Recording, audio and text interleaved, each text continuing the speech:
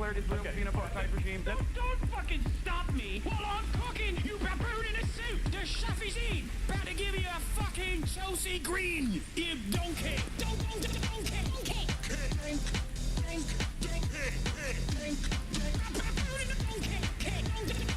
Listen to what I'm saying, and you will understand, perhaps, what I'm trying to imply. Patronizing. Yeah, I am being patronizing. I don't know who the fuck you are, and you're over here chirping all the way from fucking London about you want to fucking free Palestine, but also simultaneously you're talking about how both sides are fucking fine. Shut the fuck up. You don't know anything, okay? Who the fuck is this pink-haired twink?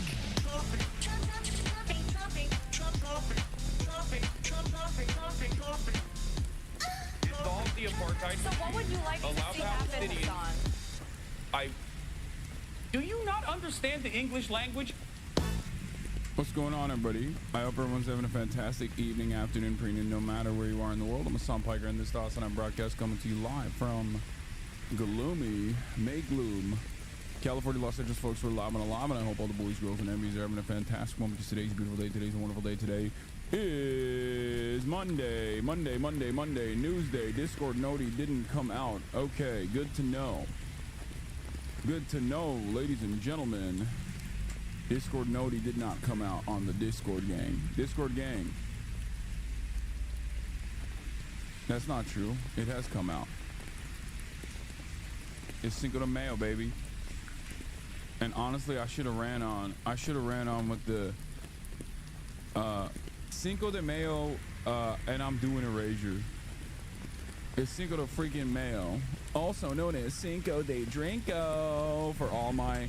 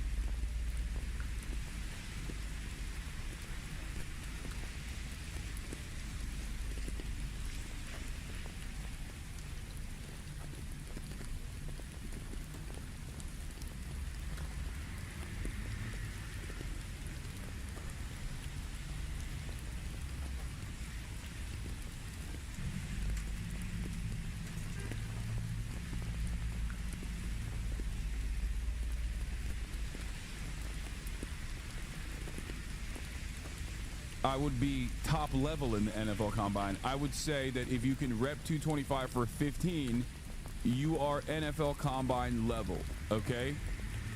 You're the kicker? No. No.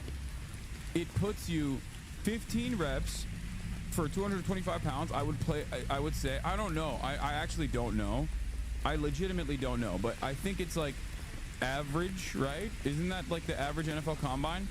Like that's an average NFL player can hit 15 reps on 225 pounds. And you have to remember when we say average on the other end of the spectrum, like you have the kickers on the one end of the spectrum, and then on the other end of the spectrum, you have monsters, like people that do not belong to this planet, people that actually fell onto Earth, like from a galaxy far, far away as like a crystal meteorite or something, and then developed into monstrous beasts that can do 40 in a row. 15, 20 for defensive back end and receivers, 20 to 25 for running backs, 25 to 30 for tight ends and linebackers, 30 to 39 for linemen.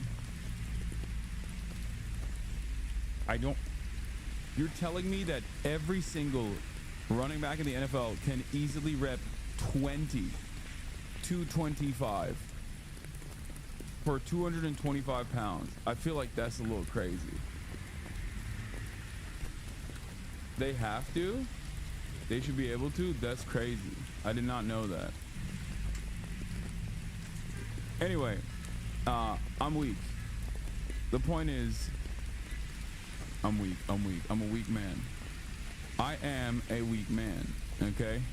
We already know that. But I'm getting stronger, and that's what's important. The moral of the story is this.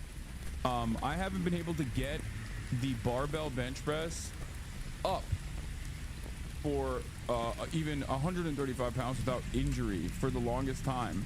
And at this stage, I can literally do 225 pounds for 10, finally, back at like the 10 level again. And 10 is an important one because like that means I can go up more and more. Anyway, I'm happy about this. This is another milestone. Sometimes even hitting a previous milestone that you had set for yourself that you had easily done for a long time in your life, but you could not achieve for a year because of a deep cut that you engaged with, being able to get back to that milestone is still good and should be celebrated. That is precisely what I'm doing here.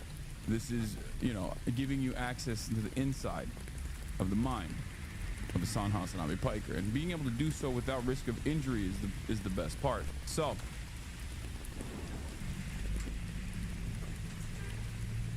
actual results from this year's NFL Combine show that the max this year was 32 reps, and the big boys got 20 to 30 reps at 225 pounds.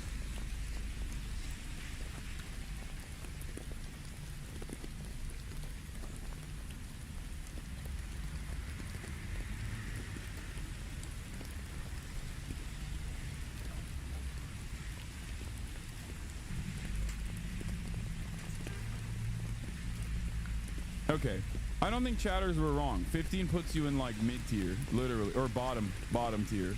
Not even mid-tier. You gotta do 20. That's crazy. I think 20 is more accurate to say mid-tier for the combine. Chatters were right. I was wrong, but I don't know enough about sports, so that makes sense.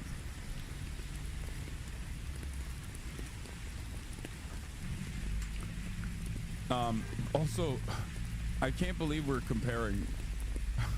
The very fact that I'm talking about the combine in and of itself is crazy, because I mean these are literally the top 1% of 1% of 1% of 1% athletes on the planet, and I'm not an athlete. I am not a professional athlete. I lift not even for strength training, but specifically with hypermobility that I already have, that already makes it a problem for me to do these kinds of compound muscle exercises. But I'm a professional yapper. I'm the top 1% of 1% of 1% of yapping. Okay, I do NFL numbers on the gift of gab. Okay.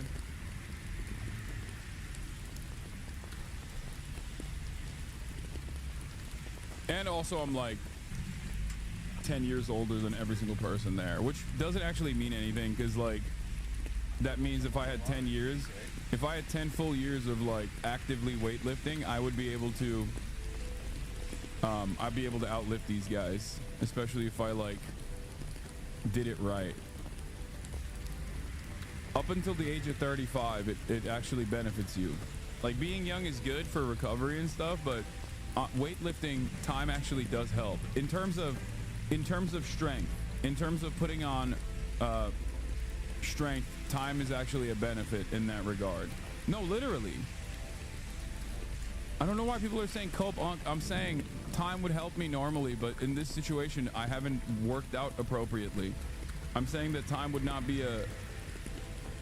Time in this situation is not a negative, it's a positive. Guys, there's only a finite amount of muscle mass that you can put on your body in like a year-long period. A lot of the stuff is, I mean, your body is a complicated machine. You need to get comfortable with certain weights that you're putting up. You need to be able to, like, there's a neural connectivity with your muscles, like a movement that you've done so many times that it becomes like easier and easier to do. That's why sometimes when you're weightlifting and you move on from novice level to like a higher level of expertise, people will say, you know, it's good to sometimes get under and spend some time under heavier weights in order to develop confidence under heavier weights. That's why it's much easier for someone like myself after I quit weightlifting during COVID to go back into it and be able to very quickly engage in recomp and see much faster returns than someone who's just starting out. All of this is to say I will be watching the Jeff Nippert video, of course, obviously. This is a fun way to introduce that. We'll watch that later though, not right now. But yeah, obviously I'll be watching how much muscle did I gain in 365 days. Jeff Nippert unironically did this thing where he basically showed like you have to do steroids after a certain level. I know that that's not his takeaway, and that's not what he wanted people to take away from that. But I know the end point, and I realized like, oh, so it's like it literally you do peak, like for sure. Like it's clearly no, he gained muscle. No, I know he did. But you have to understand what he did to gain that muscle. Like we are, if we're talking about humanity, and the imperfect nature, the imperfect nature of man, and you know, entertaining certain things like he achieved this level of muscle mass at his peak physique without steroids by eating perfectly. Like not a moment is wasted in the process. That is impossible. Okay, that is like 365 days of unimaginable feats of resistance, resilience, strength. The more you train, the harder it is to gain. Sometimes you're lucky to put 5 pounds on a rep max in 1 year. Exactly. Once you get to a certain level, unless you get like a little bit of medical boosting, it's just not going to push you far. But you're not close to your peak, right? No, I'm not. Jeff is one of the only people that I know that is a public persona, like a public person, that has actually achieved a natural physique that almost is like where you basically get to your peak. Like that's it. This is your body has pretty much reached its limit.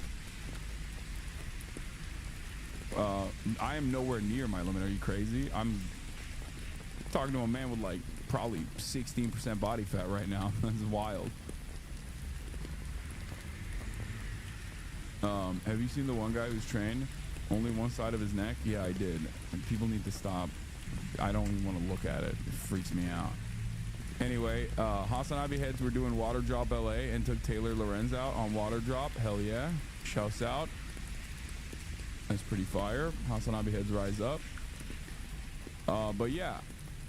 Anyway, personal news wise, like I said, weightlifting in the morning was pretty good. and it was exciting. Gym Bros, Hasanabi Gym Bros or something else. What is this? We did not leave Iraq because we were Zionists. We left because we were no longer safe. Palestinians. I saw this. Didn't even need the pre today. Just needed a 40-year-old man baby to piss me off enough to hit multiple PRs.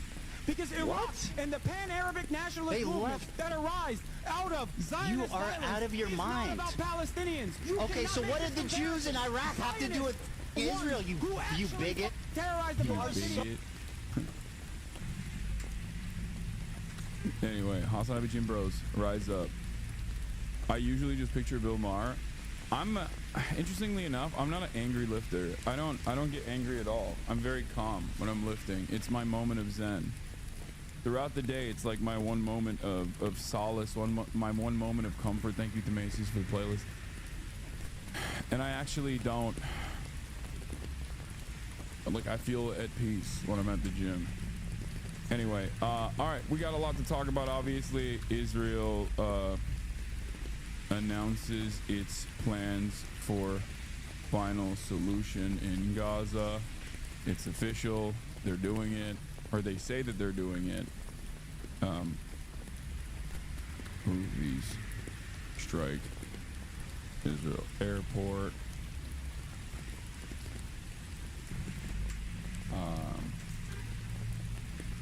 You're stimming at the gym, I guess.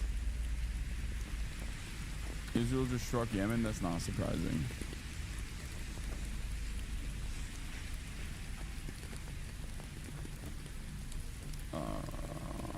Okay.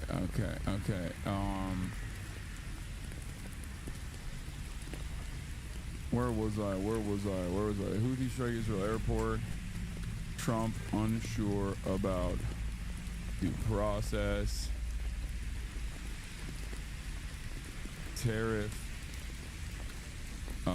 Tariff shortages incoming. Trump adds foreign film tariffs on the docket. Get in now. Bro, the thing that's so crazy about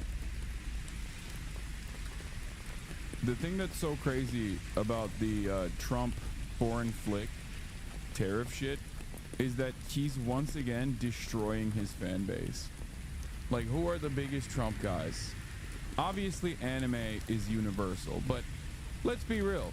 A lot of anime guys love Donald Trump, okay? What does 100% tariffs on all foreign movies do to anime? It bricks it. That's it. Like, it's such a thoughtless, yet another incredibly thoughtless, incredibly stupid decision from the Trump administration. Did you see this already? What is this? Oh yeah, I heard about this. Please tell me you're on this. That's why American weebs must be destroyed and we should tariff anime 100%. I mean, I'm a weeb. I like anime. You guys know it's a big part of the contention in my conversation last Friday about my anime experiences and my love for anime in general. Do we have a blast off meme, by the way?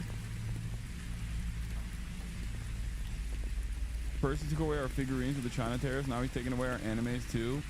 Yeah, 100%.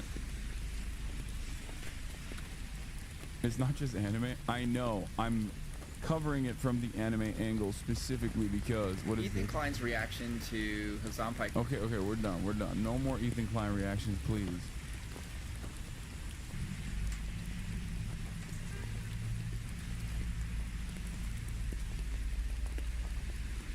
Alright, where are we at? Genuine question, how do you enforce tariffs on streaming services like that? The vast majority of VFX and animation are also outsourced to Asian countries.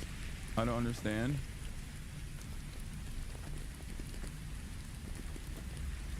Do we have a blast off meme? I feel like none of y'all have a blast off meme.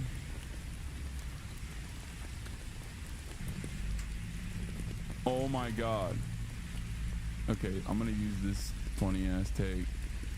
Wait, hold on. Okay, this is even better. Okay, we'll do Luffy. Happy birthday, Luffy. Happy birthday, Karl Marx.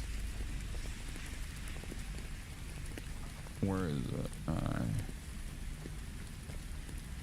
Where the hell is my post? Okay. What? Once you have followers, I'm leaving for the majority report? What did he say? Once you have followers, I'm leaving to the majority report? What does that mean? Nah, sorry. I love the majority report. Abracadabra, abra, ooh la la, na na na na na, abracadabra, talk to me. Na, na, na, na, na. Oh my God. I just got that unstuck from my head. I can't get it unstuck. No, when I was hitting the tens, that was what was playing. That was what was playing. So it's like I put it on my freaking Insta post when I was lifting, and now it's like, now it's permanently perma-stuck in my head. Lady Gaga. Are you going to Anime Expo in July? Maybe. Are you going to react to the Kanye West Piers interview? Piers Morgan interviewed Kanye West? Wow. Piers Morgan interviewed someone that's less anti-Semitic than me. According to some of my insane stalkers. Yeah.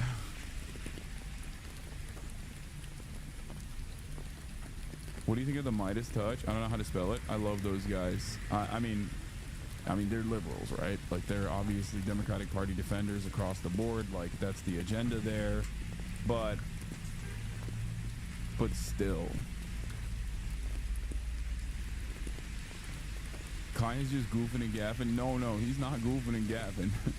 It's no longer New Boots goofing for Kanye. It's more so he's goosing, goose stepping. That's what he's doing.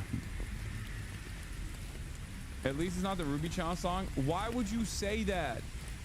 Why would you say that? Now, God damn it, dude. Why would you do that?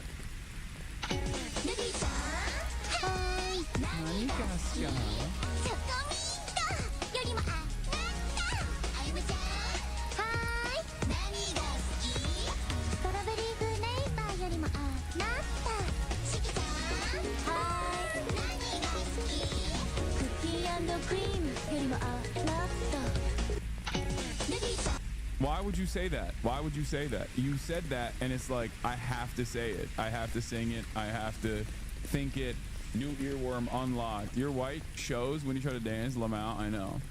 Stop. Every fucking K-pop idol ever is doing this trend, and it's all my feed is. Ruby-chan. Hi. Nani gaske? Chokomito yorimo nata. I don't know how to fucking say it. I'm not Japanese. I'm so fraudulent. I'm such a fraudulent bitch. Oh yeah, I saw this one.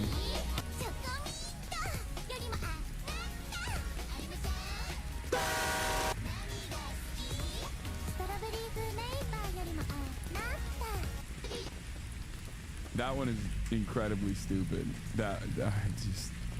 All right. What are we doing here, man? What are we doing? Let's freaking get into it. There's a lot to cover today. Israeli officials detail plans to seize all of Gaza and occupy it indefinitely. My ears just exploded. Would you rewatch Hunter x Hunter, preferably starting with the 1999 version soon? No. Why are you asking me that? Nancy Pelosi is pressuring Jordan to take more children from Gaza. Nancy Pelosi, who has long-standing friendship with Abdullah, took matters into her own hands last week and had a blunt conversation with Jordan's ambassador with the U.S., Dina Kawar, about Amman not accepting a sufficient number of sick Gazan children. I mean, okay, that's fine, great, that should happen, okay? That's like Band-Aid.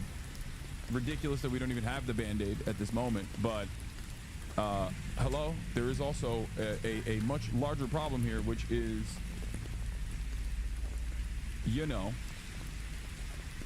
the fact that we have a genocide taking place. Like, why are those children starving? Why are those children suffering? Because of Israel. There's some breaking news. There's a major development in the Middle East. Israeli officials tell the Associated Press that a new plan has been approved to seize all the territory in Gaza and then occupy it indefinitely. MTS Tayyab has the latest for you from London. MTS, good morning to you. Gail, good morning. Well, the approval by Israel's cabinet of the plan. About 3 Worlds by Avi Shlaim, the entirety of the first chapter is basically him saying the Iraqis were victims of Zionism and missed their home after they were pushed due to Arab nationalism but pulled to Israel due to Zionism. He talks about a nostalgia for Baghdad his grandparents had when they were forced to go to Israel. Yeah, also Israel was like pretty fucking ruthless to a lot of the Arab Jews initially. Like, was it Ben Gurion who said that they're like lower than dust or something, like they're desert people? Ashkenazi Jews initially were not very fond of. Ashkenazi Jews weren't very fond of like the Arab Jews initially. Like there was the same dynamic of like Western, unironic, Western white supremacist thought internally within Israel as well. This is part of the reason why a lot of the most rabid supporters of the state of Israel are often Arab Jews, like Itamar Ben-Gvir, also from Iraq, Arab Kurdish Jew Itamar Ben-Gvir.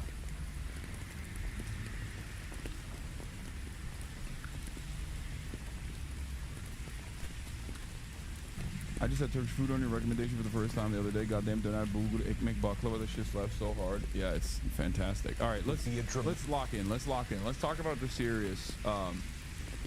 Let's talk about the serious subject matter. Remember in a few years ago when people were screaming that Israel would never want to occupy Gaza since they left in 2005? Yeah. No, you don't understand. It's because they October 7, they have to. You're just forced. They had their hands forced. Dramatic shift in this already brutal and grinding war. It comes as the Israeli military called up tens of thousands of reservist soldiers just this weekend. Now, critics inside Israel, most notably the Hostages and Missing Families Forum, have lashed out at the plan, calling it, and I'm quoting here, a failed strategy, since none of the 59 remaining hostages have been freed since Israel broke a ceasefire with Hamas 6 weeks ago and resumed its bombing campaign.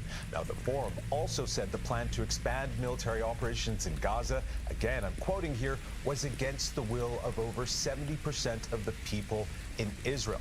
Now, if implemented, hundreds of thousands of already displaced Palestinians will be pushed to southern Gaza, only worsening an already dire humanitarian crisis. For 2 months now, Israel has blocked all food, water, and medicine from entering the Palestinian territory, triggering what aid agencies are calling the worst humanitarian crisis there since the violence began nearly 1.5 years ago.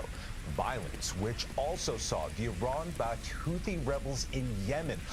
I think one of the lesser considered aspects of this conversation from Israel, which is now pushing for the final solution, by the way, they want to ethnically cleanse a majority child population that they've starved out for the past 2 months. Okay, remember, this is a majority children population.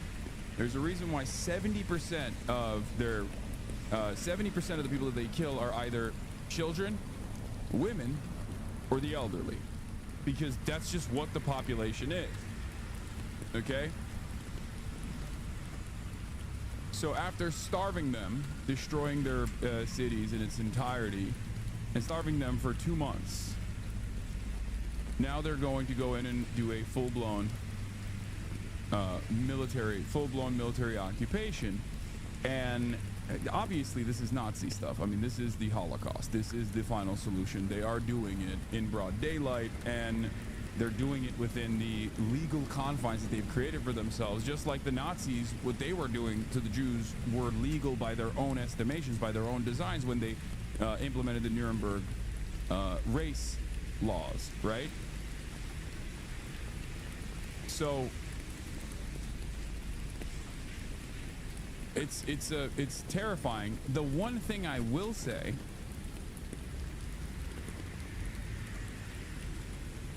The one thing I will say, where you get these numbers though, what do you think, this is a gotcha? Like, what do you mean?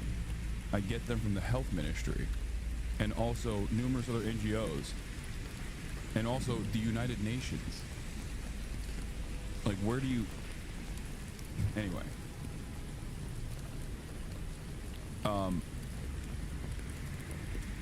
Yeah, they're doing a final solution on Gaza. They're doing a final solution on the Palestinians there.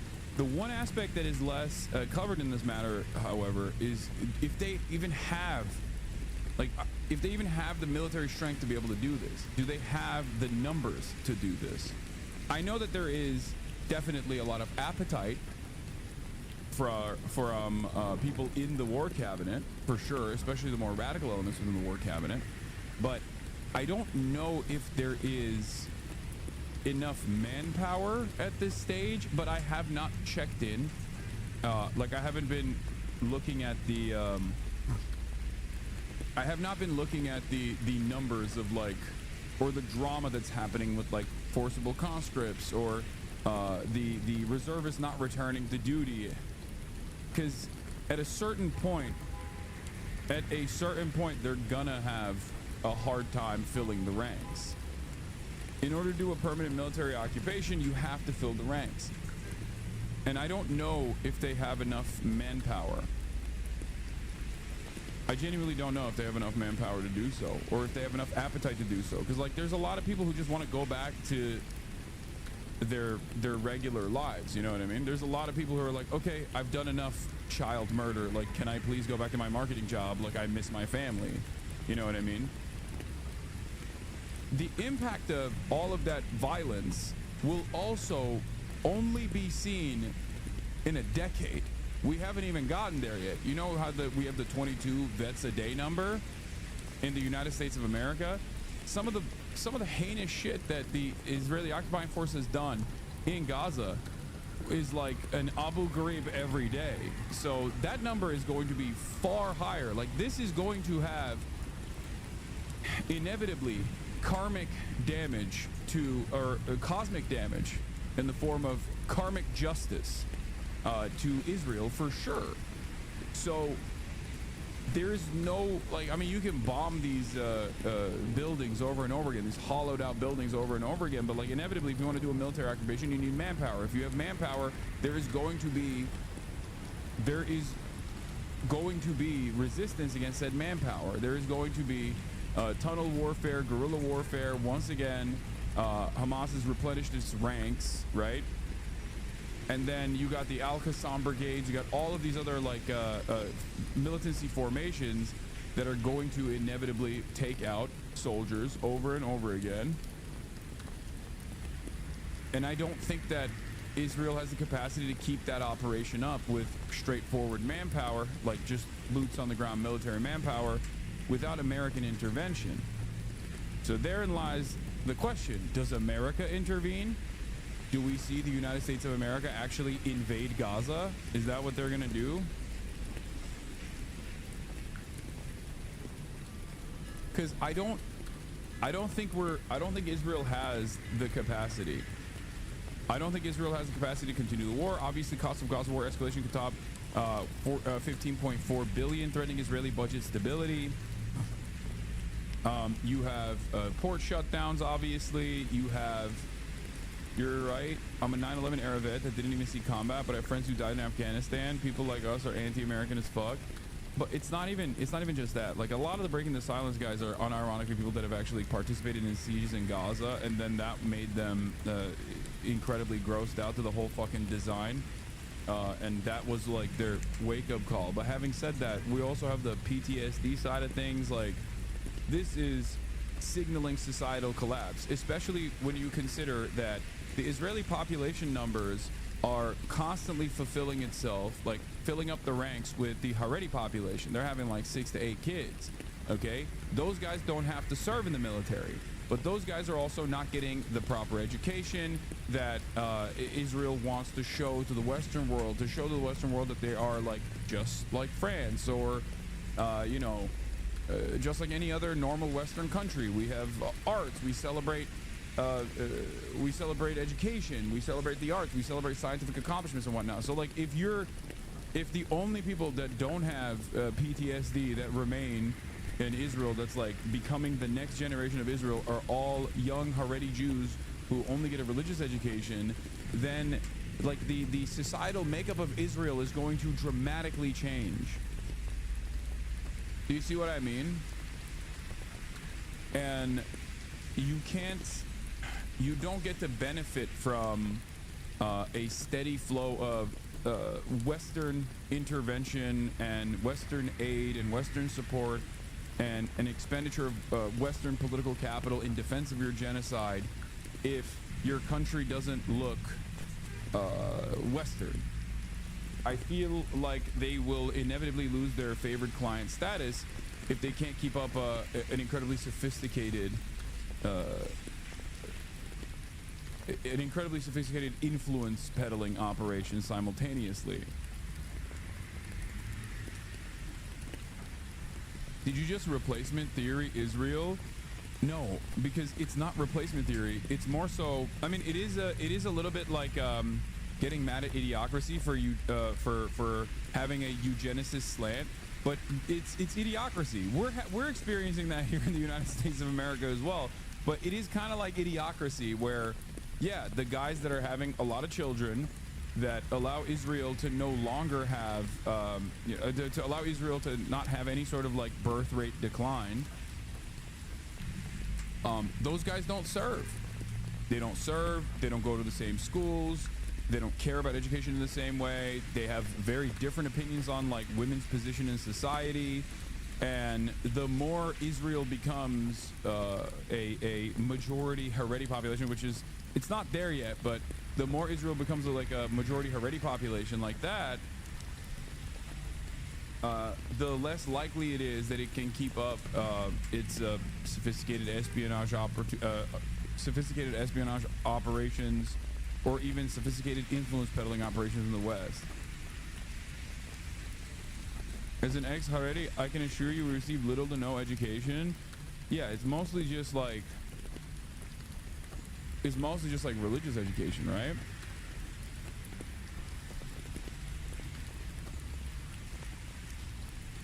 So it's I mean, it's just they're cooked. They're cooked regardless, if that makes sense. I mean, the West supports Saudi Arabia, and there aren't Western looking in any way, to be honest. If you think that, like, Saudi Arabia is a weapon to wield against Yemen, okay? As long as it is a part of the defense initiative that defends Israel's interests in the region, as long as it has a shit ton of oil. But Saudi Arabia is not a favored client state in the same way that Israel is. No country is a favored client state in the same way that Israel is. Saudi Arabia is just an important bulwark against Iranian intervention in the region because Iran is outside of our sphere of influence.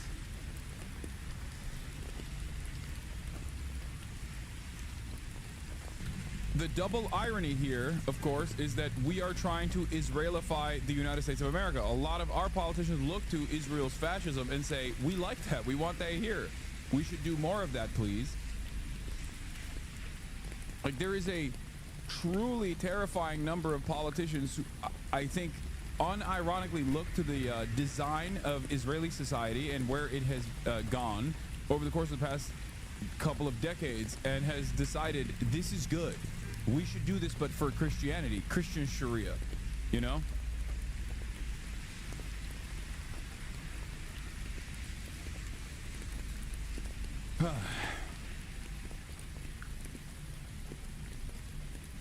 Israel is less a client and more the USA's pet, I feel. Yes.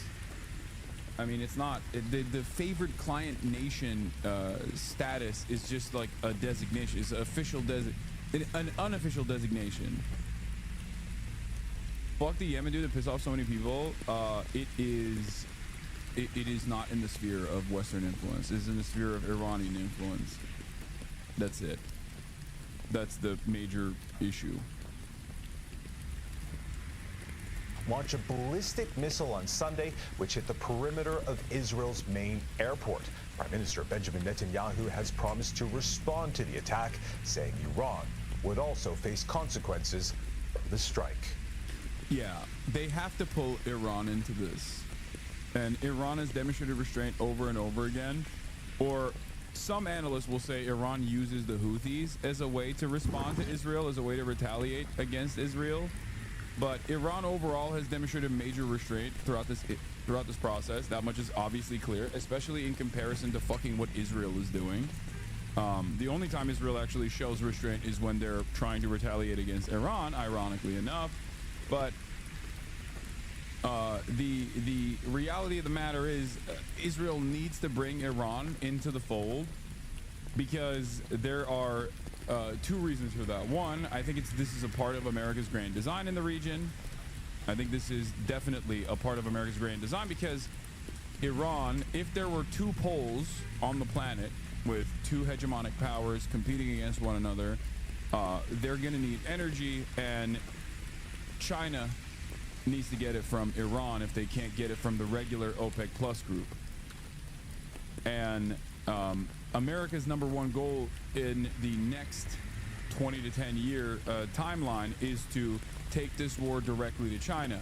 That's part of the reason why they want to pack up the whole Russia-Ukraine stuff, and that's precisely the reason why they're letting Israel go absolute monster mode everywhere in the region, so that they can do this big destabilization and then restabilization with Israeli design, like restabilization where a lot of these areas are under firm Israel security commitments and Israel control, so that they can have some semblance of security and some semblance of stability, rather, for American national interests, and maybe even exert influence, exert pressure over our allies there to cut off the energy supply to China. That is the goal. That's why I also say American foreign policy will swing sometimes wildly, but it's often still directionally in the same, it's always directionally in the same agenda, towards the same agenda, but there are obviously differences in opinion along the way. Oftentimes it's the Republicans that push it even further and further right, more to more insane places, and then the Democrats don't do anything to pull it back, because they also are in line with the same agenda. So is Pallywood just a modern day Nazi propaganda, or is that a little too far? No, it's not far. I look, it's up to you guys. You need to be very well equipped when you're talking about Israel-Palestine related things, in order not to come across like you're anti-Semitic, because a lot of the language, even on accident, can come across like that, and I perfectly understand that, which is why I wouldn't recommend to the average person to make this comparison, because most people still at this stage will be like, whoa, I don't know about that, that's crazy. But I do not shy away from making the comparison of Israel and Nazi Germany, because I think we have definitely reached that level. But you know, the less incisive language you can use is just to say it's fascist, because it is fascist, just like the Nazis. It is exterminationist. It is built on supremacist ideology, just like the Nazis were. But you know, I don't think it's in any way, shape, or form inappropriate to make this comparison. Like,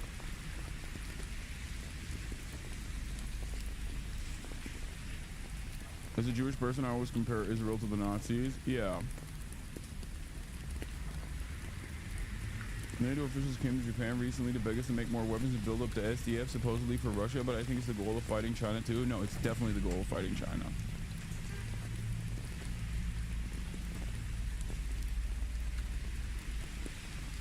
Allahu Akbar. This is what last night's Israeli airstrikes left in Gaza to be buried the morning after. The remains of a child so small they could almost be held in one hand. Now dead before they had lived. We hope that everyone will stand with us to stop this bloodshed and stop this extermination. We are people who love life. We are people who hope that the war will stop and that we will live in peace, security and safety. This is the human cost of an offensive that is set to intensify if Israel carries out its new plan to seize more of the Strip. The Israeli military already controls around half of Gaza, as well as corridors dividing the region. Yeah. Government officials have reportedly said the new offensive will now capture the entire territory. This would mean pushing the population back south again. This is what we will do. We will move the population for its own protection. The Israeli Prime Minister suggested the military would not retreat from... Bro, am I crazy or does he look more like Hitler every day? I don't know what is going on here, but like with the exception, obviously he's clean cut, he doesn't do the mustache shit, but like his hair, like I swear to God, he's like Hitlerifying in front of our eyes. I think it's the haircut. Like he straight up looks like Hitler would look like if he just shaved his fucking dumbass mustache. You know what I mean? Like, is he just like what's going on there? Is he trying to be like, haha, what are you gonna do about it? That's me. Tolstoy could never imagine particles to this degree. No, it's not Tolstoy, it's Trotsky. Tolstoy.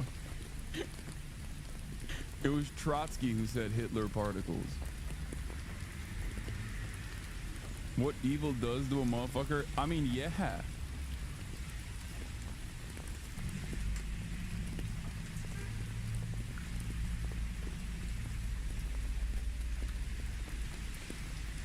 War and Peace by Leon Trotsky. I mean, that dude loved to write too, but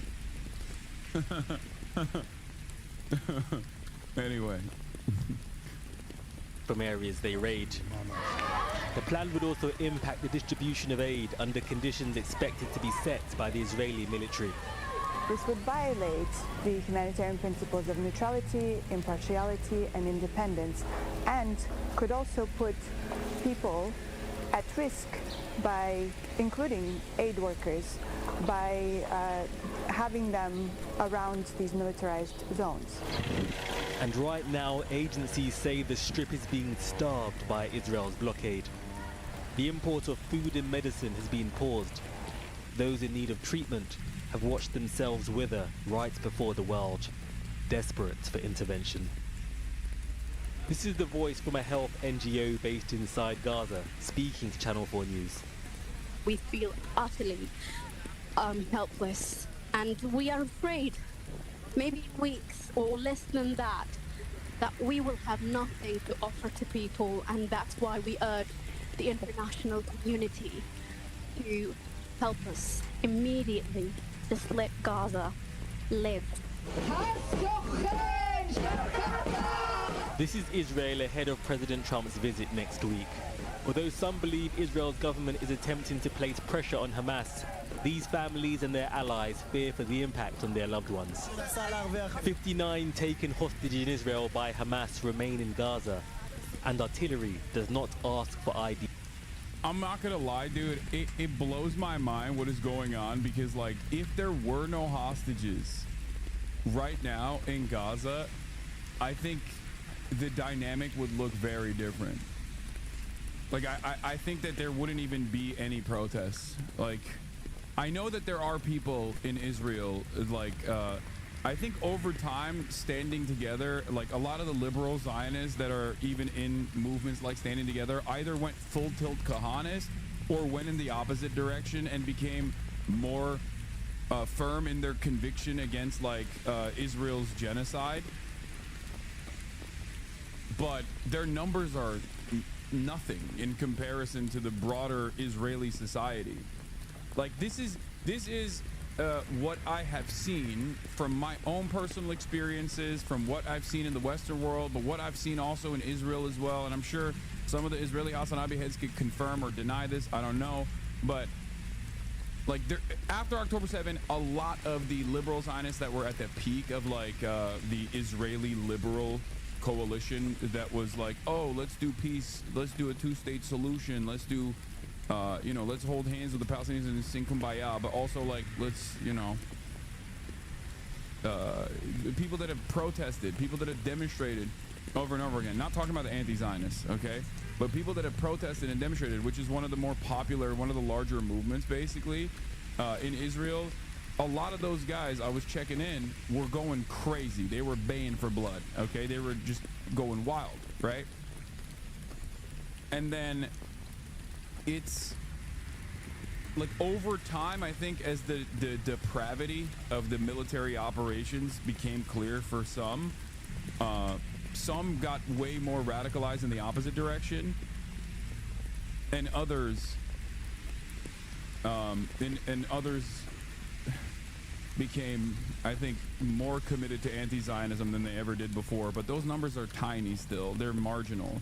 So without hostages, because like the mass movements that happen in Israel, the largest category of like anti-government protests that are coming out are coming from hostage families and their friends and people that want a ceasefire specifically to take out the hostages. Those people have been polled in the past as well. And when they actually get polled, they still say like, no, just keep the war going after, but just like get our hostages out.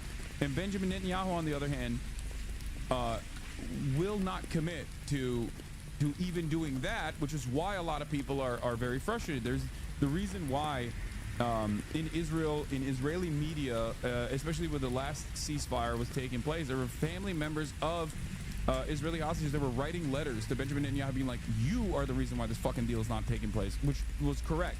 You are bringing up idiotic additional spoilers into the ceasefire negotiation, like not removing military presence from the Philadelphia corridor, the Rafah border crossing with Egypt, right? Like all of this stuff that they added on to the deal over and over again was specifically done so that Netanyahu could always say, oh, I don't want to do this. I don't want to actually do a ceasefire.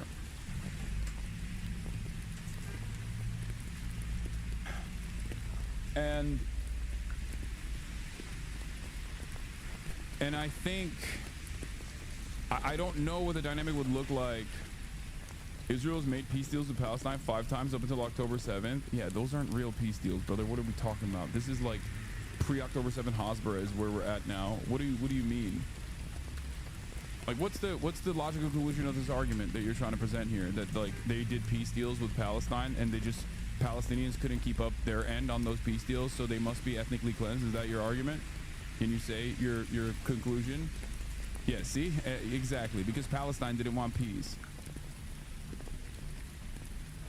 Remember, chatters, the dynamic is always the same, okay? Here's what happens. There's a siege that takes place. They wipe out like 100 to 1,000 people. They blow up a bunch of buildings. Then they fuck off, Israel does, okay? And then there is a treaty. There's a ceasefire treaty. Israel then continues doing what it's doing in the West Bank, which is, of course, ruining the lives of the Palestinians under this illegal occupation, where they keep harming them, especially during Ramadan, where they'll actively go out of their way to disrupt travel to the mosque, disrupt the lives of Palestinians that are literally engaging in the act of just going to the Al-Aqsa Mosque and praying. And that provocation is always like before that provocation happens, knowing full well that provocation is going to happen, okay? Knowing full well that provocation is going to happen, Hamas will release a statement. They will say, don't do this, okay? Do not do this. And then Israel will do it anyway, and then Hamas will turn around and fucking lob a couple rockets that immediately get intercepted by Iron Dome. Israel will use that as an opportunity to do another siege. This is what this man is talking about when he says, Hamas always disrupts peace negotiations or whatever. It's not true. Okay?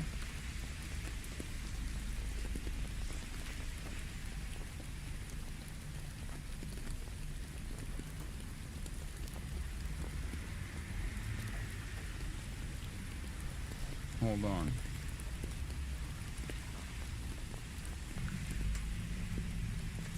This guy woke up thinking it's October 8th, giving us all the talking points. No, he woke up thinking it's October 6th, ironically enough.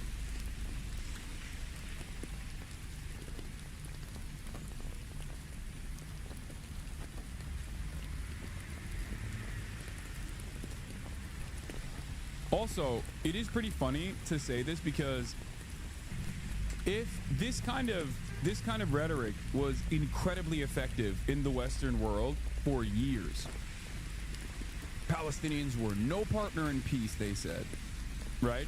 Nah, I just see one side hating the other and the other having to defend itself. Yeah, that is what's going on. That is actually what's going on. One side is defending itself, and that side is the Palestinians. And the side that's hating them is Israel. So you're actually not wrong. You've flipped the dynamic and it's on its head. Because you have sympathies for Israel. I get it. Like, I know where this comes from. You're wrong, but I understand why you're wrong. Anyway, the thing I wanted to mention here is more so about propaganda and how it works. Okay? Pre-October 7, if you tried to describe how disruptive Israel was in these numerous ceasefire negotiations where they never actually gave a fair deal and they never actually wanted to implement any sort of fair deal whatsoever, okay? If you were to describe that to people, they would not understand it. They'd be like, what do you mean? Bill Clinton even said that it was, Palestinians that were just no partner in peace. But now, every single person in this community at least, has seen the exact ways in which the depraved, morally repugnant American administration lies at the behest of Israel and how Israel behaves throughout the ceasefire negotiation process. So now you know, because you saw it over the course of the past year and a half. You saw exactly how Israel operates in these negotiations, and you saw exactly how the American government runs cover for Israel throughout these ceasefire negotiations. So looking at what has unfolded over the last year and a half will give you a better understanding of the reasons as to why previous ceasefire negotiations or any sort of pathway towards peace was completely cast aside by the responsible party, Israel. Do you understand?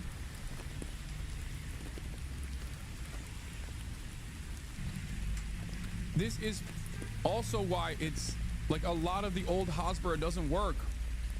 A lot of the old Hasbara doesn't work anymore. And it's not just because people can see directly what Israel is doing, but a lot of the old Hasbara doesn't work anymore because people have just become more aware. Like, people have become more aware of the way that Israel has operated throughout the past year and a half. And that completely eviscerates all of the carefully calculated ahistorical ways in which this process has been taught to those who even care to learn about it in America.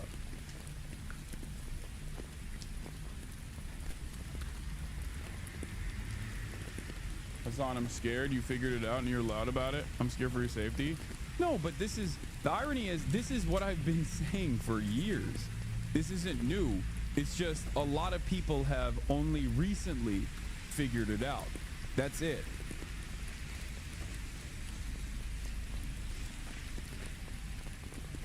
That's it.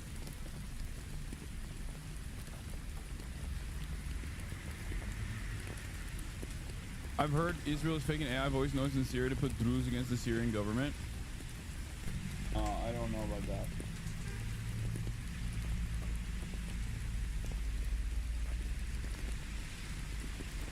Is Israel's justification for their plan to seize Gaza that it's necessary to save the hostages? No. Ironically enough, they've completely given up on even entertaining that idea. They've given up on even doing propaganda in that direction. They completely dropped it. They openly said, last week, Benjamin Netanyahu came out and said, hostages are secondary to our much larger, much more consequential plan of complete extermination of Hamas. Hostage negotiations are a hurdle. And he actually said it literally a day after Ethan and Sam argued against one another. After Ethan was like, oh, well, if Hamas released all the hostages, then, Israel would stop. Yeah. Ethan is about to go live. I'm a Fallen fan. I can't believe Ethan actually won the debate against Sam Cedar and you. It's shocking. It's not shocking. Thank you, tiny person. It is shocking. Many things are shocking to you, I think, if you if you feel that way. Like, oh my god, why is there a big ball in the sky that comes out every morning? That is scary. Is that fire? What is fire? Shocking. Yeah. I mean, this basically came out like a day after Sam and Ethan had that conversation. Netanyahu says destroying Hamas more important than free hostages, which, again, if you were paying any attention, to the dynamic at all, you would have recognized that. You would have recognized that months ago.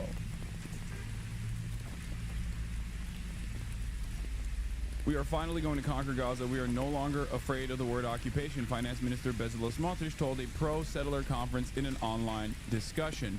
Israel may seize all of Gaza in expanded operation, officials say.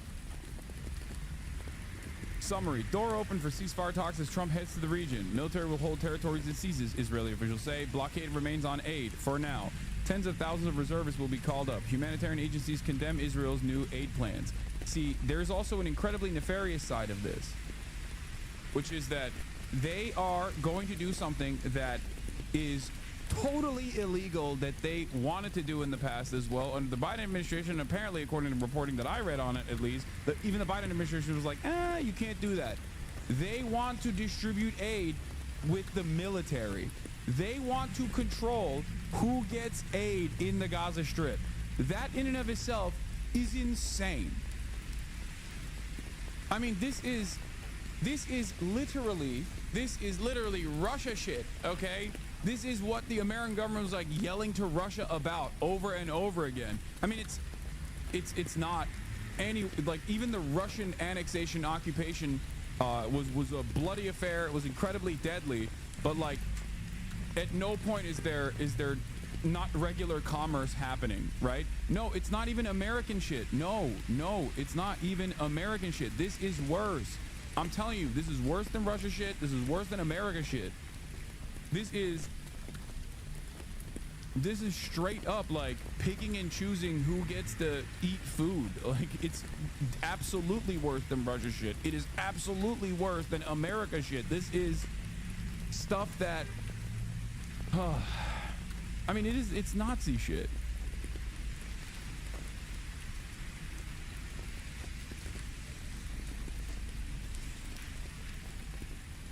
Yeah, Israel's government has approved a sweeping plan to seize all of Gaza, indefinitely occupy its territory, and displace its population southward, advancing what rights groups warn is a military-engineered campaign of ethnic cleansing.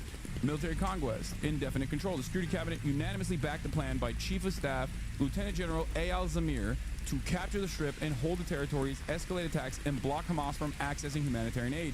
The plan also includes moving the Gazan population to south for its defense and intensifying bombing campaigns. There's no timeline for withdrawal. I also want to mention something. I didn't really cover this as much. I didn't really cover this aspect as much, but like the Israeli military, by way of infiltration and sabotage, has armed criminal elements within the Gaza Strip. Okay? They've given him like NATO weapons in the Gaza Strip to go and run rampant on the aid. Hamas, as of, I believe, last night, actually publicly executed numerous criminal gang members and implemented a 9 p.m. curfew because the Israel-backed gangs would cause chaos in an effort to stop aid distribution, what remains of the aid that was being distributed. This, of course, on top of blowing up food refinery facility, like grain silos, like blowing up the last areas where there is any food whatsoever. 2 months of complete blockade on aid entering the Gaza Strip. The trucks full of aid are just sitting on the border. They are not letting them enter the Strip. How do you know the gangs are Israel backed? Oh, great question. The reason why I know the gangs are Israel backed is because obviously there's going to be criminal elements regardless, but according to the reporting from the remaining Palestinian journalists that are still alive at this point, every single time there was gang activity, there would be drones around, and they never actually shot at the at the dudes with guns in broad daylight. So tell me, the very same Israel that literally has implemented killing fields, the very same Israel that shoots at humanitarian aid workers that are engaging in the process of deconfliction with the Israeli Defense Force, the very same Israel that has killed World Central Kitchen aid workers, the very same Israel that's killed 15 medical workers from the Palestinian Red Crescent, that Israel sees dudes running around with guns and does not kill them. What does that mean? There's drones all around that offer protective cover.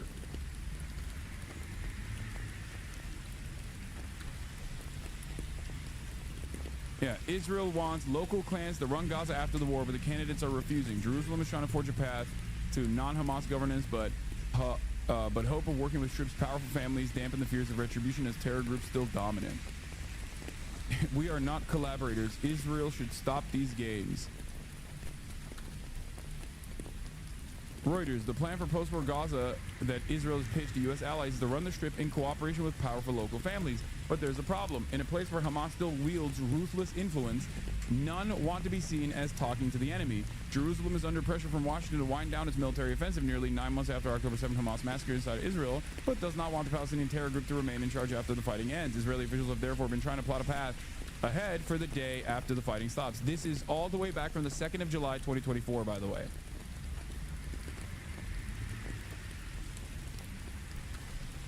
Yeah, this is the other side of the story. Yes, new. Armed gangs are looting food warehouses across Gaza, and Israeli drones are reportedly targeting the police and volunteers trying to stop them. Multiple sources, including eyewitnesses and journalists, say the gangs are backed by Israel. Here's what's being reported. Tarek Azam, Gaza correspondent for Al Jazeera English, reports local gangs reportedly backed by Israel are looting what remains of Gaza's food warehouses. Israeli forces, he says, have struck police officers who were trying to stop the thefts. One of the first-hand accounts comes from a volunteer at a community kitchen in western Gaza. He says armed gangs attacked their facility. Attacked their facility twice in one day. The second time, they fired live rounds and broke into a food store serving 1,500 plus families. Now, what's really interesting about this, once again, is that Israel says Hamas is doing this, except Hamas has punished the criminal gangs that have done this. They executed a bunch of them, and then implemented a curfew as of last night, 9 p.m. curfew in the Gaza Strip as of last night. If you recall, there was a lot of chaos at the point of humanitarian aid being delivered into the Gaza Strip at numerous occasions, okay? And I remember covering the story where there was the time when they shot at the aid delivery, and then the aid delivery trucks like had to get out of the way, like they just there was a stampede, and they did the flour truck massacre, if you remember. And I believe right after the flour truck massacre, the Gazan police force, the civil, like the civil part of the civil governance division, the civilian population, okay, not like Hamas's militant wing, not the Al-Qassam brigades or anything like that. The Gazan police force actually came in and said, we are going to implement a process here. So they literally they designed a way for the humanitarian aid to be distributed in a organized manner. The next day, Israel killed the police chief. The next day, they went in, there was a single file line, everyone was getting their fucking aid and getting out. The next day, Israel killed the police chief and then said he was Hamas. The next day. Why would they do that? They did that because they want this chaos to exist. They do that because they want there to be a constant sense of pressure and violence and chaos and to never stop that. No order, none of that whatsoever. This is part of the reason why I say October 7 aside, okay, the atrocities that took place on October 7 aside, which were conducted by a collaborative effort on all the Palestinian factions, the entirety of the Palestinian militant resistance. Okay. After October 7, since Israel's genocide started, or at least accelerated, if you want to call it that, everything that Hamas has done in that time frame has been legally permissible, with the exception of maintaining hostages. That's it.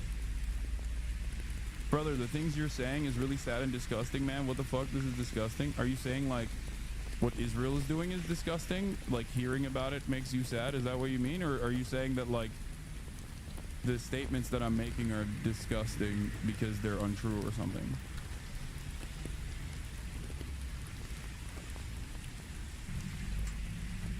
Because this is... Yes, that is correct, Israel. Oh, no, he's saying, like, it's making me sad because what Israel is doing is disgusting. Okay, got it.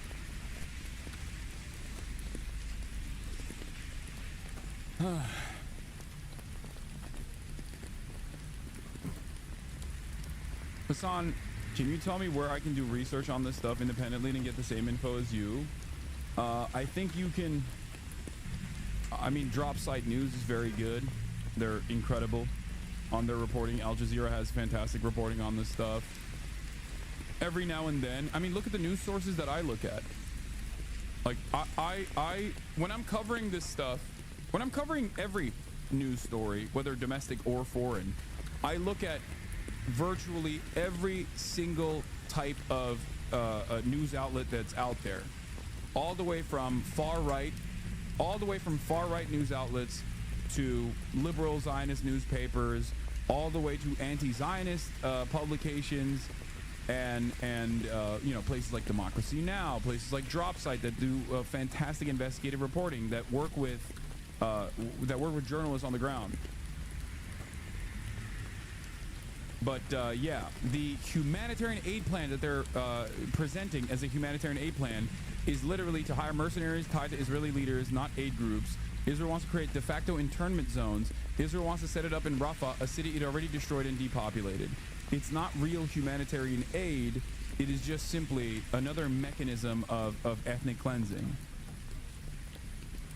Investigative journalist Mohammed El-Zanin has documented 3 Israeli drones in a single hour on patrols attempting to stop the looting at El Tawra and El Waqta streets in Gaza City. Those targeted, he reports, were community volunteers and local police. So these guys, in their endless resilience, Palestinians in their endless resilience, are trying to do their very best to maintain some kind of civil order within a fucking ghettoized part of within an open air concentration camp that is currently being bombed by its belligerent occupier, and in that process they're literally still trying to kill the people that are trying to create some semblance of order so that less people die from famine. Drop Site interviews the Hamas official not that long ago, so does that make them terrorist supporters too? Clown shit? No, don't listen to people that say stuff like that, okay? When people hit the "you're a terrorist, you support terrorism, we must deplatform you," they're just trying to shut you up, okay? Or specifically me. They're trying to shut me up because they're worried that people are recognizing the events that are unfolding, okay?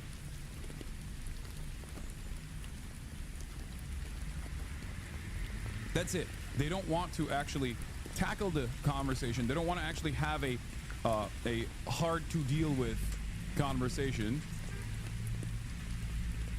They just want to say, you are dangerous, you're a dangerous person, you're a terrorist, stop talking.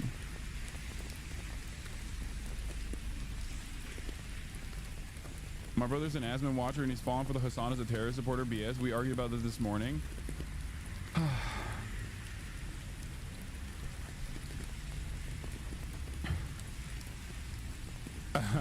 This is funny. Hasan Parker thinks being a man is simple. Tel Aviv Institute, delete this. Yeah, exactly. They do not want to have a nuanced discussion. They do not want to have a conversation. They do not want to talk about like any kind of militant resistance against a nation state that is doing apartheid. Hasan is the king of Darvo. I don't even know what Darvo means. It's like something that narcissistic boyfriends do, right? Isn't that what it is? Yes. Yes. My coverage on this issue, my coverage on this stuff is actually just like your fucking shitty ex-boyfriend. You're right. Thank you.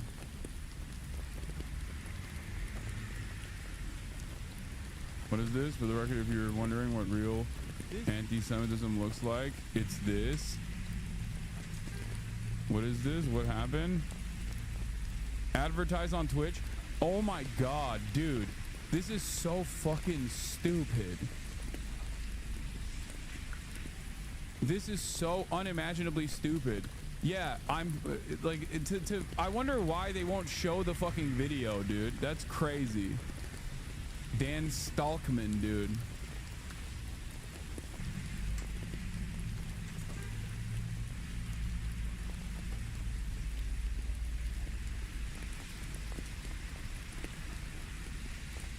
It's simple. If you're wondering, DARVO is an acronym for Deny, Attack, Reverse, Victim, and Offender.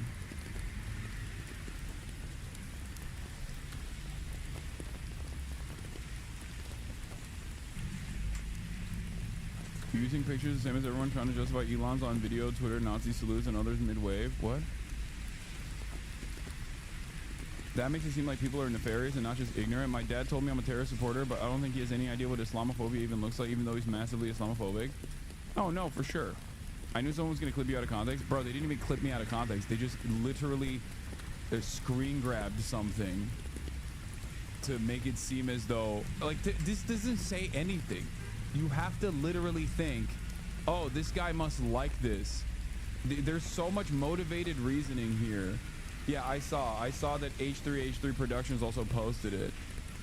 This Hasan stream could be a disaster for Twitch and Amazon. One thing I haven't seen many people yet, this controversy around Hasan's stream title and content could create a real problem for Twitch and by extension Amazon. Yes, dude. This is going to be really controversial for Amazon, which is literally me covering a fucking anti-Semitic incident. Yeah, thank you. Thank you for bringing accountability. Hasan should really stop covering anti-Semitism.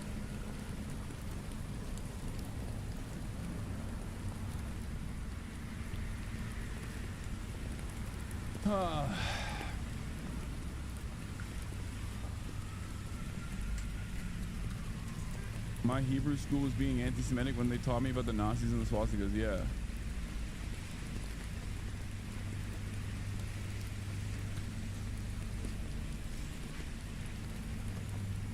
I tried arguing with people on X today who said Ethan smoked you in that debate. No, don't. You're not.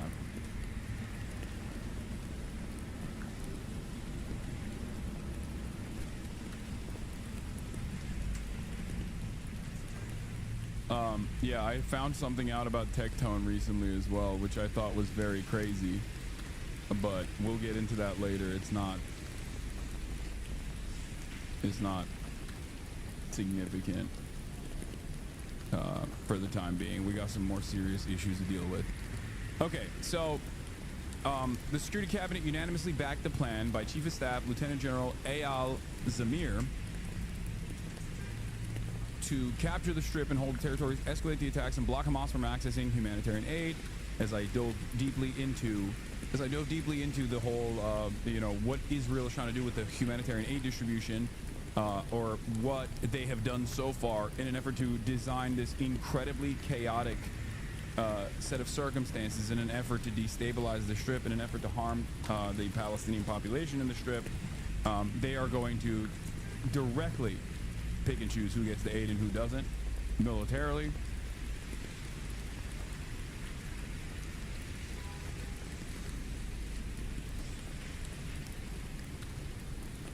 No pretense of retreat. Finance Minister Bezalel Smotrich openly embraced the term occupation, saying, "We are finally going to occupy the Gaza Strip. We will stop being afraid of the word." He vowed that there will be no retreat from the territories we have conquered, not even in exchange for hostages. The plan calls for moving Gaza's 2.1 million people, most of them already displaced, towards the far south, a region bombed repeatedly and barely able to sustain those already there. Humanitarian agencies warned this will have a devastating impact on the weakest and most vulnerable. The cabinet also approved, in principle, a parallel plan to bypass the UN-led aid system and hand control of aid distribution to private contractors under Israeli military oversight.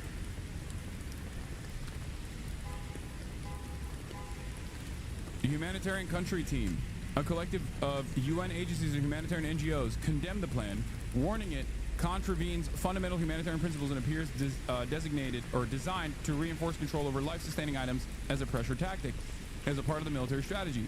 They further warned that the plan would mean large parts of Gaza, including the less mobile and most vulnerable people, will continue to go without supplies.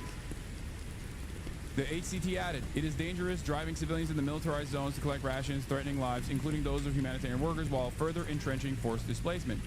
Captives deprioritized. No captives have been free since Israel resumed its offensive. The Hostage and Missing Families Forum accused the government of sacrificing their loved ones, calling it the Smotrich Netanyahu plan for sacrificing hostages and abandoning national resilience and security. Gaza pushed towards famine. Israel is blocking nearly all aid since the 2nd of March. The UN says famine is approaching. Bakeries are shut, warehouses are empty, and hospitals are collapsing. Israeli officials claim still that there is no shortage.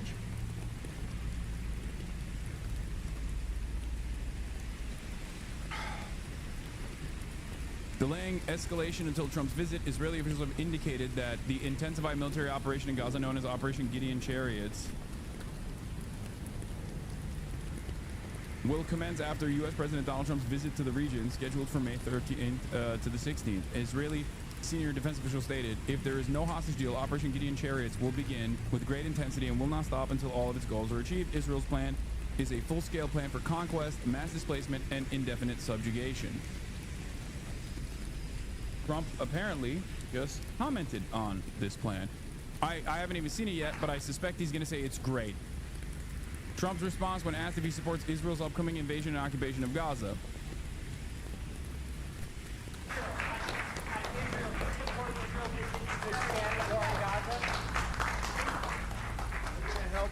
We're going to help the people of Gaza get some food. People are starving, and we're going to help them get some food.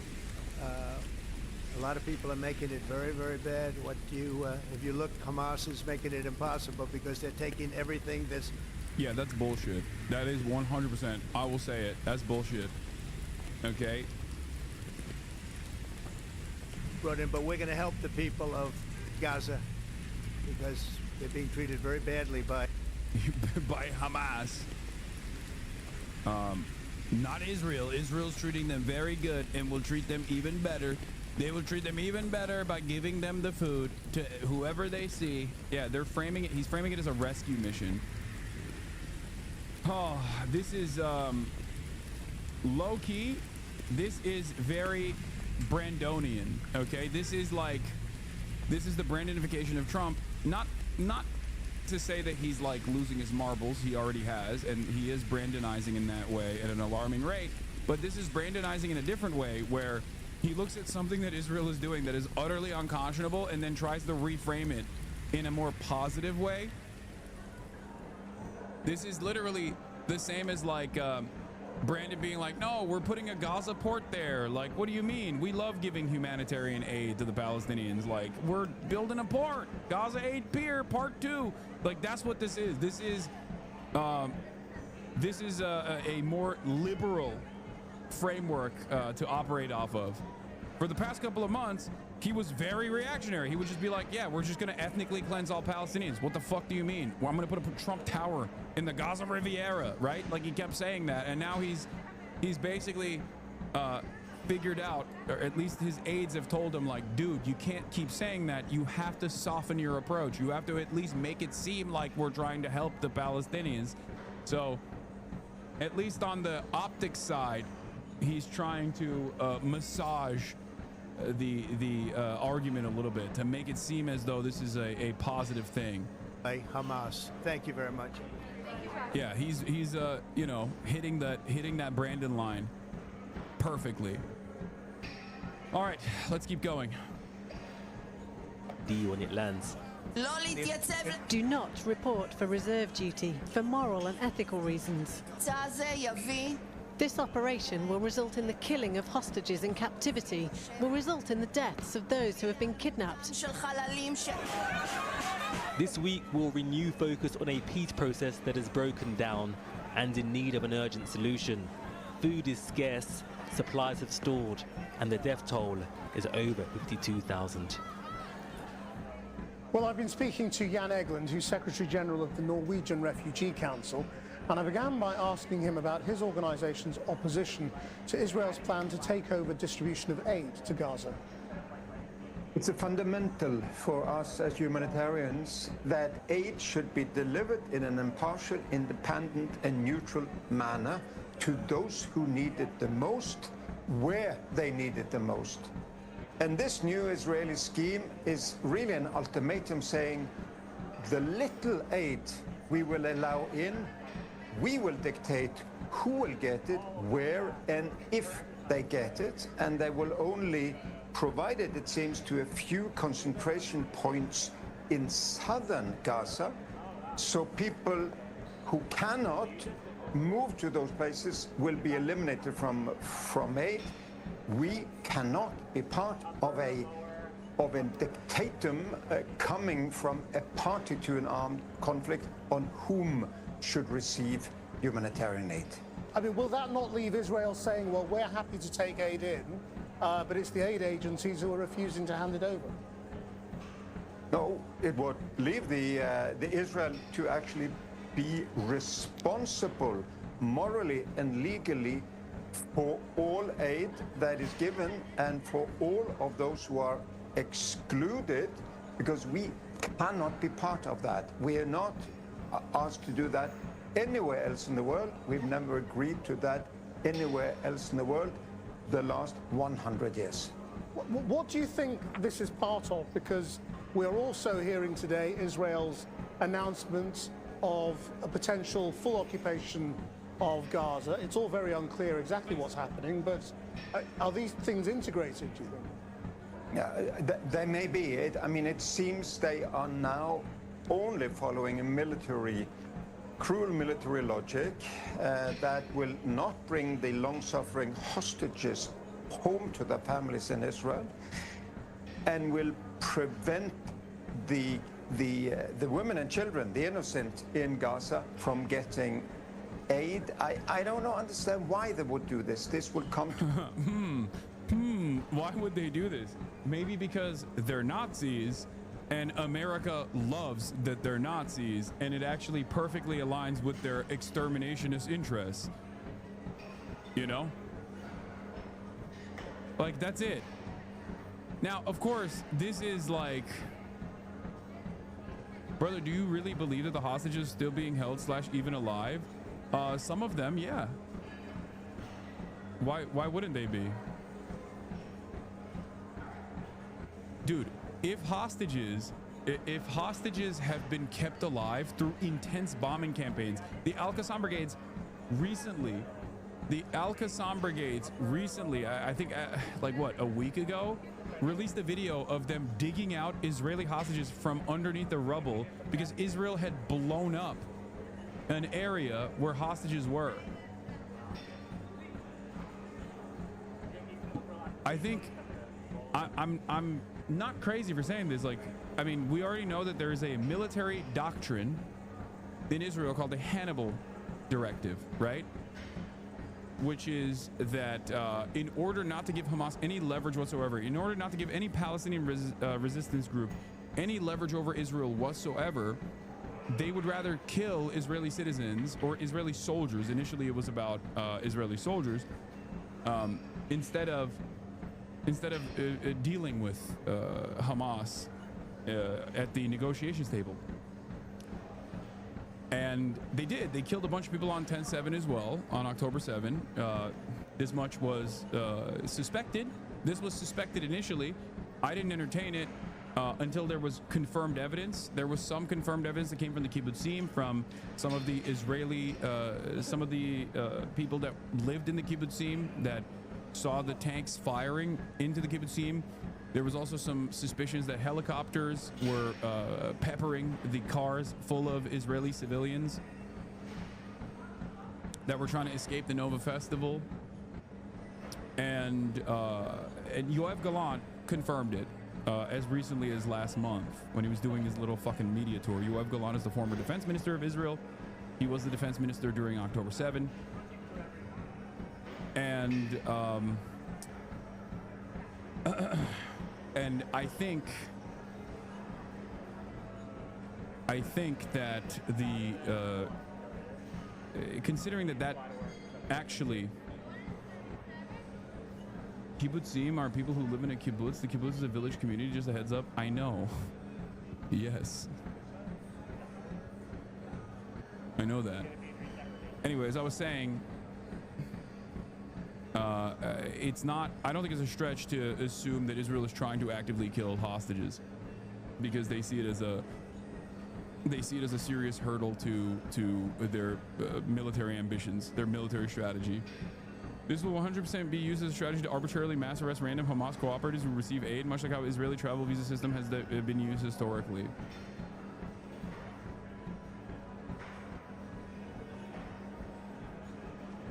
Montage on the Gaza plan.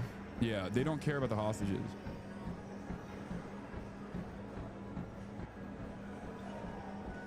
To haunt Israel and the United Kingdom, the United States and Germany, that can. Kibbutzim is the plural form of kibbutz. I know. And kibbutznik, right? Kibbutznik would be someone who lives in a kibbutz, right? Anyway, it doesn't matter. Let's continue, please. Influence Israel has to do so. If not, they will have their fingerprints all over this catastrophe. I mean, if they are looking to get the Gazan population into the south, I suppose it gives them the option of pursuing the Trump plan to get people out, to get them over the border into Egypt. Do you think that's what's going on?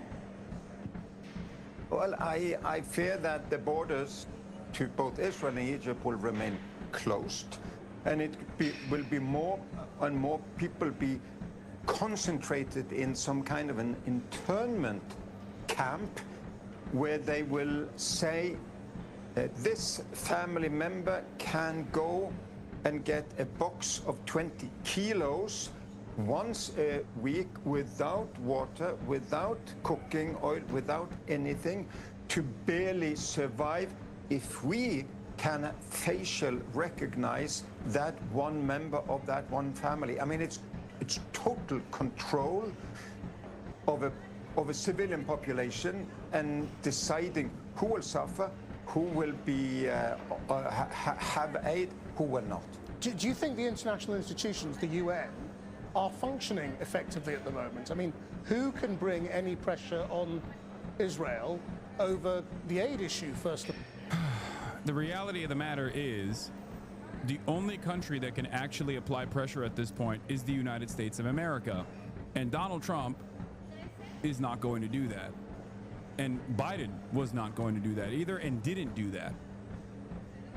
And we have no reason to believe, the reality of the matter is we have no reason to believe that Kamala would do anything different, considering that she routinely said that she was lockstep in tow with the Biden administration. Okay? She said there's no daylight between her and Biden. And Biden did the exact same shit. On the optics side, maybe Biden would try and massage the narrative a little bit, say, oh, I'm so mad at Benjamin Netanyahu. But on the reality side, they didn't care. So the only options in this circumstance are to apply pressure militarily from other regional actors that make it as costly as possible for Israel to continue this initiative. Internal struggle from anti-Zionists all the way to hostage families that keep protesting against the Israeli government, and try to get people to refuse to go back on reserve duty as they are doing a call to arms, and also potentially China. European sanctions could help, but I don't think European sanctions would help without American Europeans will not sanction Israel without America. I would be shocked if they did that. Like, legitimately shocked if Europe would actually take action against Israel without America's go-ahead.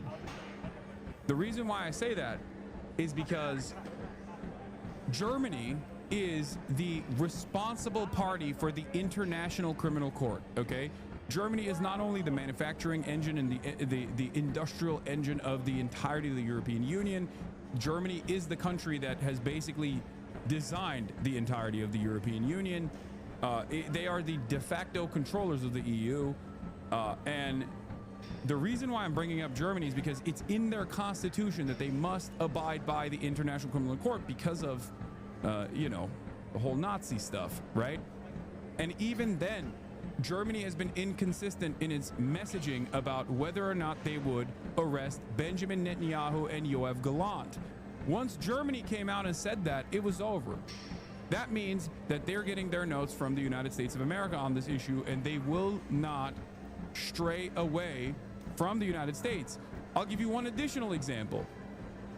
They don't really give a shit about what Israel does, right? European countries don't care about, like, the European politicians don't care about what Israel is doing to the Palestinians. They don't care at all because, you know, they're killing Muslims, and Europe doesn't really care about that at all.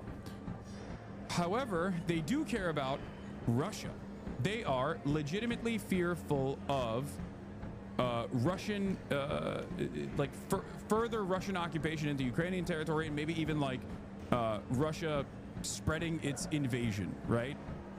They're afraid of that. That is a legitimate fear that European politicians have. And yet, despite despite all of their claims of how they are going to help Ukraine separately from the United States of America, if the US won't help Ukraine, we will. Like, all of these talks, all of this posturing took place. They haven't actually stepped out of line with the interests of America at all in this process, if you noticed. The reason as to why they haven't is because they are still, in my opinion, very firmly within the sphere of Western influence, the sphere of American influence.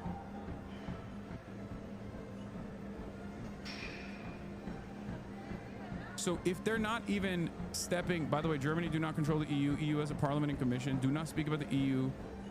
If you're not from any EU country, I'm from EU. Things are voted in the parliament. Okay, thanks.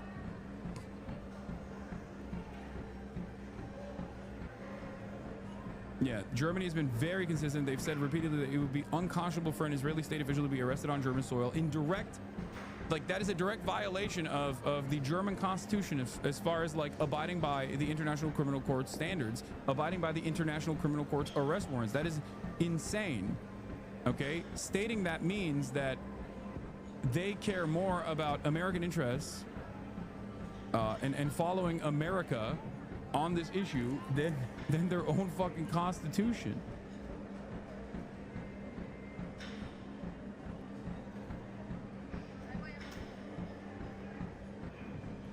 So that's something to consider.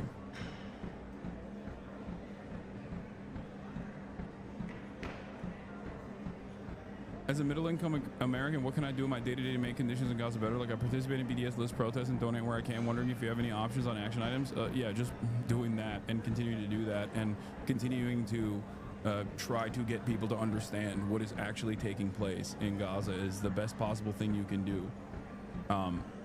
Change does not happen overnight. It's marginal.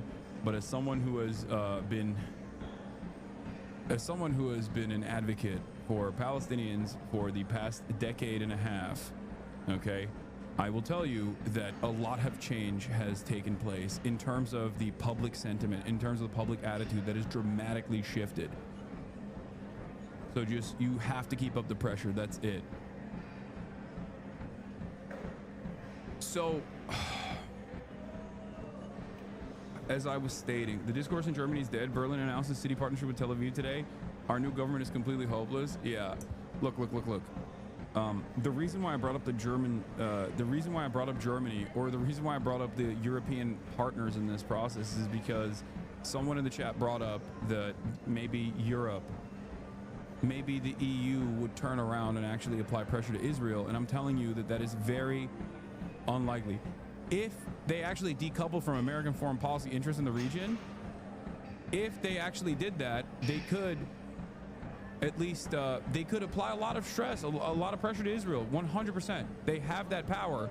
It's just that they will not do that because they are functionally still a vassal for American interests.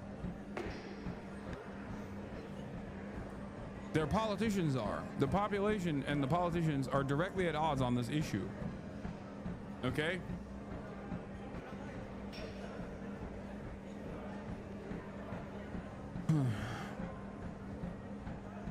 How Hamas sees the current moment. An exclusive interview with Osama Hamdan from Jeremy Scale. In a wide-ranging interview drop site, the senior Hamas leader discusses negotiation strategy, why disarmament is a red line, his direct talks with U.S. officials, and more. Drop site got an exclusive interview with the senior Hamas official, Osama Hamdan, said that the movement will not capitulate to any demands from Israel or the U.S. to lay down its weapons, and vowed that Hamas will reject any temporary ceasefire deal that does not include a clear path to a total Israeli withdrawal from Gaza and an end to the genocide. No need for a short-term ceasefire, said Osama Hamdan, one of the longest-serving senior officials within Hamas. What the Israelis are offering is, we will give you a ceasefire for a short while, and then we'll come back and kill you again. So what's the idea of giving you food 12, 40 days, 2 weeks, or 3 weeks, and then coming back to kill you? It means that you endorse the genocide and you accept that for your own people. It has been 2 months since the first phase of the Gaza ceasefire deal, signed in January between Hamas and Israel, came to an end, and Israel imposed a full... Do you condemn Dropside News for providing material aid to Hamas? No, I do not. I am condoning Dropsite News for getting an incredibly important interview like this.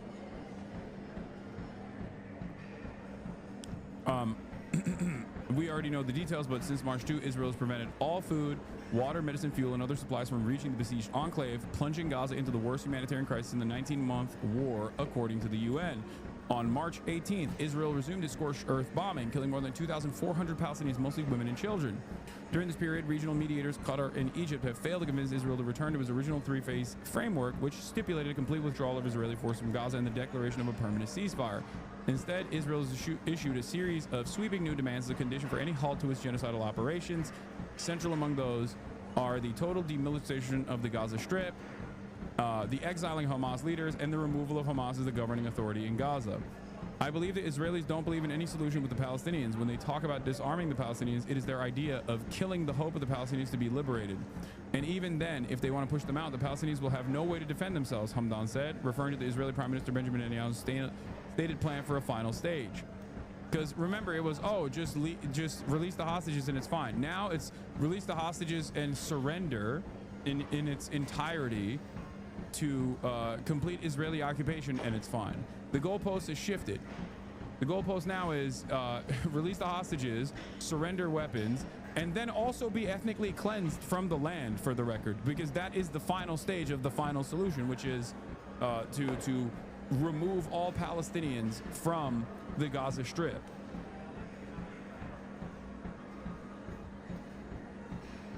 Hamas has said that they would release all the hostages on numerous occasions since October 17, 2023. Okay, for a permanent ceasefire, permanent cessation of hostilities, and Hamas has also said that they would dissolve their political power and their military as well, as long as there is a standing military to defend the Gaza Strip and abide by international law. This is a perfectly understandable demand to make for a country, for a population that is under belligerent occupation and is experiencing a fucking genocide. Just like it is perfectly valid for Ukraine to deny Russian requests to dissolve its military. And Russia is not doing a genocide. Russia is still doing an incredibly bloody annexation campaign, but Russia is not doing a genocide, right? And even then, it is perfectly understandable for Ukraine to want to maintain its sovereignty and not remove its military. That would be fucking insane. That is a death sentence. If they were to do that, then you would see Russia doing a genocide, potentially.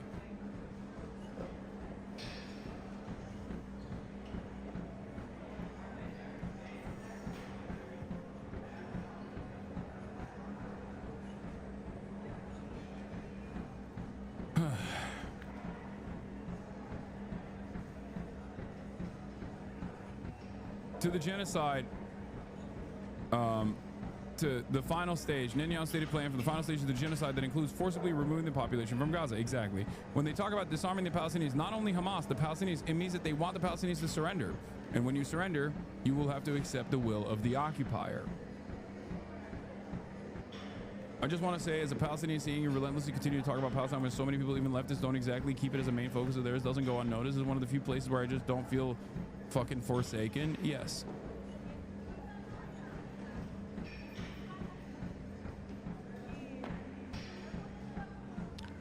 Hamdan said that Hamas was surprised to witness Egyptian mediators present an Israeli plan that included terms about total demilitarization of Gaza. Why were we astonished to see them talking about this issue? Because it's an Israeli issue, and as a mediator, you're not supposed to just admit any suggestion from the Israeli side. You have to deal with that. You have to talk directly to the Israelis and say this will not work. Hamdan said, if Hamas said we want Netanyahu to hand power to give up Tel Aviv for the Palestinians, for example, they will directly answer, this will not happen. Why are they not talking to the Israelis in the same way? Hamdan said that the Palestinians have both a moral obligation and a legal mandate under international law to employ armed resistance to fight an Israeli occupation that is repeatedly ruled illegal in international courts and is condemned as a system of apartheid by the world's leading human rights organizations. This, by the way, is 100% correct. This is correct. Okay? Saying this correct thing, regardless of whether it's coming from the mouth of a Hamas official, it does not change the reality at all. It's just, this is correct. They are right. He is right for saying this, and I say this as well. And in the same way, when I say the Houthi militant resistance to implement a blockade in the Red Sea, or to make the genocide of Palestinians costly to Israel, is the morally correct position. And not only the morally correct position, but the correct position under international law. Like, this is something that people should be doing. It is the appropriate and correct thing to do. If you call that a defense of terrorism or whatever the fuck, like, I'm sorry, you're delusional. You can try to package it in any way, shape, or form that you want to, and try to silence this truth, but this is the reality. There's never been a moment where resistance against any sort of imperial power, settler colonial violence or whatnot has not been considered terrorism, has not been considered to be illegal. Of course it's going to be considered illegal by Western powers that are aligned with Israel. Of course. Of course. You say, so terrorism is justified.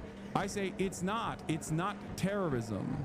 Okay? This is not like what Hamas and other formations of Palestinian resistance did, just like the Nat Turner rebellion during chattel slavery, would be considered terrorism. Okay, an act of terror. That is correct.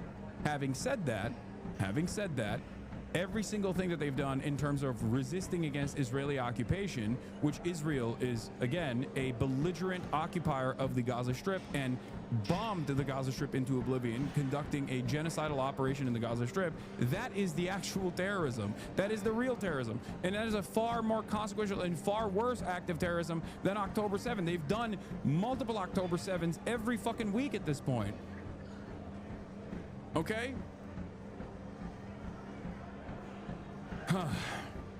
You can't talk about de-weaponizing the nation who is currently under occupation while they're occupied by the most powerful army in the region, he said. Hamas did not invent the resistance for Palestine. In fact, the Palestinians resisted the British occupation, and since then, the Israeli occupation for decades. Talking about de-weaponizing the Palestinians, it will not solve the problem. The new generation will fight because you are oppressing the nation all the time. So there's no option for Palestinians to get rid of this occupation without resistance. No option. Hamas has repeatedly proposed arrangements to end the occupation since the early 1990s, and Israel rejected them all. Last week, it dismissed Hamas's most recent offer, which would have seen all Israeli captives in Gaza returned to Israel as a part of a multi-year deal. They have rejected it, and they may reject it another time. But this is also an answer for the international community when they keep asking the Palestinians, okay, how can we solve this problem? Hamdan explained, you can't solve the problem by talking about the security of Israel. You have to solve the problem by talking about the rights of Palestinians who are giving you the option which can fit exactly within international law, with the international resolutions, which can solve the problem and give Palestinians, give the Palestinian people their rights. Hamdan also outlined Hamas's rationale for offering a 5 to 7 year truce with Israel, known as Hudna in Arabic. The main goal for this long-term hudna is that each side has to believe that he will not be attacked by the other side, which can at least generate a kind of security. And it's a chance to build trust that there may be a chance for a kind of stability and security, he said. That was the experience, for example, in South Africa. It was the experience in Vietnam. It was the experience with every situation of occupation, not only the Palestinian situation. So we are still committed to a very serious political idea, which is the long-term ceasefire. Benjamin Netanyahu does not want this because in this peace process, in this cessation of hostility, Palestinians will return back to increased demand for their own sovereignty, especially now when Americans and the Western world is completely aware of their plight. I haven't seen any new polling on this beyond the unfavorability of Israel, but I suspect that if you were to ask the Americans now and Western nations now, their populations, if you were to poll them on, is Israel committing a genocide in Gaza, the numbers would be insane. Like unheard of in comparison to, is Israel an apartheid state? If they asked that question maybe 5 years ago when Israel still was very much an apartheid state. This is the real fear, because once the military pressure is done, once there's no more military pressure, all of a sudden people are going to look at what Israel has done in Gaza. Western media is going to be able to enter the Gaza Strip. Do you understand how damaging that would be to Netanyahu's goals of ethnically cleansing the Gaza Strip? This is the reason why they cannot stop the military conquest here. They cannot stop it. Israel does not want the U.S. talking to Hamas. We know that already. Served as representative in Iran and Lebanon as his chief international relations. He was one of the top advisors to Hamas leader Ismail Haniyeh, who was assassinated by Israel last summer in Tehran. In a wide-ranging interview, Western media will not enter Gaza. I'm saying that if there was a 7-year ceasefire implemented in the aftermath of such a negotiation, then yes, there would be media allowed in the Gaza Strip. What are you talking about? Media used to be able to go into the Gaza Strip in the past. That's why friends of the show like Hind Hasan have been able to secure interviews with Yahya Sinwar. The last ever Western media interview with Yahya Sinwar was conducted by Hind Hasan. That was in the Gaza Strip. That's where it happened. That's where it took place.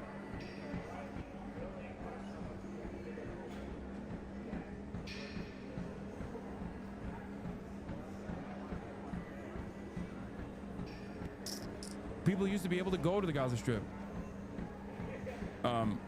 What's the name? Daniel Day-Lewis wrote about his experiences in Gaza in 2005, where he went and he visited and he saw and he was shocked at the Israeli occupation and its depravity. In 2005, he went and he wrote about it. Anthony Bourdain went to the Gaza Strip. So, yeah.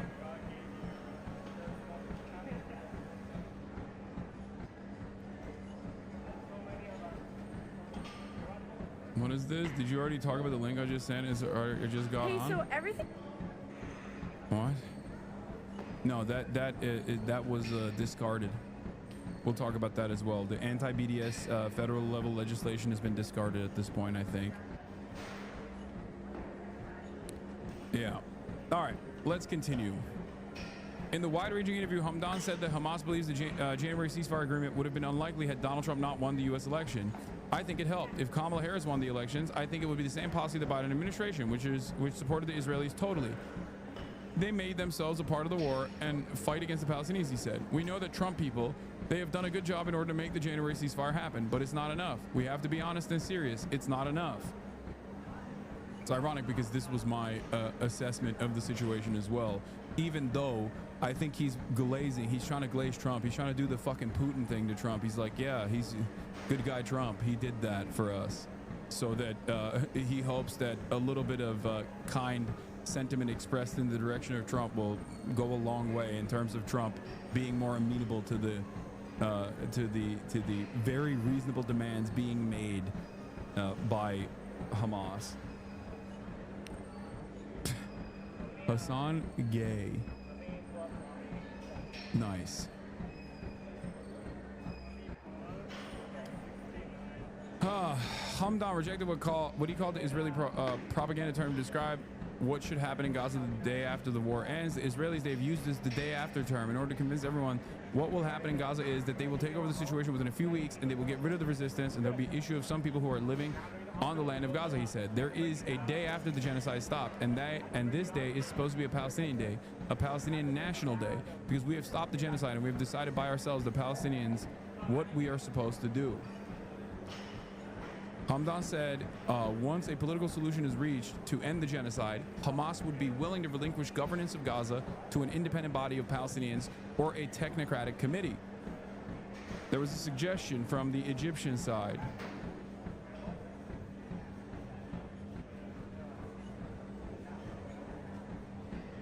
Hold on.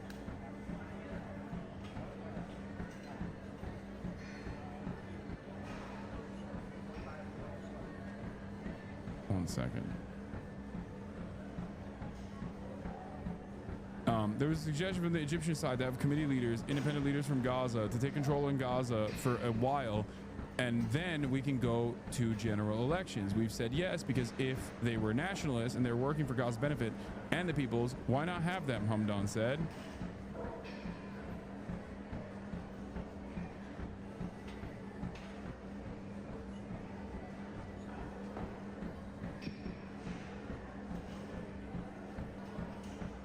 He added that Hamas and other Palestinian political parties had put forward 40 to 45 names to the Palestinian Authority as nominees for a 15-member body to assume control of Gaza once Hamas formally steps down. They have not received any answers. So, you know, they are willing to step aside as well. So remember this. Whenever people say like, oh, Hamas, if they lay down their arms or whatever the fuck, like, oh, Israel will stop doing genocide. That's not the case at all. Okay? If Hamas stepped aside from governance in Gaza is not the real point of contention here. What Israel wants to do is full-blown extermination. They do not want Palestinians to be on the Gaza Strip. This is the Israeli government's position. Now let's look at what the Israeli population's position is on this. Channel 13 poll today, 46% of Israelis oppose the IDF operation. This is good because, as I've stated, Israel plans to occupy and flatten all of Gaza, right? This is the new thing that they're, well, not the new thing, they've been doing this, but like, this is the official confirmation, right? They voted on it, they said, yes, we're doing it, we're going forward with it. Now it's in full display, in 4K, in a way where like even Jake Tapper or Dana Fash cannot avoid talking about this, okay? Because remember, I can say this every fucking day of the week, but it doesn't matter. Right? Dropsite News can do coverage on this. It doesn't matter. Democracy Now! Can do coverage on this. It doesn't matter. But this is the type of shit that the New York Times has to report on. And when the New York Times reports on this, all of a sudden, your mom and dad are going to hear about it. And there is no way to fundamentally massage the narrative here that they want to do permanent occupation. Okay? And an ethnic cleansing campaign. Maybe they won't say it's a full-blown ethnic cleansing campaign, but, you know, it makes it a lot harder to avoid that reality, to avoid that ultimate goal that they want. Israel plans to occupy and flatten Gaza, all of Gaza, if no hostage ceasefire deal is reached by the end of President Trump's trip to the Middle East 2 weeks from now. And Channel 13 poll says, I take it you haven't seen the New York Times headline today about this? Oh, no. How did they fucking cover it? Oh, no. 46% of Israelis oppose the IDF operation, 39% support it. 53% think Netanyahu pushes the operation for political survival. 57% think the operation endangers the hostages. So not exactly great. A little too close to the 50-50 for my comfort, okay? The first article that pops up, Netanyahu warns of Oh my God, dude, they use every fucking brain cell that they have to massage the narrative as aggressively as they can. Netanyahu warns of intensive escalation in Gaza campaign. Holy shit, dude. This is utterly ridiculous. Oh my Lord. Prime Minister Benjamin Netanyahu said that a new plan calls for a forceful entry into the territory and would involve Palestinians relocating to the south. Forceful entry.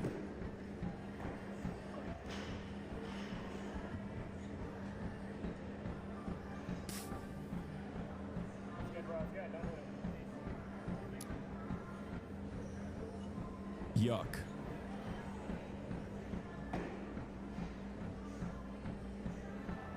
Anyway, let's get back to this. Of all, if America is this justified by saying their only goal is to go after Hamas? No, that's the justification that Israel tries to place, but like, but the New York Times knows better. The New York Times also has legal experts that they pay money to that know international humanitarian law, okay? They know international human rights law. They know that. It's not like they are oblivious to this reality. NPR covered it better than the New York Times did, where they said the humanitarian aid distribution scheme that the American government is trying to do alongside Israel is literally a direct violation of international humanitarian law. It is a war crime. You cannot have the military do aid distribution and choose and pick and choose who you're giving fucking aid to. That is ridiculous. Also, Trump wants to defund NPR, by the way, which is, oh my God, it makes me so mad. Okay, Israel is heading for another disaster in Gaza fueled by Netanyahu's delusional plans. This is from Amos Harel. If you want to understand a more liberal Zionist perspective on this, okay? The expanded Gaza offensive approved by the cabinet is likely to fail, leading to prolonged entanglement and heavy deaths of soldiers, hostages, and Palestinians without defeating Hamas. Netanyahu follows the far right, while IDF leadership hopes for Trump's intervention. Let me be blunt. We are marching into another disaster in the Gaza Strip. If U.S. President Donald Trump opts to stay out of the matter during his visit to the Gulf next week, Israel will begin escalating its military operations in Gaza once he flies back to Washington. Even the Onion couldn't come up with this stuff. What is this? It's gone.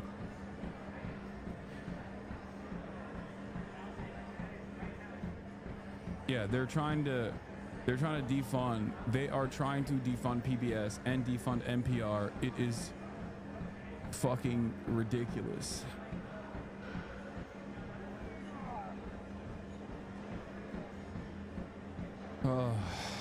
Let's finish. Is not part of that international pressure.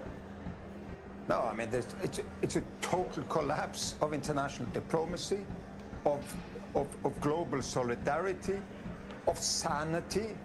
It's 2 months since Israel stopped allowing aid into Gaza, and that obviously affects the hostages as well as the people of Gaza. What are your people on the ground telling you the situation is now? I have nearly 100 colleagues on the ground inside Gaza, and they say starvation is spreading, disease is spreading, there is no clean. We are, Norwegian Refugee Council, providing clean drinking water to tens of thousands of people. We will have fuel for another week of doing that. It will collapse. All of the bakeries have closed. The distribution points have stopped functioning. There is no aid in Gaza now because there's been a 2 months blockade. I remember when Assad in Syria did the same. I mean, it was incredible, the outcry. In London, in Washington, in Berlin, in Paris, and there was massive sanctions against Assad for doing that. Where's the outrage now when Netanyahu is doing exactly? I mean, so much worse. You know, Zionists. Like, Arab states never ordered the expulsion of inhabitants with Professor Joseph Mossad. We can have that conversation later, but I do want to. How Israel won the West, the big picture, is an hour-long documentary on it. We can get to that later when we go back to the Gaza segment. But the reason as to why, I mean, I wanted to cover the top level issues here, since Israel's moving in this direction. There is some good news. Let's take a look at this. Good news. Felony charges against the University of Michigan pro-Palestinian protesters have been dismissed. This, of course, comes after the FBI, in coordination with Dana Nessel, okay, with Democrat Attorney General Dana Nessel, in a state run by Democrat governor, in a state run by the Democratic governor, who is now, Big Gretch, who is now a Trump ally, seemingly, who keeps finding herself accidentally alongside Donald Trump, issued a raid in coordination with the FBI on American citizens. Okay, on American citizens. What? Israel and America are starving Gaza? Wow, Assad is bad. That guy's a joke. I mean, he's trying to expose the hypocrisy. That's all he's doing when he talks about that. Anyway, Michigan judge dismisses felony charges against pro-Palestine student protesters after Attorney General Nessel's controversial intervention. A Washtenaw County judge has dismissed all charges against 7 University of Michigan students arrested during a pro-Palestinian encampment last spring, closing a months-long legal battle sparked by the state attorney general's controversial decision to pursue felonies after local prosecutors declined. Remember, local prosecutors were like, these are student protesters. What the fuck are you doing? We are not going to pursue felony charge against student protesters that are protesting against Israel. Are you out of your goddamn mind? Well, Attorney General Dana Nessel said, nope, we are going to do that. Remember when she said that she was going to do that? These are Americans, by the way. These are American citizens who were student protesters. That's why they couldn't detain them with an immigration enforcement action in the way that Donald Trump has done so far. Donald Trump's State Department has done so far. Okay? Remember. A severe escalation of civil liberties, okay? A severe escalation of civil liberties in this country, a severe violation of the First Amendment conducted by a blue attorney general in a under the leadership of the Democratic Party at the time with a Democratic governor. And Rashida Tlaib was right to call this out and said, why this double standard? Why this double standard for student protesters? We've never done this for Black Lives Matter protesters. We've never done this for any protesters at all. Why this double standard? And what did Dana Nessel go and do? Dana Nessel turned around and said, wow, Rashida Tlaib, you're being quite anti-Semitic. After all, I'm Jewish. How dare you imply that there is a double standard here? Rashida Tlaib was right and was vindicated time and time again, as she will continue to be vindicated time and time again. Dana Nessel turned around and implied that Rashida Tlaib was anti-Semitic for calling out this hypocrisy, this double standard.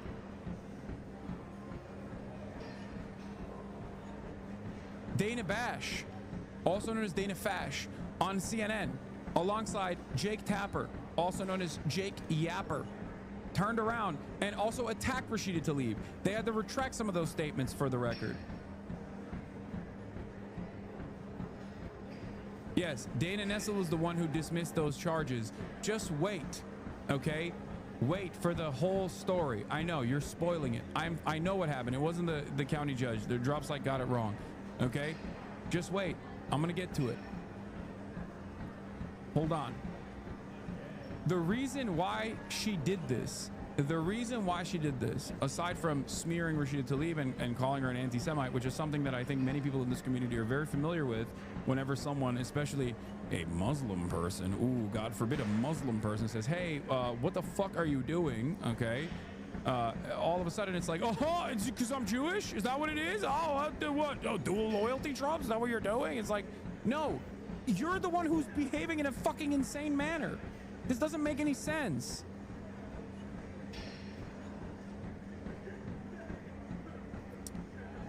All 7 pleaded not guilty and were represented by a team of Dearborn-based attorneys working for free who cited deep concern over civil liberties and the state's criminalization of student dissent. Attorney General Nessel had initially pushed the charges. The felony charges were filed by Michigan Attorney General Dana Nessel after the local Ouachita County Prosecutor's Office refused to bring them. Nessel reportedly intervened at the request of University of Michigan regents, sparking backlash from civil rights groups and elected officials who questioned the political motivations behind the prosecution. Hasan isn't anti-Semitic. Anyone who thinks otherwise, a dumb baby head. No, they're just like motivated. They're motivated into believing that because that makes it much easier for them to feel like they're actually the correct, they're arriving at the correct way to defend the pro-Palestinian position. Or rather, that it exposes their internal contradictions, and they don't like that. Yeah, but two things can be true at once. Yes, I know 2 things can be true at once, except this is, you know, oh, they can be dumb and also motivated. Yes, you're right. All charges have been dropped. On Monday, Nessel's office moved to dismiss the remaining charges, both felony and misdemeanor, effectively closing the case. Civil liberties groups say the case should have never been brought. Felony charges against the 7 University of Michigan pro-Palestinian protests were dismissed by Michigan Attorney General Dana Nessel, not by a judge. Nessel's office moved to dismiss the charges and the court accepted the motion. Nessel said she stands by her original decision to prosecute, claiming a reasonable jury could have found the students guilty, but she concluded that continuing the case was no longer a prudent use of my department's resources. The reason why they did this, by the way, the reason why they did this against American citizens who were student protesters at the University of Michigan, okay? The reason why they did this was to engage in a chilling effect on speech. That is precisely the reason why they did this. It was never prudent. It was fucking bullshit, and it was a great misuse of funds. But not only was it a great misuse of funds, it was a severe escalation. It was a severe escalation that erroneously and perhaps in the most, I mean, it was the most severe violation of the First Amendment in the United States of America, being conducted by a Democrat Attorney General in a state that's run by a Democrat governor. And it started under the Biden administration. Look, here's my coverage from September. Is sloppy in the way that he tries to propagandize these positions. He has notoriously been a major enemy to the likes of Ilhan Omar and Rashida Tlaib far before October 7. He is one of the most biased and one of the biggest Islamophobic assholes. Here's the investigative reporter from Detroit Metro Times. Here's the full remarks from the Detroit Metro Times, by the way, the article. This is a move that's going to set a precedent, and it's unfortunate that a Democrat made that move, Tlaib said. You would expect that from a Republican, but not from a Democrat, and that's really unfortunate. It was very inclusive. It was diverse, very loving, Tlaib, Detroit Democrat says. When I visited, I remember they were talking about the Armenian genocide and what we learned from that. It was very powerful. I wish University of Michigan President Santa Ono could see his students as people that just want to save lives, no matter their faith or ethnicity. We've had the right to dissent, the right to protest, Tlaib says. We've done it for climate, the immigrant rights movement, for black lives, and even around the issues of injustice among water shutoffs. But it seems that the Attorney General has decided if the issue was Palestine, she was going to treat it differently. And that alone speaks volumes about possible biases within the agency she runs. Rashida Tlaib made no mention of Attorney General Nessel's Jewish heritage. She suggested that there were possible biases against pro-Palestinian voices in her office based on her decision to charge the protesters. Michigan Attorney General Dana Nessel leveled the same false claims against Rashida Tlaib, accused her of being anti-Semitic. This was 3 days ago. Rashida's religion should not be used in a cartoon to imply that she's a terrorist. It's Islamophobic and wrong. Just as Rashida should not use my religion to imply I cannot perform my job fairly as Attorney General.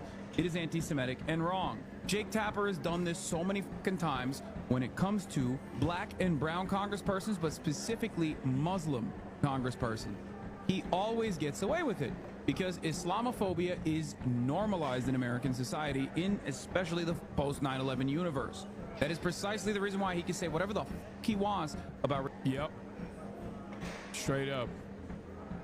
Straight up. Anyway, we're moving away from this to talk about Trump's calls for 100% tariffs.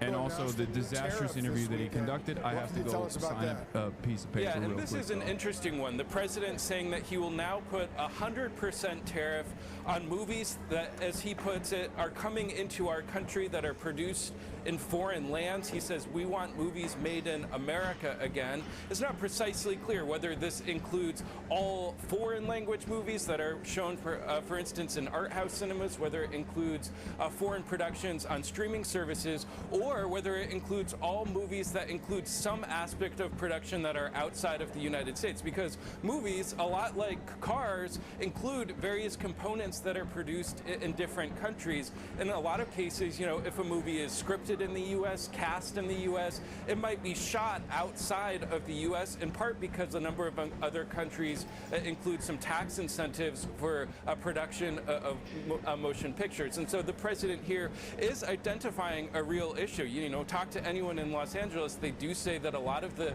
jobs associated with the motion picture industry have dried up, in part because it's cost prohibitive to shoot movies in California. The president here clearly trying to remedy this issue as part of this broader effort to move production of all kinds of goods and services back to the United States. The president says he does think that new trade deals could be announced this week as part of his effort to reorient global trade. Wolf. All right, Kevin Liptak over at the White House. Thanks very much. And Pamela, this is personal for me because when I was in Mission Impossible Fallout, the film, they flew me to London for my scene, to film my scene in London. So if Trump gets his way, you couldn't do that anymore. You got to film everything in the United States. Right, which a lot of people in Hollywood and elsewhere would applaud, right? Not going overseas and having that money be here in the United States, which is what he's doing. But as Kevin pointed out, there's a lot of practical issues with this that would need to be worked out. But interesting. Only you can say that, Wolf, right? I was in Mission Impossible on a flight to London. There are a few other actors in Mission Impossible. Well, they all flew to London. That's right. That's pretty cool. I was in James Bond Skyfall, too. I know. How many movies have you been in? A lot. Okay. Yeah. There you go, folks. Movie world reacting to a new announcement by the US president ordering a 100% tariff on foreign films shown in the United States. In a post on Truth Social, Donald Trump said Hollywood is being devastated by productions filmed outside the US and is likening that to a national security threat. Other nations, a lot of them, have stolen our movie industry. And I'm saying, if they're not willing to make a movie inside the United States, then we should have a tariff on movies that come in. And not only that, governments are actually giving big money. I mean, they're supporting them financially. So that's sort of a threat to our country in a sense. Eric Gardner is a founding partner and correspondent for Puck News. Joins us now. I often hear you on one of the podcasts on what is you know. Bro said anime is a national security threat. Okay, I mean, this is the most anti-anime shit I've ever seen. This is literally directly killing Asmongold's entire fan base. Okay, straight up. R.I.P. to the Asmongoldians who have found themselves in this very tricky position where they no longer are saying, yeah, based. Not based. Okay? Not based at all. It turns out, no, this is not based. Don't care, didn't ask. Still gonna say, yeah, based. Yeah, a really good and busy slate. Congratulations on that. Eric, good to have you. First up is a very simple question. Does this proposal even make sense when film production is so global and so sort of intertwined? And films, ultimately, correct me if I'm wrong, are not goods. I think they fall under the sort of, you know, the pillar of services, right? Which is generally not what tariffs are all about. So explain what's going on here. Yeah, I mean, it's hard to explain what's going on. I'm not sure whether Trump himself knows what's going on. I mean, you know, when we're talking about tariffs, you're usually talking about goods that are shipped into the country, and at the point of entry, that's when the taxes are put on. But when you talk about movies, there's no such thing them being shipped into the country. You know, it's intellectual property. They get screened everywhere. So exactly how is the tariff going to be imposed? Is it going to be on movie tickets? Is it going to be on producers paying the fees? That's just one of the problems. There's also the question of what is a movie that's produced overseas? Are we talking about where the funding is coming from? Is it about, you know, where is it shot? What happens if it's shot in the United States, but there's some post-production, some special effects over in Asia? Does that, you know, qualify as a foreign film? So there are all these questions. Right now I'm looking at this executive order, the Truth Social post, and it's very vague. I think there are a lot of people in Hollywood very confused right now. It's interesting. I mean, even here in the UAE, in Abu Dhabi, where there have been a lot of, you know, pretty significant films made of late, or at least parts of them shot here. They offer a rebate here, and that's as they do in many parts of the world. And that's one of the things that Trump seems to be going after here, rather than what the California governor has been suggesting is helping out Hollywood by actually offering the sort of tax. This is unserious and just a distraction from Gaza, right? Yes, absolutely. Well, not a distraction from Gaza, but just like a distraction in general. But also because it's just classic Trump. He's a maniac. He comes up with like a maniacal thing out of nowhere, out of the blue. I feel like it also paired nicely with his I'm gonna reopen Alcatraz statement, I feel like he just saw a movie. He saw like Escape from Alcatraz or whatever, and he was like, we gotta make movies again in America like we used to. And then he chose to, you know, that was what was playing at fucking movie night at Mar-a-Lago. And he was like, and I have a brilliant idea. We're gonna do tariffs in order to do movies in America. Movie magic time. You know? It just like doesn't make any fucking sense. The reason why CNN is defending it is because we do have a robust industry here in the United States of America. It's one of the fucking more competent industries that we have in terms of movies, but it is so psychotic to do because it's not just about production for American film.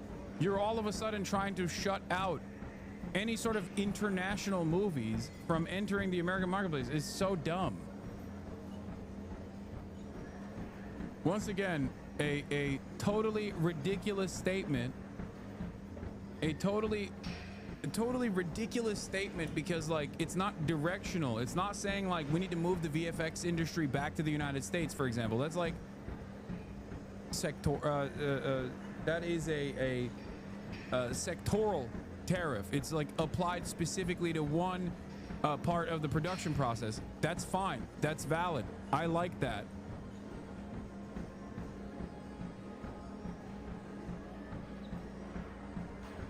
Like, what are you, what are you gonna do? Lord of the Rings? What are you gonna do? Film it in fucking Brooklyn? Like, where are you gonna film Lord of the Rings? What are you supposed to do, you know?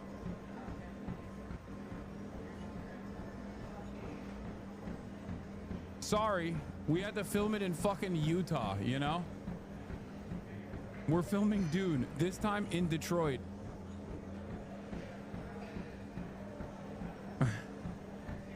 Lord of the Onion Rings.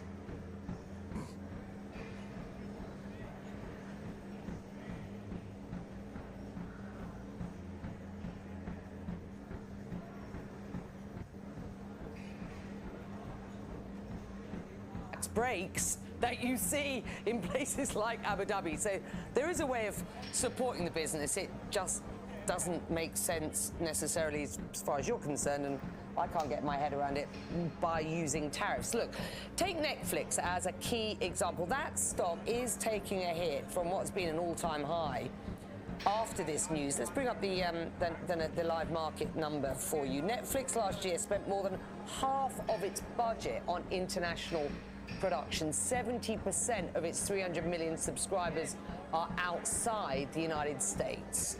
Its stock down about 3.5% or more today. You have to assume that's mostly on this. Look, the markets are off slightly today, a bit of profit sharing going on, but I mean, that's a significant drop for Netflix today. What impact would this tariff have on consumers? How would it change things for the everyday viewer and for an organization like Netflix? Yeah, I mean, that is pretty unclear right now. I mean, if we're talking just about movies, well, Netflix does most of its, work in television shows. So it's not clear whether or not Netflix is impacted. And if you're, imposing tariffs on movie tickets, maybe that means that Netflix is in a better position. Maybe it means that people, stay. Oh, God, it's so much, bro. So much of commentary in the media nowadays is basically just trying to make sense of the Brandonized insanity of Donald Trump. Just everyone for like a week after Donald Trump says something absolutely nutty will just go around and be like, what did he mean by this? I don't know. Maybe he wants to implement tariffs on ticket sales for movies. Maybe it's maybe he wants to do tariffs on Netflix, like Netflix productions. Like, what happens when one aspect of the production is overseas but the production itself is an American production? Does that get hit by tariffs? Like, how do we do this? How can we make this happen? And it's like, sometimes you just gotta be like, he's crazy. Sometimes, I mean, I get why they have to do this, but I don't think Trump put this much thought into it. That's all I'm saying. I can't in good conscience sit here and assume that Trump put any thought into this beyond movies used to be beautiful when they made it in America. We must make American movies great again. No more DEI. No more DEI in movies and American-made movies. That's right. Trump watched a K-drama last night and panicked. This is too good. This is too good. The emotions, the raw power, they're so beautiful. We cannot compete. We must make these Koreans American Koreans. We will make K-dramas, but in America, we'll call it a drama. A drama. Give John Voight $1 billion and then give Mel Gibson an American citizenship so that he can make the Jesus movie again and again. It's my favorite movie. Home, don't go to the movie theater and just binge watch on Netflix. So until we have details about how this is going to be imposed, it's hard to really game out who's winning and who's losing. Yeah, this is what he said when Parasite won. By the way, how bad were the Academy Awards this year, do you see? And the winner is a movie from South Korea. What the hell was that about? We got enough problems with South Korea on trade, and on top of it, they give it the best movie of the year. Was it good? Then he added, let's get Gone with the Wind. Can we get Gone with the Wind back, please? That was the best picture winner in 1940, 80 years ago. Sunset Boulevard. So many great movies. I'm telling you. Bro, okay.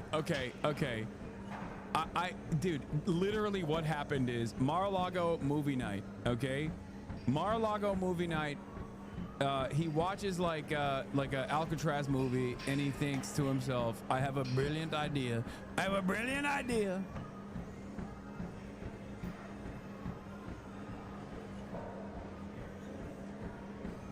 I was looking away and I thought you were improvising this. No, this is something that he actually said, which is pretty funny because the thing that I improvised is not off base from what he actually said. Yeah, he literally watched Escape from Alcatraz and said, we need to do all of this. And that's the reason why he said, reopen Alcatraz and make movies great again. Make movies American again. Put Scarlett Johansson to play convincingly an Asian woman. The Asians don't actually need to be Asian. Scarlett Johansson has range. She's beautiful, she's pretty, she's blonde. Why can't we make ScarJo play the role? And maybe Gal Gadot. What a bombshell. Oh, that's a foxy woman.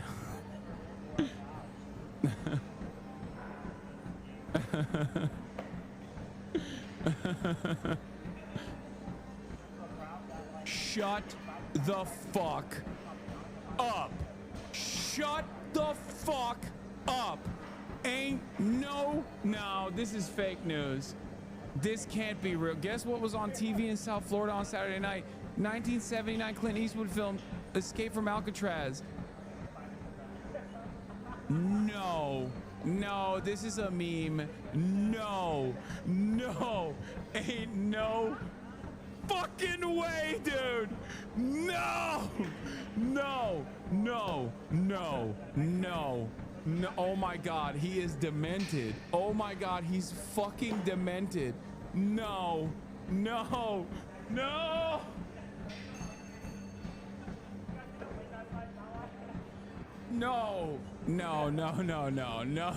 This is fake, right? Like, there's no way this is real. This is just someone trying to make a joke. I don't think that's the case. No shot. Oh my God. The Independent. Trump announced Alcatraz reopening just hours after Escape from Alcatraz aired on a South Florida PBS station.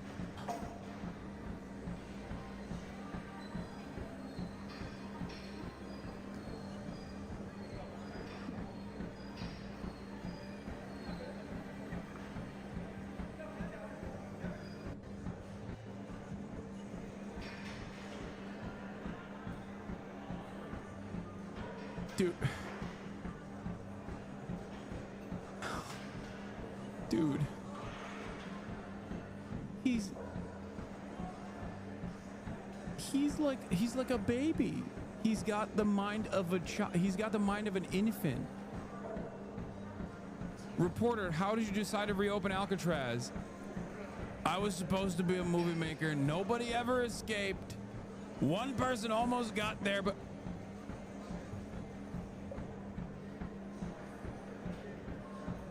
I made this joke yesterday.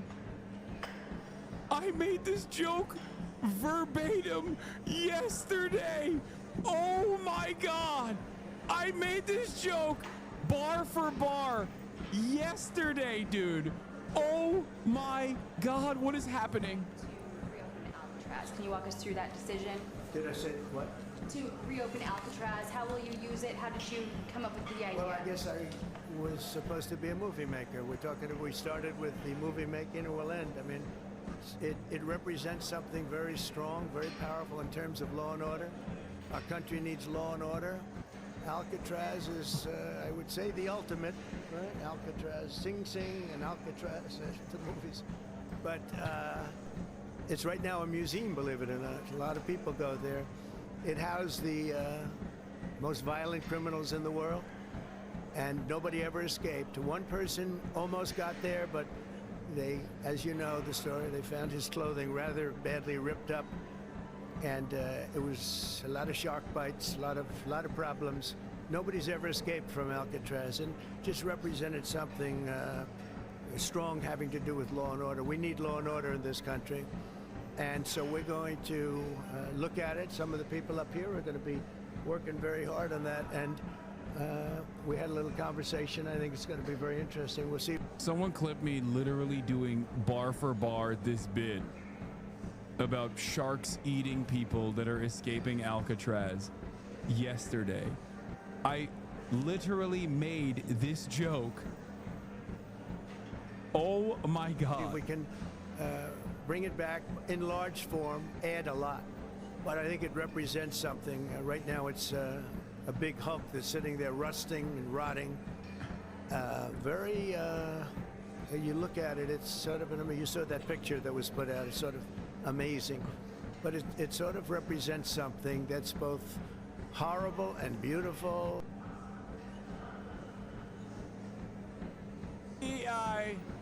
No, this is from today. I'm saying I made this joke.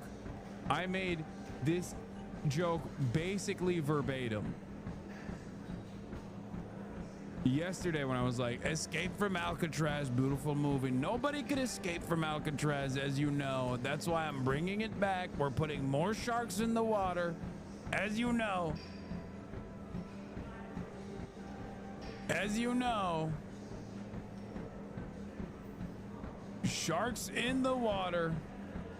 Oh, this is, as many people say, no one has ever escaped Alcatraz. I would have been able to escape it. If I was in Alcatraz, I would have ran away. I would have swam away from the sharks, and then I would have gotten on a boat, but not if the boat has an electric. Okay, I added some extra jokes onto it because I did the Trump bit about sharks versus the electric boat motor, because everybody knows between the boat, God forbid it sinks, between the boat and getting electrocuted or the sharks, I'm not so certain I would take the boat. I would probably take the shark, which is my biggest enemy. I would take the shark. I go back and forth on whether this is actually funny or scary, okay? Because like I don't know if this is funny or if it's just like incredibly scary that the president's brain is so demented that like a joke that I made yesterday becomes an official presidential decree only 24 hours later. This is not like, it's funny, haha, but also what the fuck, this guy is the president. Not so funny when you think about it, you know? And strong and miserable, weak. It's got a lot of qualities that are interesting, and I think they make a point. Okay. He's watching the VODs. Yeah, Trump is a VOD watcher.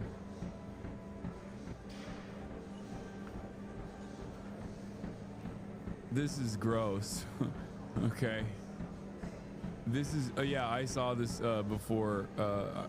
Not saying anyone should, but I bet you could convince Trump to reopen Alcatraz in under 20 minutes. Nobody ever escaped. I talked to Clint Eastwood and he said maybe, but we're gonna bring it back. Those Californian liberals are gonna pay for it too. I mean, this guy's the true prophet, okay? Lisan al-Gaib. Oh, so now it's bad when the president listens to his constituents. There's no pleasing you people.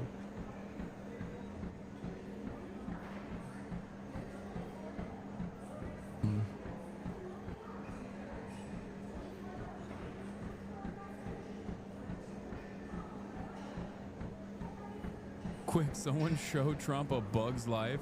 Those bugs, those ants, they're so beautiful. They're so good. They're so good. They're so hardworking, those ants, and we gotta make the factories look like the ants. The ants are gonna need to rise up against their masters.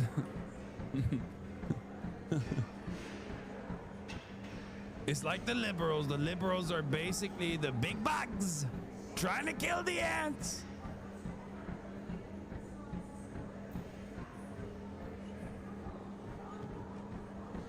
Keep RFK Jr. away from Plague X.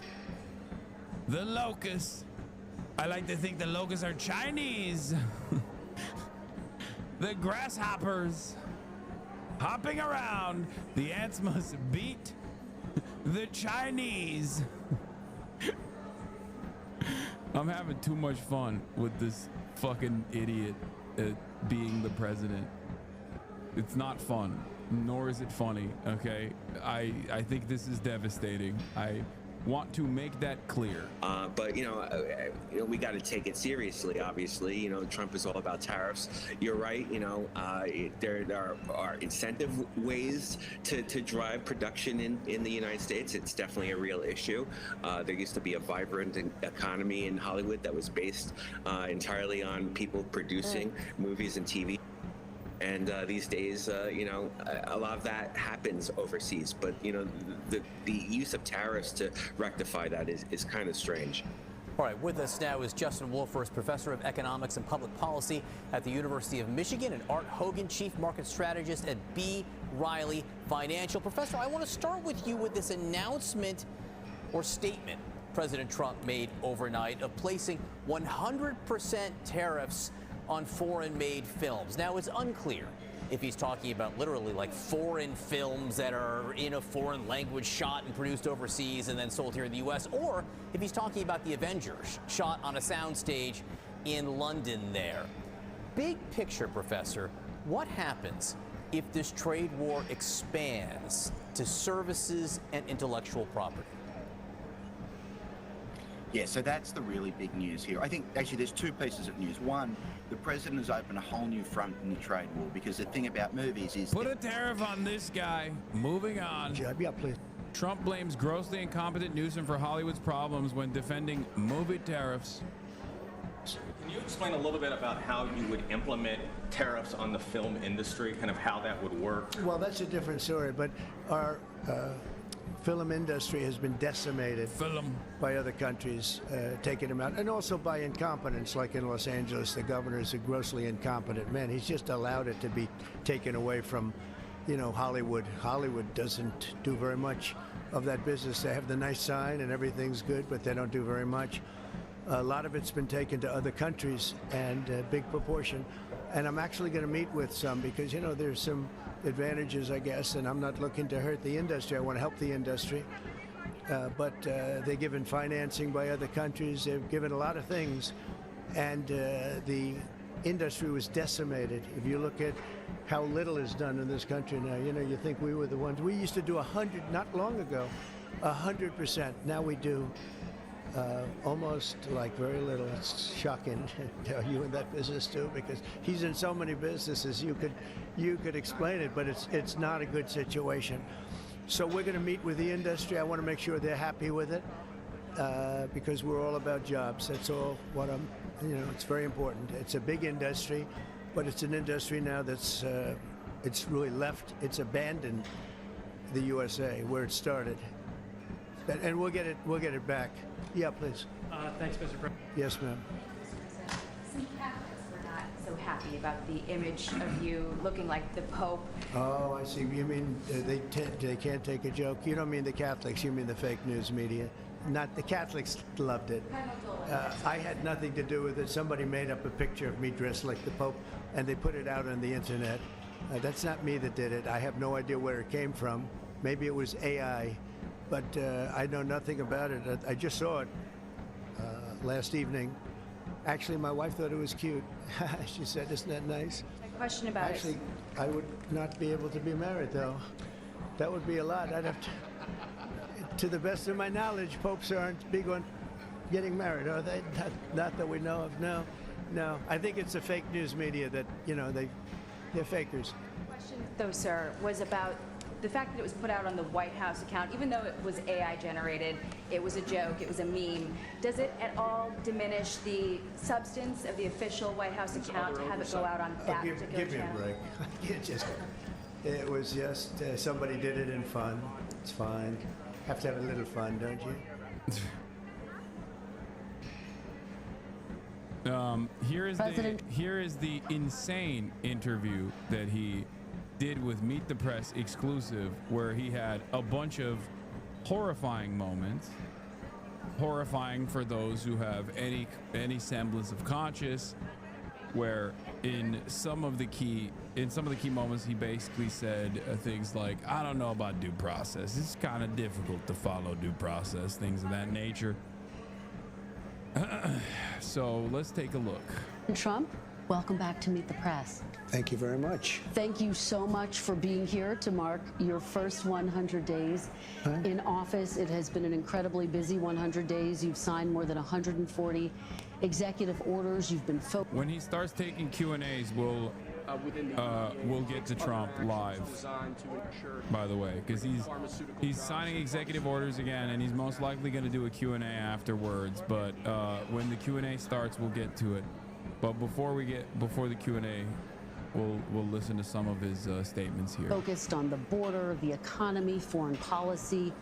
What is your biggest goal in the next 100 days? Well, I think we're going to see a lot of results. We've already seen them on the border. We have the best border in the history of our country. It was 99.999, and nobody ever thought that was possible. In fact, Biden, if you remember, said he has to get legislation.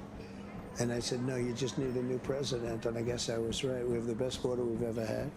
We're doing great on illegal immigration. We are being hit hard by judges that I think they're trying to take away the power of the presidency. I was elected in a massive landslide and a big vote. We won the swing states. We won the popular vote. We won the district votes by tremendous numbers. We won everything. And one of the primary reasons I was elected was to get people out of our country that were allowed. We have prisoners, we have murderers, we have terrorists in our country, we have people from mental institutions that are seriously insane. They all came in through Biden's open border policy, and I was elected to get them out and to seal the border, but to get them out. And we'll have judges, they're activist judges, they're saying, well, you don't have the right to take out murderers and people that you don't even want to talk about. These are really some really bad criminal people, and they're here illegally. So, they talk about your next question will be due process, but they talk about due process, but do you get due process when you're here illegally? We're going to talk about all of that. We are going to talk about deportation, but I want to start on the economy, sir, which obviously the biggest issue for voters. We got new numbers today, better than expected job numbers. Much better. At the same time, the economy shrank in the first quarter. You've been arguing all week that this is President Biden's economy. Is this now your economy, sir? Well, I think certain aspects of it are.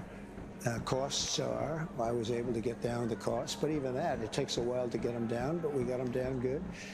We lost $5 to $6 billion a day with Biden. $5 to $6 billion. And I've got that down to a great number right now in a record time. We're talking about 100 days. But just think of what that is. $5 billion a day we're losing on trade. And we were very tough with China, as you know. We put 145% tariff on. Nobody's ever heard of such a thing. And we've essentially cut off trade relationships by putting that much of a tariff on. And that's okay. We've gone cold turkey. That means that we're not losing. You know, we lost $1 trillion to China. $1 trillion. That means we're not losing $1 trillion when we go cold turkey, because we're not doing business with them right now.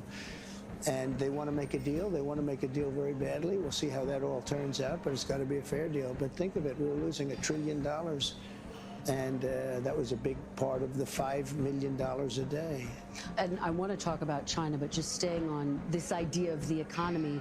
On the eve of your inauguration, the stock market spiked. You called it the Trump effect. Are you? It spiked because I was elected president. Well, it spiked because of anybody else. It spiked because they see what I'm. Yeah, and then now the market instability is also spiking in the opposite direction. There is one metric that's spiking. The volatility index, the VIX. As far as other other parts of the market that are spiking, they're spiking in either direction, as a matter of fact. It just keeps going like this, depending on whatever the fuck he's saying that day. So, you know, it's still a spike. It's a spike. Let me tell you, it's a big spike. You hear about this VIX? Someone should get in on this VIX. Everyone keeps telling me the VIX, the volatility index, they're saying it's like a new technology, I think. Volatility sounds like a technological tool. You know, they call them groceries, I call them. As they call it. Volatility index, as they call them. Going to do. They know what I'm going to do with the tariffs and everything else, and I think it's actually working out better than we anticipated. Did you see oil prices? Did you see gasoline is now below, in many cases, in many states, below $2 a gallon, $1.98, $1.99, $1.97? Well, my question, sir, is when the stock market spiked, you said this is the Trump effect. When the numbers weren't so good earlier this week, you said it's the Biden effect. Are you only taking ownership of the good numbers and not the bad numbers? Well, I think he did a lot of very bad things, and despite some of the bad things, we're overcoming them. But he was bad on the border. He was bad on the economy. We had the worst inflation in the history of our country. Look, Biden gave us the worst inflation in the history of our country. People, it didn't matter what they made because they were losing their shirt because of costs. Now take a look at what happened. Oil is down, gasoline is down, groceries are down, eggs. You were the one that asked me. You asked me about eggs. It was the first week. I didn't even know anything about what were you talking about. Egg prices were so high you couldn't buy eggs. They didn't have any eggs, and they said Easter is going to be a disaster. Well, we had Easter at the White House, and we had thousands of eggs, and they were down 87%. Yeah, a lot of that, of course, spike was because of bird flu, but when does it become the Trump economy? Why do you say that? Well, tell me, we had the same bird flu as he had. When does it become the Trump economy? It partially is right now, and I really mean this. I think the good parts are the Trump economy, and the bad parts are the Biden economy. Yo! Dude, yes! Yes! You rarely ever hear such clarity, okay? Yeah, the good parts are me, the bad parts are Brandon. It's how it is. It is how it is. Well, okay, it's all bad. So what's up? It's all Brandon. It's all Brandon. How are his supporters defending this? Dude, at a certain point, you have to realize, it's no longer about, like, accurate information. It's no longer about exercising critical thinking. We have long passed that point. All politics is devolving into cults. This is something that you can experience even with, like, the debate that I had, the quote-unquote debate that I had on Friday, okay? Everything is turning into cults. Everything is basically turning into, like, I parasocially love this person, Donald Trump. He is my GOAT. He is my king. He is my legend. He can do no wrong. Everything he says is awesome. Everything everyone else is saying about him is bad faith. That's how it is. That is how it fucking is. Okay? look no further than the rest of the internet going, what the fuck was this guy up to on the Friday debate, versus Ethan Klein's own community turning around and being like, you killed him, King, you destroyed him. And all of the edgelord, apolitical centrist commentary slop tubers running around being like, yeah, you fucking destroyed him, when you conceded on virtually every point, including admitting to smearing him and consistently saying, oh, this is boring, let's move on, whenever you found yourself to be wrong. You know, I'll go so far as to say there is a cult-like aspect to what I do as well. The difference here, however, is that I try to reach a broad spectrum of different ideologies on a daily fucking basis and entertain back and forth from people who disagree with me. So, you know, you get to, when you're in here, you get to see a full spectrum of opinions.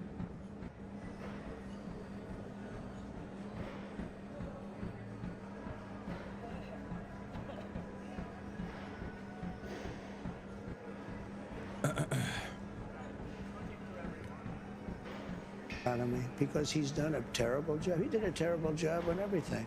From his auto pen, which I'm sure he knew nothing about some of the things he was supposedly signing, to immigration. You look at what happened with immigration, how bad it was. Think of it.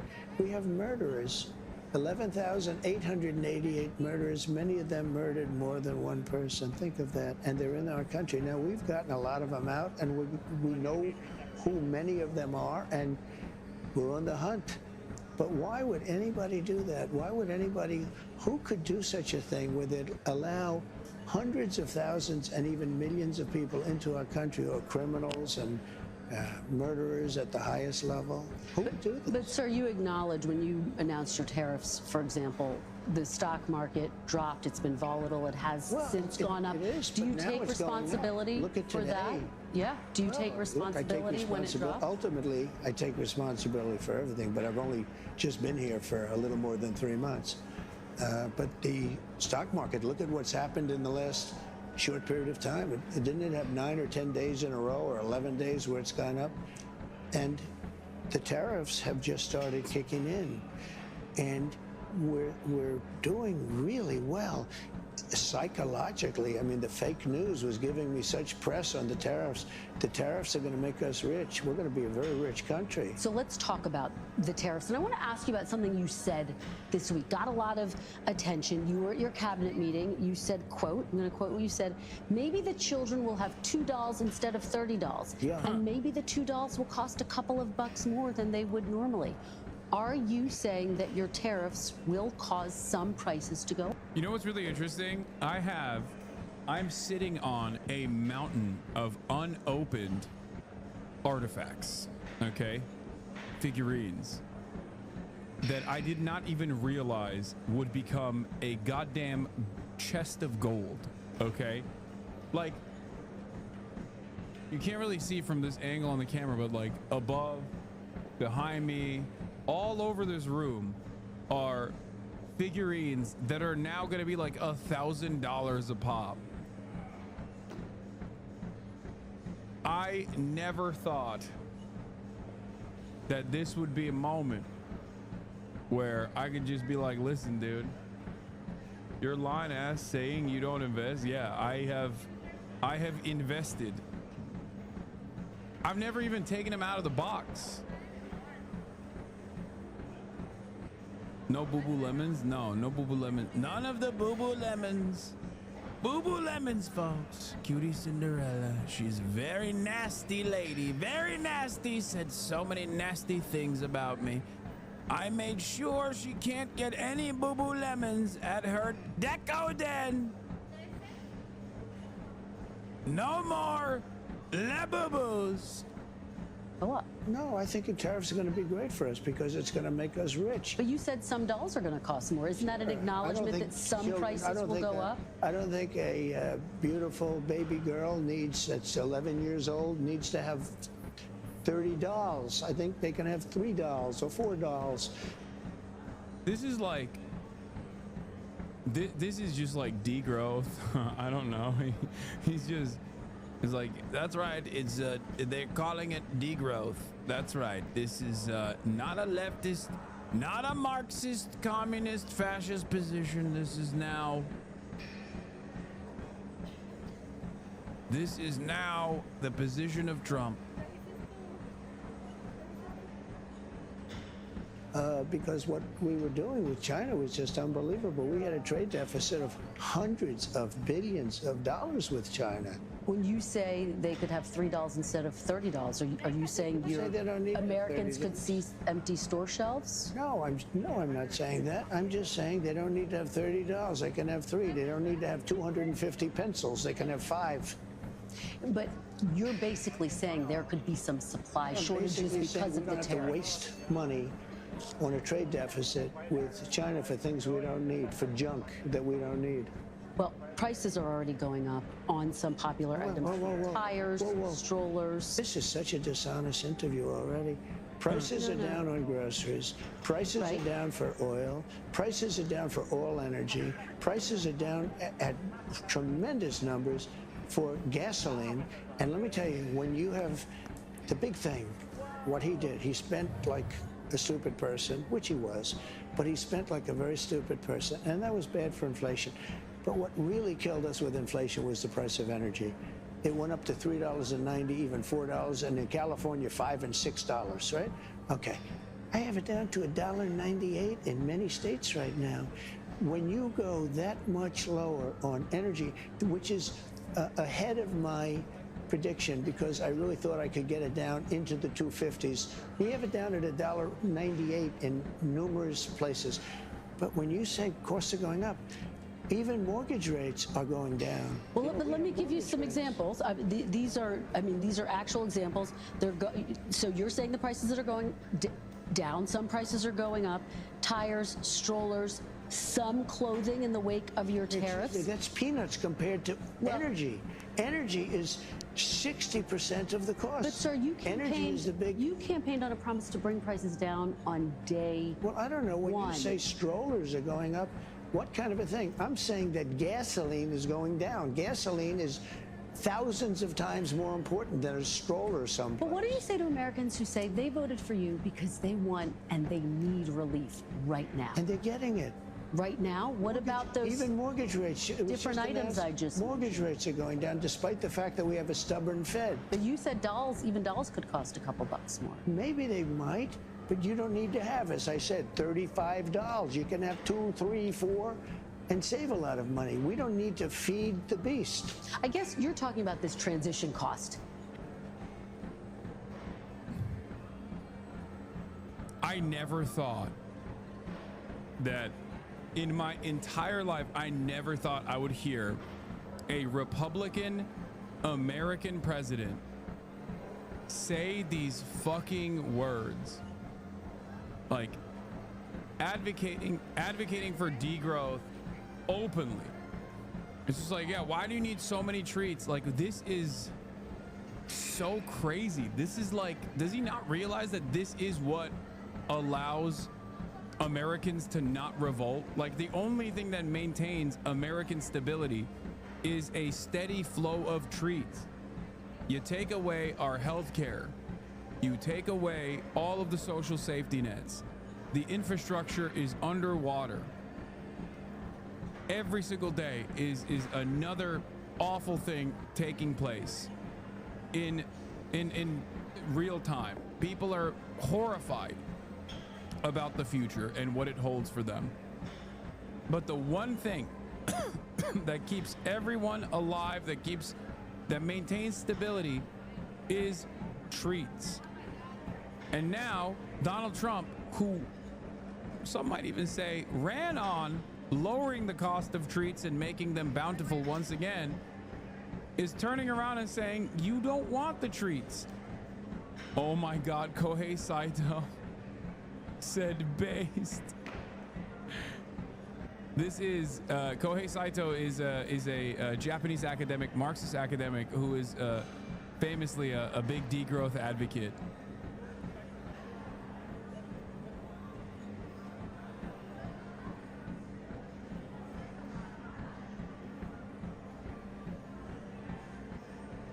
What a wild time to be alive, man. How long should people expect that transition to last? Comrade Trump is focusing on heavy industry instead of caving to bourgeois commodity fetishism. Welcome back, Comrade Stalin. Yeah. Mr. President. I can't tell you that. I can tell you that we're making a lot of money. We're doing great. Again, we're losing more than 5.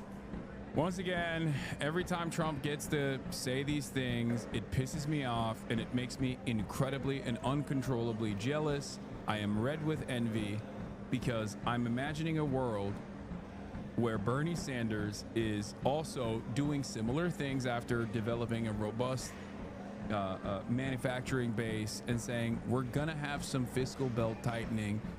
And I feel like if he were to come out and say that, like, there would be a Goldman Sachs assassin in the room. You know what I mean? They would send the CIA after him. I'm green with envy, not red with envy. Sorry. ESL, ESL, ESL.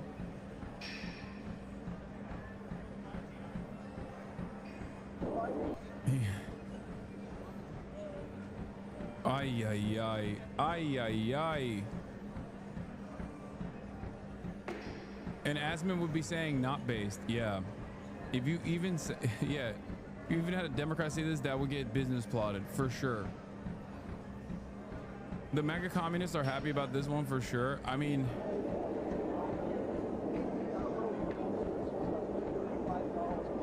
oh God, we can't hear anything. What is happening here? Listen. Speaking of Asman, yeah, I saw this already. That a young lady, a 10-year-old girl, 9-year-old girl, 15-year-old girl doesn't need $37. She could be very happy with 2 or 3 or 4 or 5. I would. Let's not waste a lot of time. Let's do one question. What else?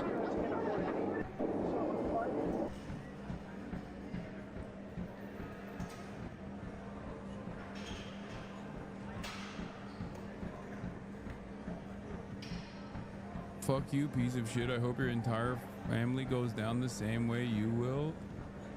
Walter Fart. Are you talking to Donald Trump?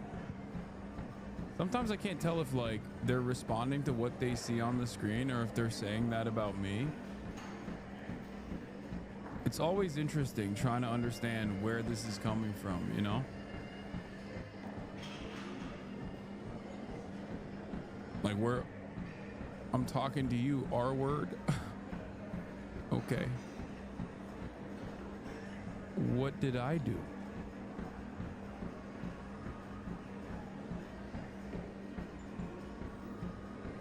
Following says May 2nd, so not good faith. I mean, yeah, of course. He's like, fuck you, dude. How dare you talk about our base, glorious MAGA communist king, Donald Trump? He is advocating for degrowth. You fake ass monster. $1 billion a day. The children deserve less toys, dude. Shut the fuck up. $5 billion a day. You don't talk about that. And right now, we're going to be at a point very soon where we're making money every day.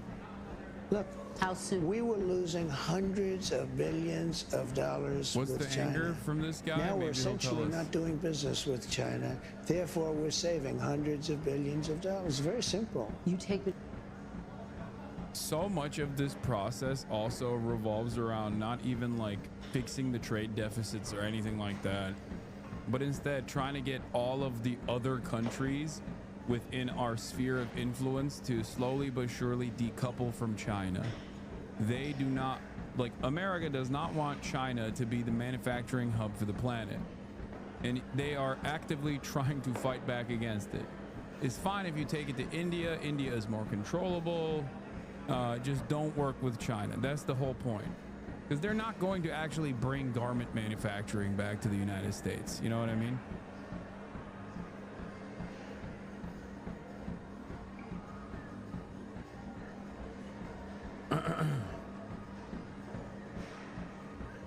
So I don't know. I don't think this is going to be able to. I don't think he's going to see much success in this regard. To my next question, which is about China. They've been making a number of public statements.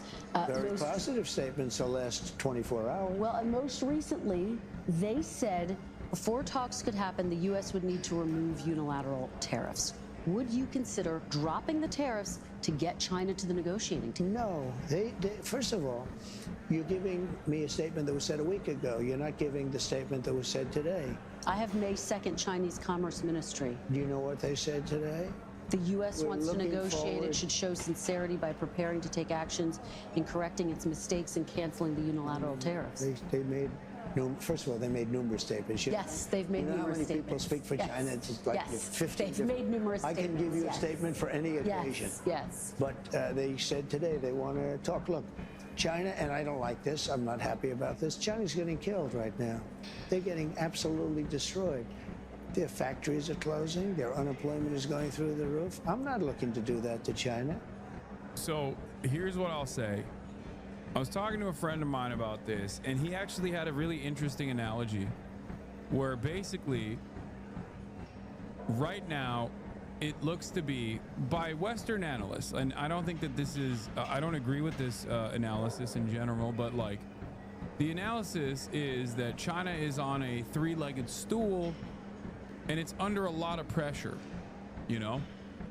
There's issues with its real estate market, and they have issues with their birth rate decline, and there's not a lot of great future prospect for China. This is the analysis from the Western world, right? From Western analysts. And what America is seeking to do is basically try and apply extra pressure, because this will most likely be the last moment that America will ever be able to apply pressure to China. Okay? They say this is the last moment that they will ever be able to apply pressure to China. It's the last moment where America has an opportunity. So Trump is doing this like incredibly cruel and a ridiculous scheme to try and force every other trade partner of China to decouple from China. The problem, however, is, and you might have noticed why I said this is America's last opportunity to do this, is because America is on a two-legged stool. So even I think Western analysts that cope about China's positioning on the global stage as a trade partner, they are still very aware of America's position on the global stage as well. That is precisely the reason why this is precisely the reason why it's like the last ditch effort to basically apply pressure and try to tilt Chinese manufacturing.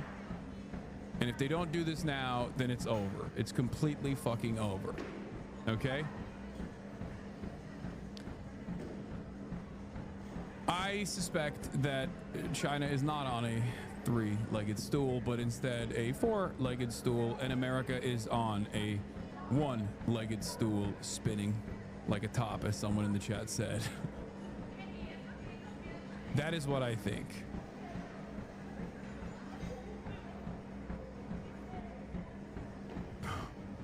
America's on a one-legged stool spinning like a top, and the leg of the stool is also made in China.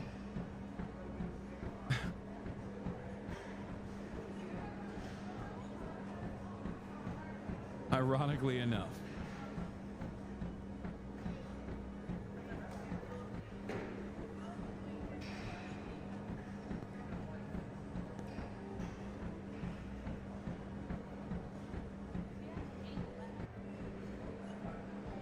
The analogy with a three-legged stool is that it means it doesn't wobble at all. A four-legged can wobble. Okay, whatever. Fucking two-legged stool for China and one-legged stool for America then. That is the analysis. And yet, it seems to me like maybe it's not going the way that America thought it would. As ASEAN joins Japan, China, and South Korea in protectionism warning. Finance and central bank chiefs reaffirm commitment to free trade. Here is the statement, not paywalled. China, Japan, and South Korea and the countries of ASEAN just issued a joint statement in which they take a unified stance against escalating trade protectionism. A clear reference to Trump's tariffs. They write that their common policy priority is to reinforce long-term resilience of the region, which, given the policies they detail, clearly means building financial and trade infrastructure that aims to reduce their exposure to the United States. The statement outlines a comprehensive strategy to strengthen trade between the signatories, enhance local currency bond markets, and reduce dependence on Western financial institutions via, for instance, their expansion of the Chiang Mai Initiative Multilateralization, CMIM. Particularly notable is their explicit support for the Regional Comprehensive Economic Partnership, the RCEP, ACN, the world's largest trade agreement that includes all signatories but not the United States. All in all, Trump is achieving the unthinkable, bringing East and Southeast Asia together in an economic bloc that seeks to de-risk itself from America. Now, I don't know if this is just strategy so that the other signatories can leverage America for more, because that could be the case. Or if this is a real shot directly at Trump to say, we are not decoupling from China. I know that that is your demand, but we're not going to do that. They are far too valuable a trade partner for us to sever ties with. So we will not do that, especially because if they were to do that, there is no alternative. There's no alternative as it stands. There's no, like rare earth minerals, right? Rare earth minerals.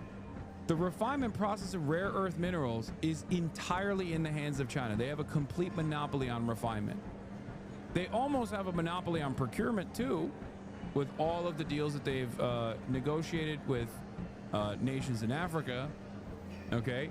But they literally have a complete monopoly on the refinement process. You can't do anything without that. What are you supposed to do? You can't do anything. So why would, where is the alternative? Is it in India? Is that going to happen? What is the runway for such a thing? 10 years? 5 years? Ah, yes, Twitter reporting at its finest. Twitter reporting? Brother, I'm looking at the joint statement from ASEAN +3 finance ministers and central bank governors meeting. There is no more a primary source than what we are currently looking at. The fuck do you mean Twitter reporting at its finest? Hello? Where should I get my news from? Fox News only? Where they fucking tell you, that it's actually great. Donald Trump is our Lord and Savior. He's cooking big time. Is that what it is? Please tell me where I should be going to get this information.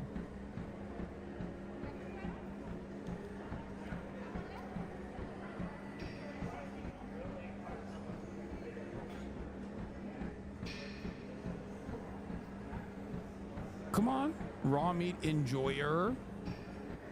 Maybe the raw meat has caused you to develop some brain worms. I don't know. You gonna tell me you have an alternative or what? Come on, man. Give me an alternative news resource that I don't look at.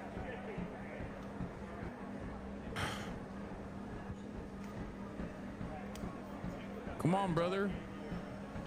It's time to own me in the marketplace of ideas. I'm shaking you a little bit. Shaky, shaky. Shake the baby. It's funny because I initially also went to Nikkei, and they were paywalled. So in order to bypass the paywall, I went to the direct joint statement, and it was posted on Twitter. But he didn't see that part. He just saw me on Twitter and responded like an animal.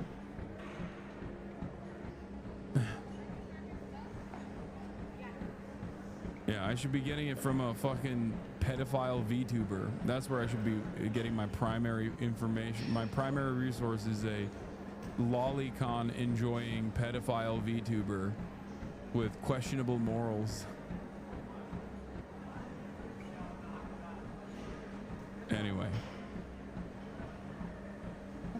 Now, at the same time, I'm not looking to have China make hundreds of billions of dollars and build more ships and more army tanks and more airplanes.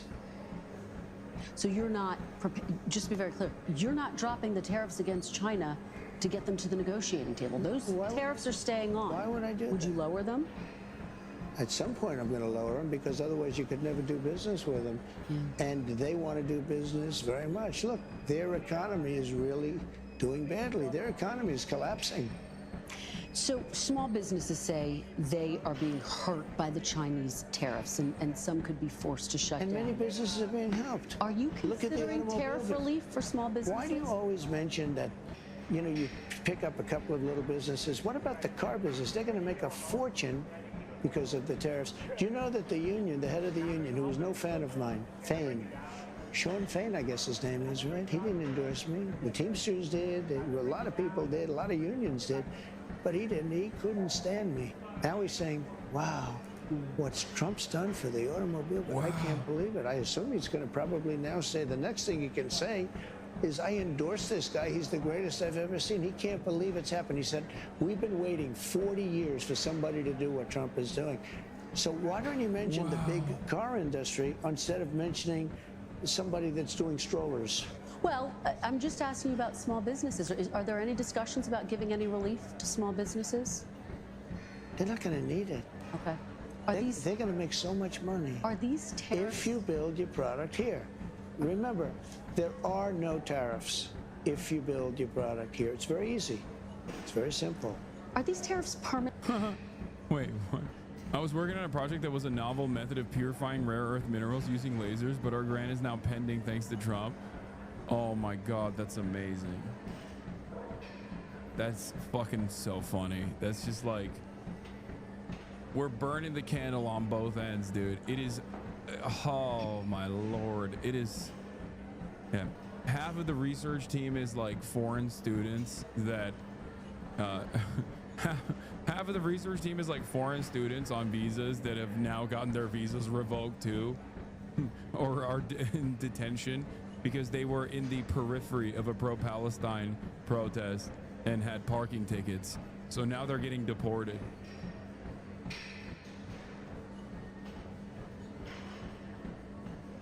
Amazing.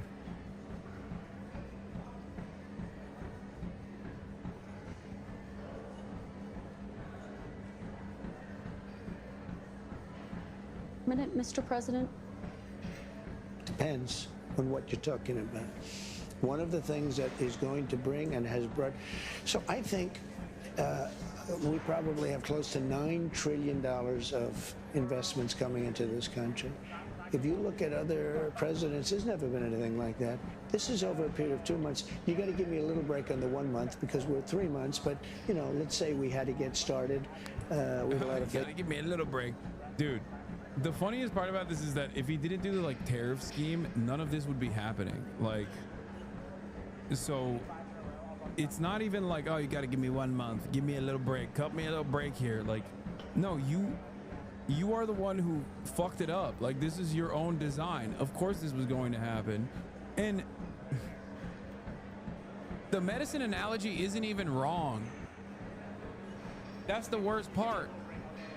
The economy is going to hurt in the short term, but we must, you know, train our crosshairs on the long-term agenda of American stability, American growth, American manufacturing. That isolated as a statement is absolutely a correct statement. That's why the likes of Sean Fain and some others have been like, listen, we think that this is irresponsible tariff trade war, but if done correctly, tariffs are not bad. You know, trade protectionism is something that we are on board with. We don't like free trade. I get it. I don't like free trade. So what is, Fain didn't call it irresponsible? Yes, Sean Fain did call it irresponsible. Come on, man. I'm the #1 fucking Sean Fain dick rider. Are you kidding me? He said, if done correctly, we are on board with Trump's tariffs agenda in the automotive sector.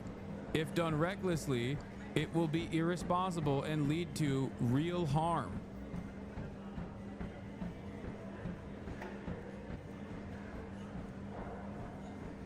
Why do you think that the leader of one of the largest labor unions in the country would ever come out with a statement saying we love free trade?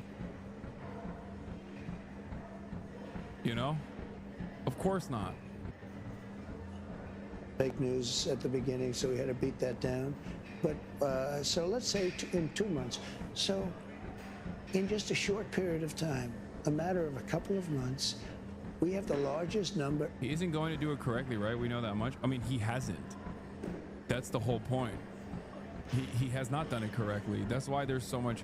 I mean, there would be instability, there would be volatility regardless, okay? When you're rewriting trade agreements that contradict the past 40 years of American currency dominance, American currency sovereignty, the past 40 years of trade in general that we designed, yeah, of course there's going to be an economic impact instantly.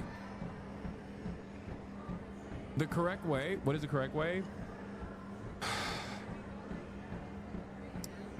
I will repeat myself once again. The correct way to do this is unironically going above and beyond what the CHIPS Act was trying to do with the Brandon administration, which is to build a infrastructure and a robust manufacturing, domestic manufacturing base in the country so that there is some manufacturing that could compete with China and other global trade partners to begin with. This would require heavy subsidies, and not even subsidies actually. This would require for America to basically turn into a command economy. If you were to do this correctly, you would have to do it the Chinese way, in the almost exact same way that China did it.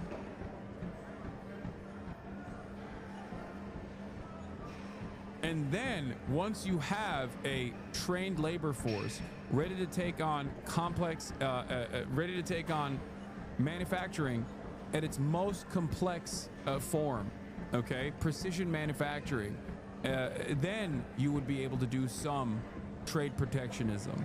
And in the interim, if you were to do trade protectionism, it would require you to do trade protectionism against things that we already have trade protectionist policies against already, like car manufacturing, things like that. The problem, of course, is that we don't do that in this country. We've never done that. We just basically give subsidies out and have no expectation in return. You know, price stability, sure, right? We subsidize and then we say, all right, just keep the prices relatively low. But many of those subsidies basically go back to the profit margins so that the stock market is supercharged rather than keeping costs low and keeping wages high, which would eat away at the profit margins. And there are no consequences for not following through on this bargain anyway. There's no regulatory mechanism that turns around and tells companies to just stop doing stock buybacks, for example. There's no penalties for doing whatever the fuck you want to do. Everything is incredibly decentralized. There's also no long-term plan longer than 4 years. 4 years? Try 4 months. Try 3 months.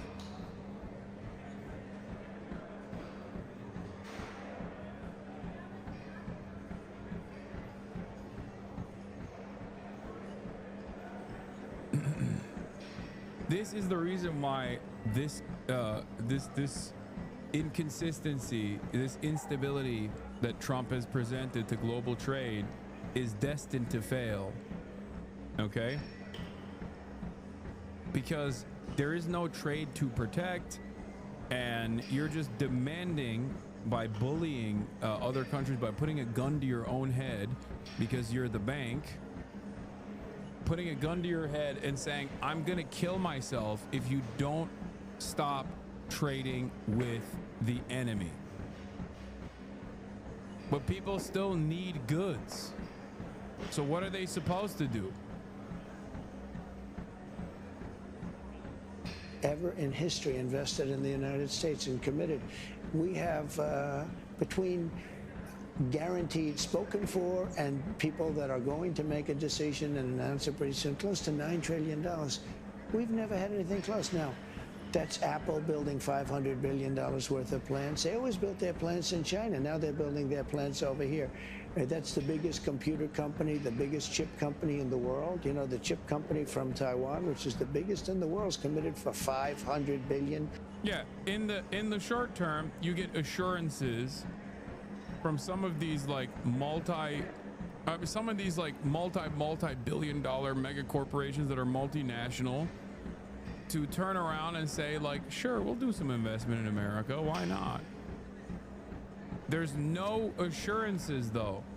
It's not going to happen. You don't know if it's going to happen. Are they building the factories? How long would it take?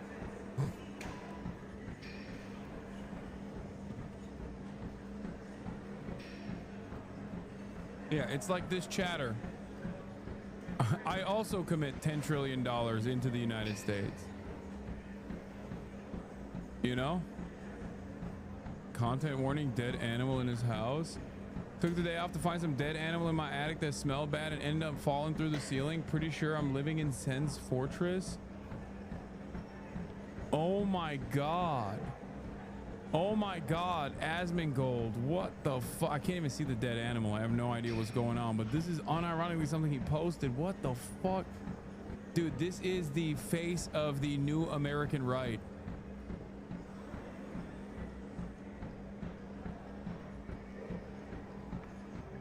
I don't even know what Zen's Fortress is.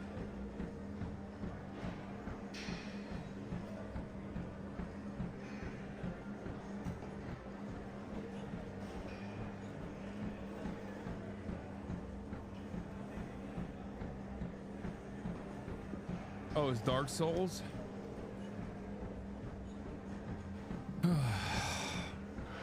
I'm begging to play Dark Souls. It's from DS1. I played DS1. I didn't finish it. Or did I finish it? I can't remember. Dark Souls reference. I can smell this photo, man.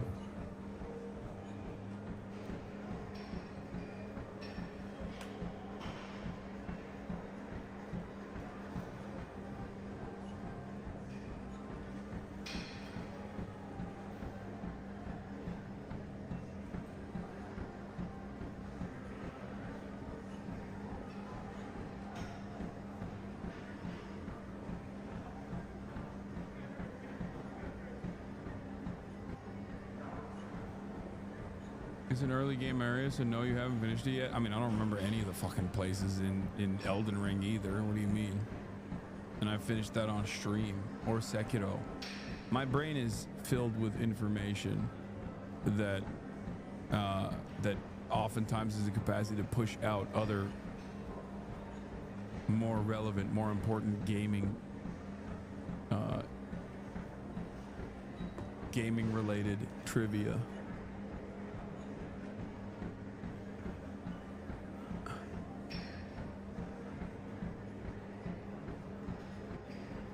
It's so gross, but 100% also on brand for him. His chat loves it. I know.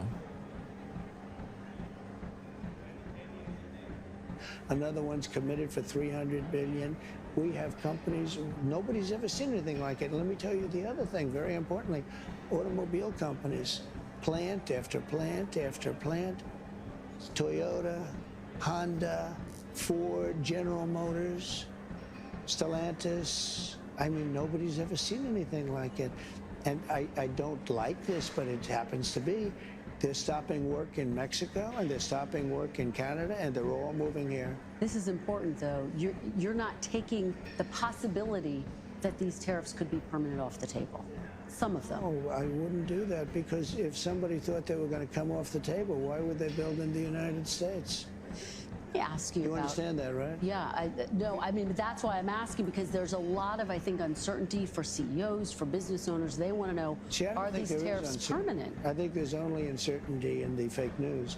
I don't think there's uncertainty. I mean, I've been very rigid, very strong on it, but I will say I'm flexible. Like with respect to parts made outside of the country, I gave the automobile companies a little extra time.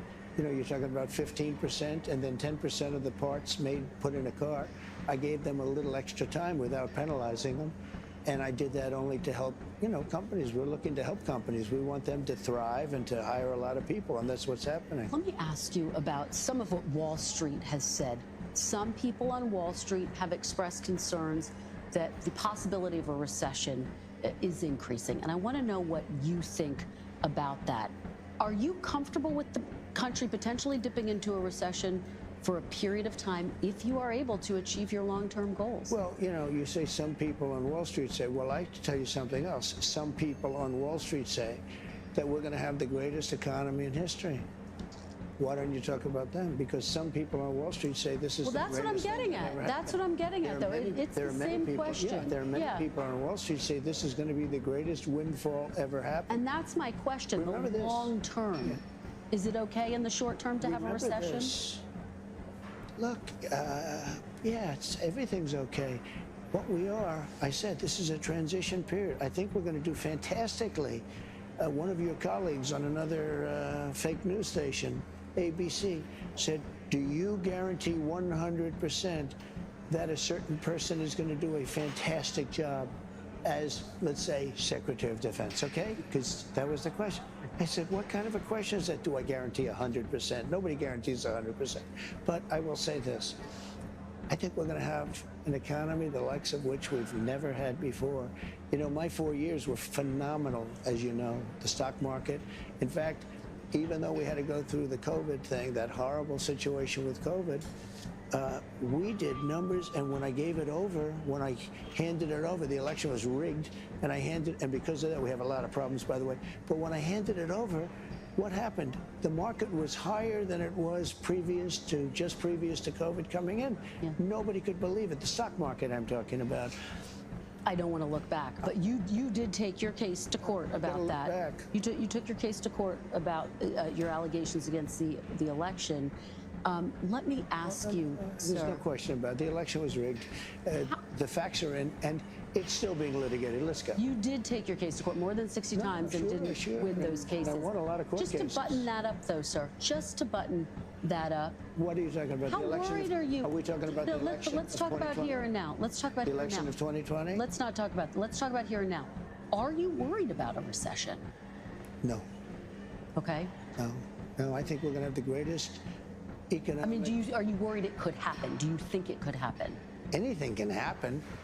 But I think we're going to have the greatest economy in the history of our country. I think we're going to have the greatest economic boom in history. Let me ask you about this call to Amazon founder Jeff Bezos this week in response to a report that Amazon was going to display tariff costs next to product prices.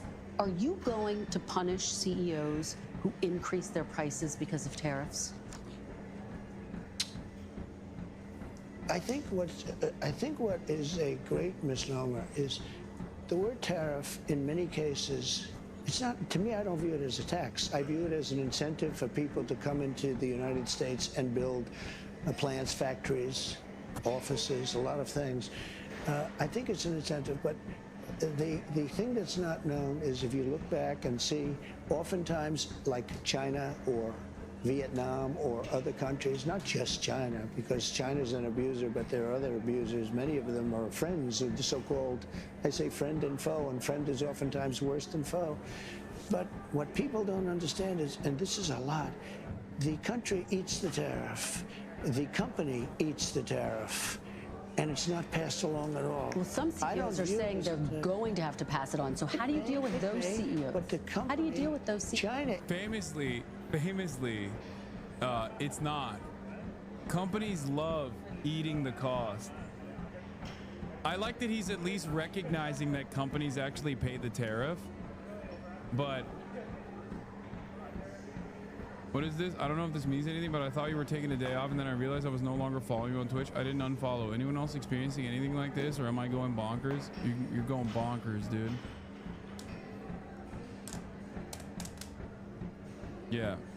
Companies famously love eating the cost. They have this they have a sense of pride, a civic duty. Remember when they did that? Remember when OPEC did that?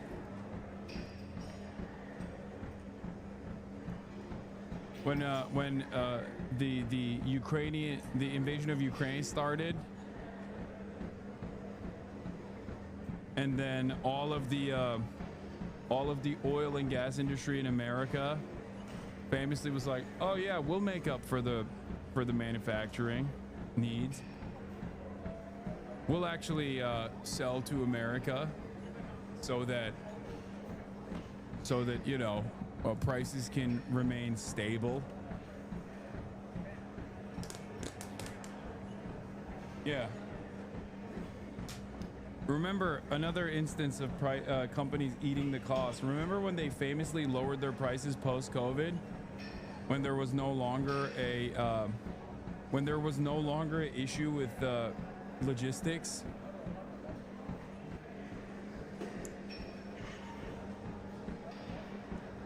I'm always thinking about companies eating the cost all the time.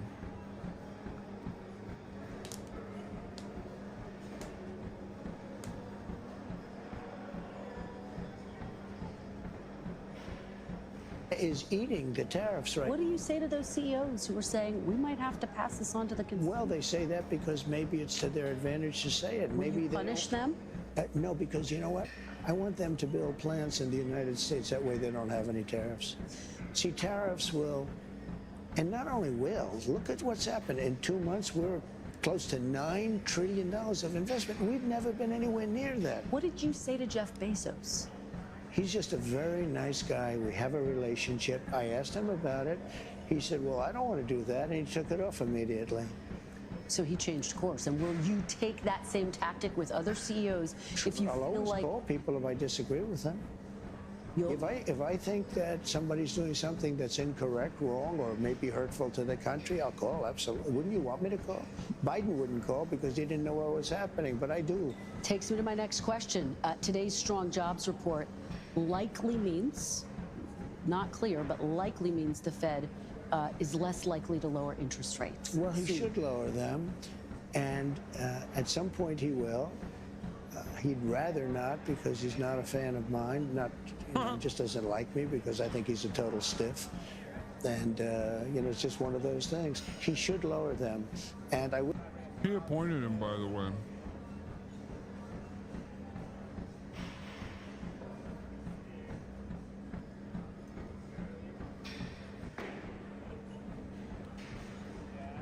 His appointment wants to get another Trump appointee that Trump is just shitting on.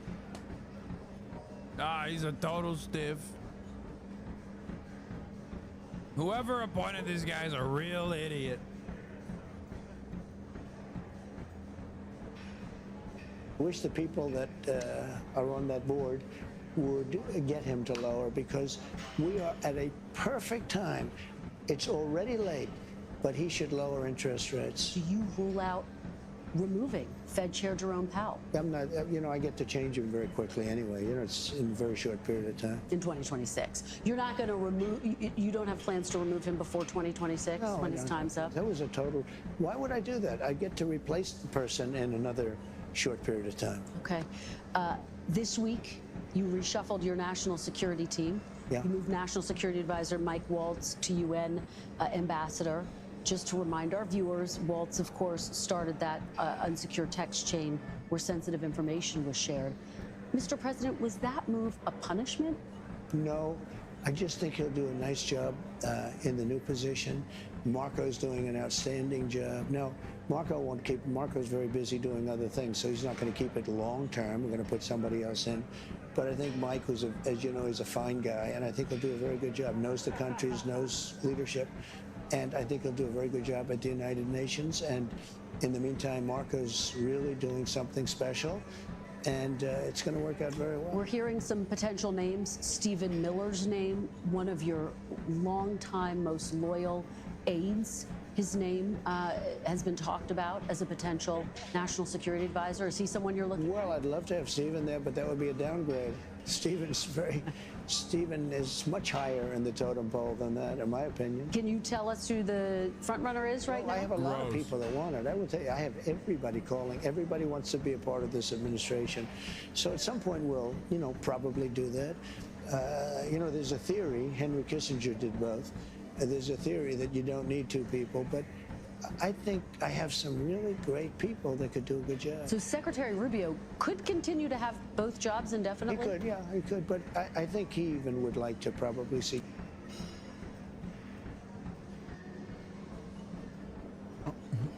When I'm talking about good foreign policy decisions, I love bringing up Henry Kissinger. Great. Because it is a little bit different, but in the meantime, he'll handle it. And I think Mike, if that goes forward, he still has to get approved. But I think Mike will do a very good job at the United Nations. Defense Secretary Pete Hegseth, obviously also on that unsecure text chain, he was sharing sensitive information. Are you looking for a new Secretary of Defense? No, not even a little bit. No. Pete's going to be great.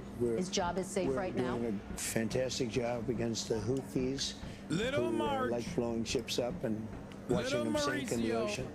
We're hitting them very hard. No, he's doing a very good job. His job is safe right now? Totally safe. Okay. Let's talk about the border. Okay. Let's talk about deportations. Border crossings are at their lowest level ever recorded. Is the border... Is that good? Is the border now secure? Yeah, it's really secure. It's absolutely Isn't it good secure. that when you say that, doesn't it just sound good?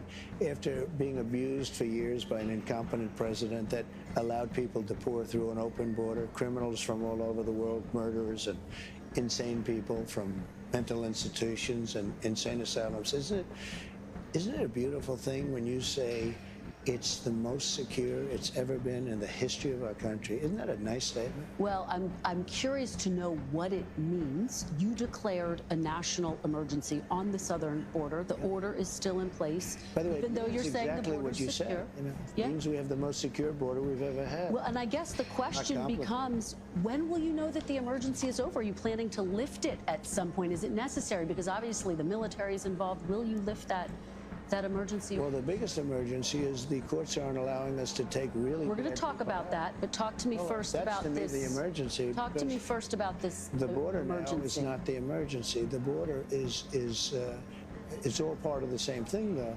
The big emergency right now is that we have thousands of people that we want to take.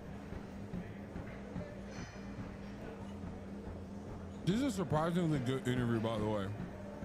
Out, and we have some judges that want everybody to go to Some of them you appointed, sir, including That's all right. 3 on the Supreme Court. They change. I mean, it's unbelievable.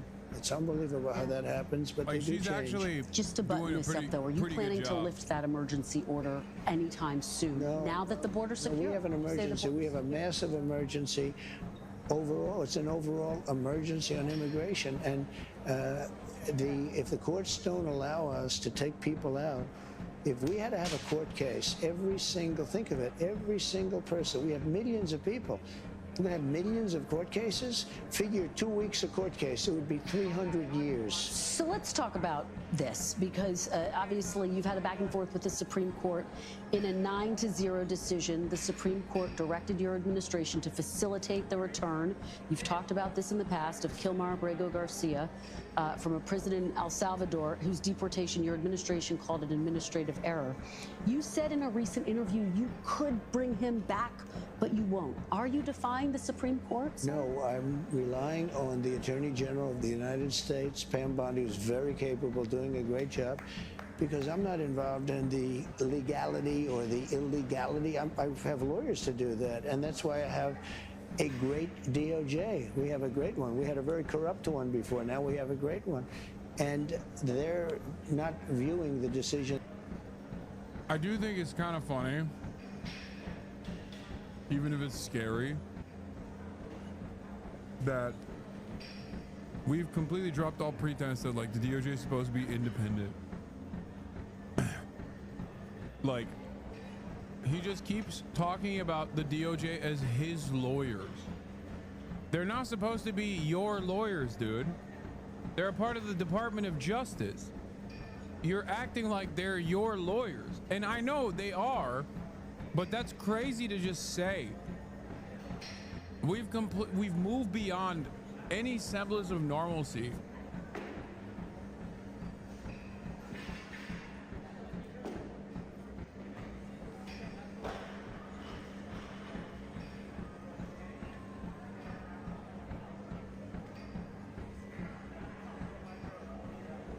In the way you said it, they don't view it that way at all. They think it's a totally different decision. Well, you say you have the power to bring him back, though. Your attorney general says, quote, that's up to El Salvador. Just to put a fine point on this, do you have the power to bring Abrego Garcia back as the Supreme Court? Well, I have the power to ask for him to come back if I'm instructed by the attorney general that it's legal to do so. But the decision as to whether or not he should come back will be the head of El Salvador. He's a very capable man. Well, you know, and your attorney general has said it, the issue is with that word facilitate. Will you seek clarification from the Supreme Court? Do you need to go back to the Supreme Court? We may do that. I was asking about that. We may do that. There are some people that say, bring him back, put him in trial, and you get him out right away, because you see what happened just this morning. Tapes came out, horrible tapes from his wife. You don't get much worse than that. You don't get, I mean, he seems certainly like a very... Trump's ex-wife literally detailed out how Donald Trump physically, violently assaulted her and raped her throughout their marriage.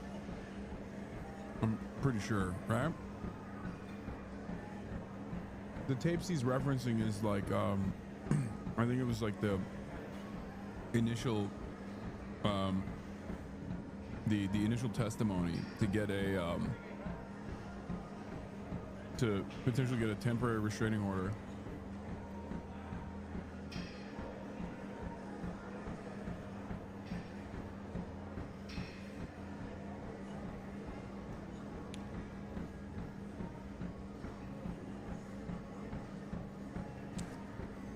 Kilmar Abrego Garcia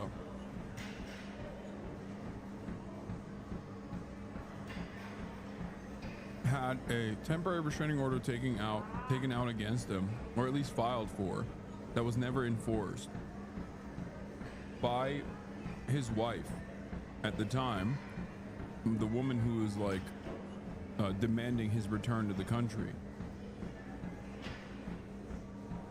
She's already talked about this and said that this was like out of an abundance of caution, and that they had very clearly worked out their differences by going to counseling. Out of an abundance of caution due to the actual domestic abuse that she had received in her first relationship before Kilmar Abrego Garcia, she took out a TRO. We're not, stop mentioning Trump's ex-wives. We're not talking about Trump right now. We're talking about Kilmar Abrego Garcia, and he is referencing Kilmar Abrego Garcia's temporary restraining order petition when he says the tapes came out. Very dangerous, very bad person, but even the wife, who was so afraid, she was afraid to talk, and all of a sudden tapes got released this morning that were devastating to him. And this is the point, sir, about due process. The Constitution says every person, citizens and non-citizens, deserve due process.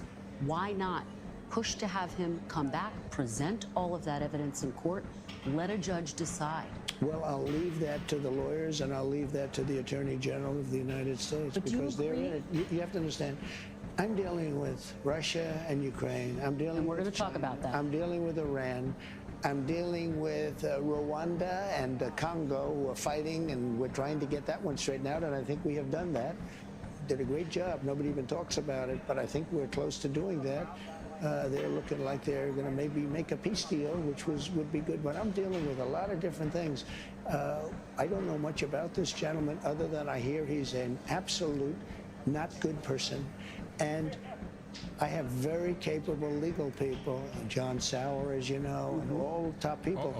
And I have to rely on that to interpret whatever's said by the Supreme Court. Now, with that being said, I have tremendous respect for the Supreme Court. Look, 3 of the people are people I appointed. Right. And I have great respect for the Supreme Court. And I would expect that the Attorney General will be doing the right thing. Your Secretary of State says everyone who's here, citizens and non-citizens, deserve due process. Do you agree, Mr. President? I don't know. I'm not a lawyer. I don't know. Well, the Fifth Amendment. Dog, you're the president.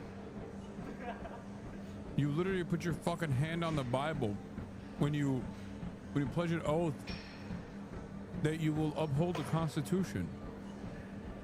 That's it. What do you mean you don't know? I don't know? I don't know about due process? Actually, he didn't? Okay, wait, there wasn't a Bible? Oh, he's the Antichrist, bro. Okay, whatever. It doesn't matter that he didn't he still took an oath of office. Okay?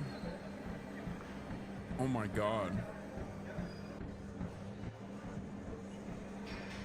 God, they get away with so much, dude. That type of shit is like things that Republicans would basically hallucinate the Antichrist is returning if it was like a Democrat that did something similar. Your Secretary of State says everyone who's here, citizens and non-citizens, deserve due process. The oath is a joke. I know it's a joke, but it doesn't matter. Like, you're not supposed to admit that it's a joke. What do you mean? The entire, like, it's symbolic, but the whole point is like you're supposed to protect the Constitution. Due process is in it. It's a pretty important part of it, actually.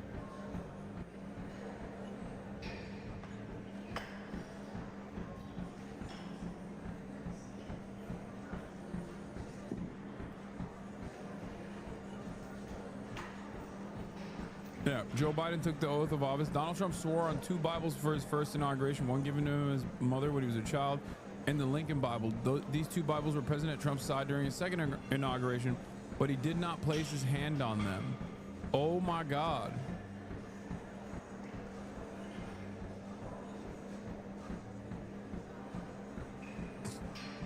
Why are you applying such a high standard to him? Why can't you account for his age? Yeah, you're right, dude. He's just a little guy. He's just old, man. He don't know what he's saying. It's fine. Who cares about due process? Fuck it. YOLO.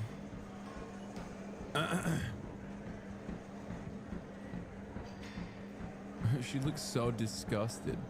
Oh my God, the Bibles are right there. He's not even holding it. First atheist president.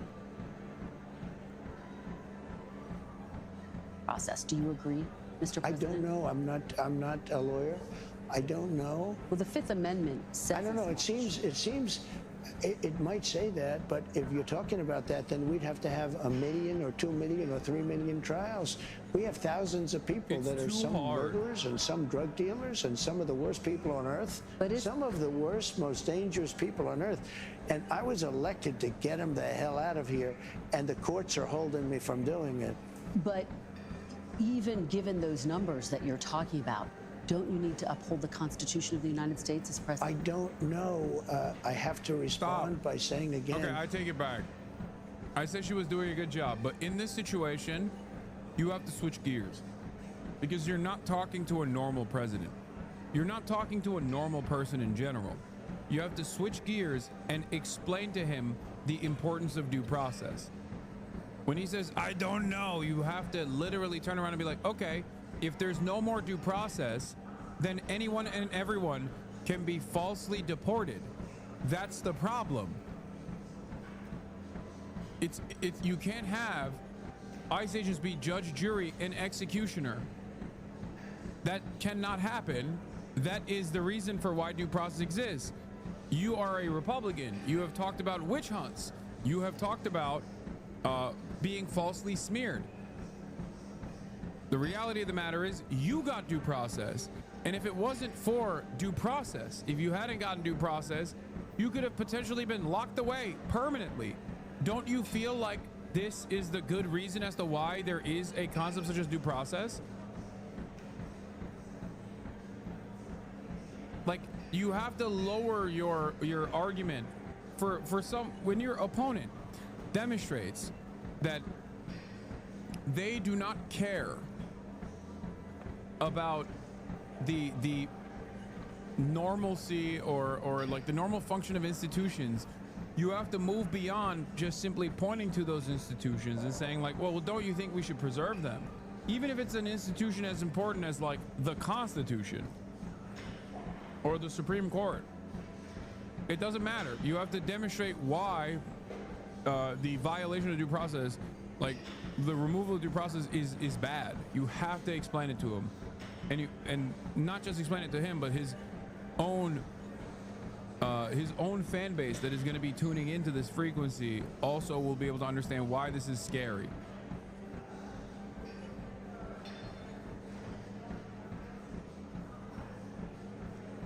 Of course, Trump could then deploy the excellent debate strategy of saying, this is boring, don't you want to make content? And maybe start making fun of her mannerisms, and even mannerisms that she doesn't even have. This is unwatchable. You are ruining the content.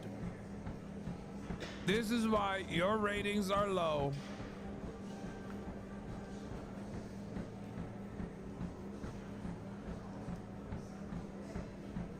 Boring.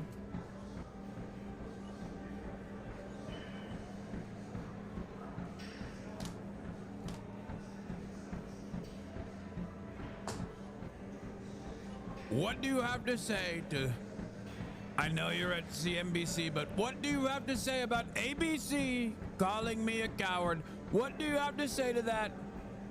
Mr. President, I'm not. I work for NBC News, not ABC. Well, you can make a value judgment, right?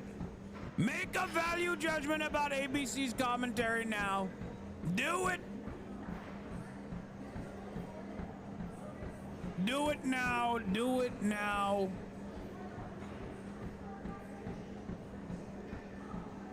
You're making it boring. I have brilliant lawyers that work for me, and they are going to obviously follow what the Supreme Court said. What you said is not what I heard the Supreme Court said. They have a different interpretation. Is anyone in your administration right? You sleep in a race car bed. I sleep with my wife in my big bed. With my wife, Melania. That's right.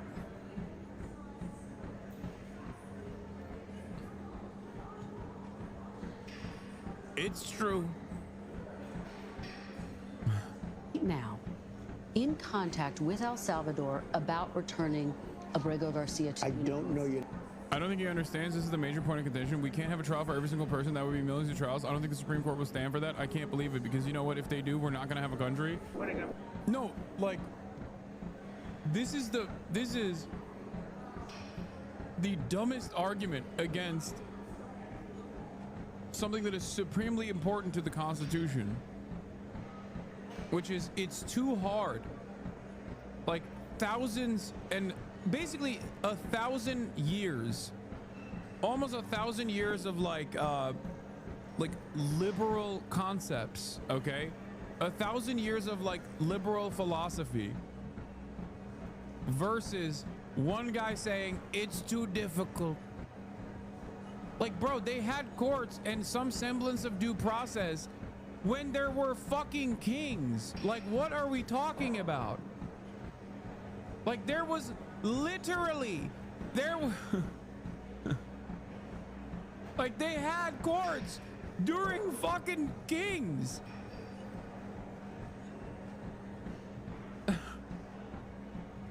What do you mean?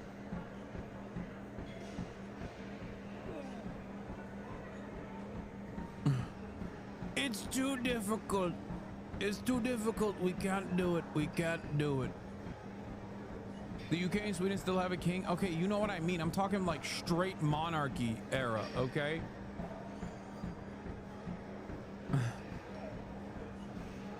Courts are bad content. I never liked it. We must do away with the courts.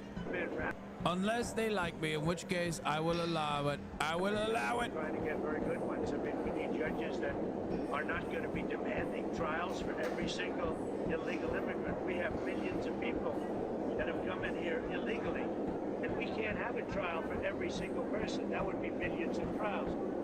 The people elected me in a landslide. Every single, we won every swing state. We won everything there is to win by big numbers.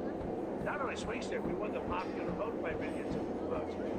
They elected me. This was the #1 issue, and now we have judged, radicalized, and crazy because they want us to have. If you believe this, they want us to have a trial for every person that came in illegally into our country. So they come. Yeah, I can believe it. That's the. What are you saying? That is how it's been done. What do you mean? Can you believe it? They want every person that I think is bad to be going through the court system. Like, what the fuck are you saying? Yes, dude, that's the law. What are you talking about? Of course, that is supposed to be the way things work. You can't just turn around and be like, look at how stupid these rules are. Can you believe it? He doesn't even acknowledge that that is a rule, by the way. He just says it's so crazy.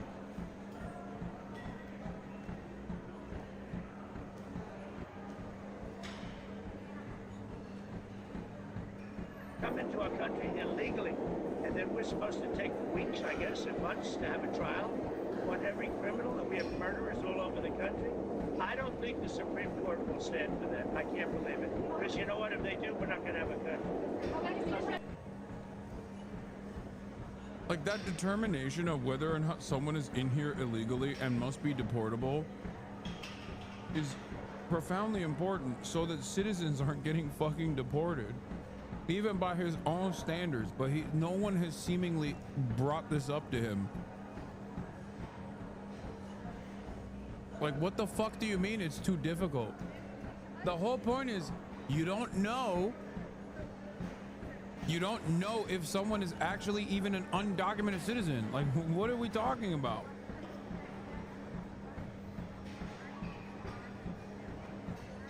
You'd have to ask the Attorney General that question. Okay. At least 2 Americans have been mistakenly detained and released by your administration, immigration authorities.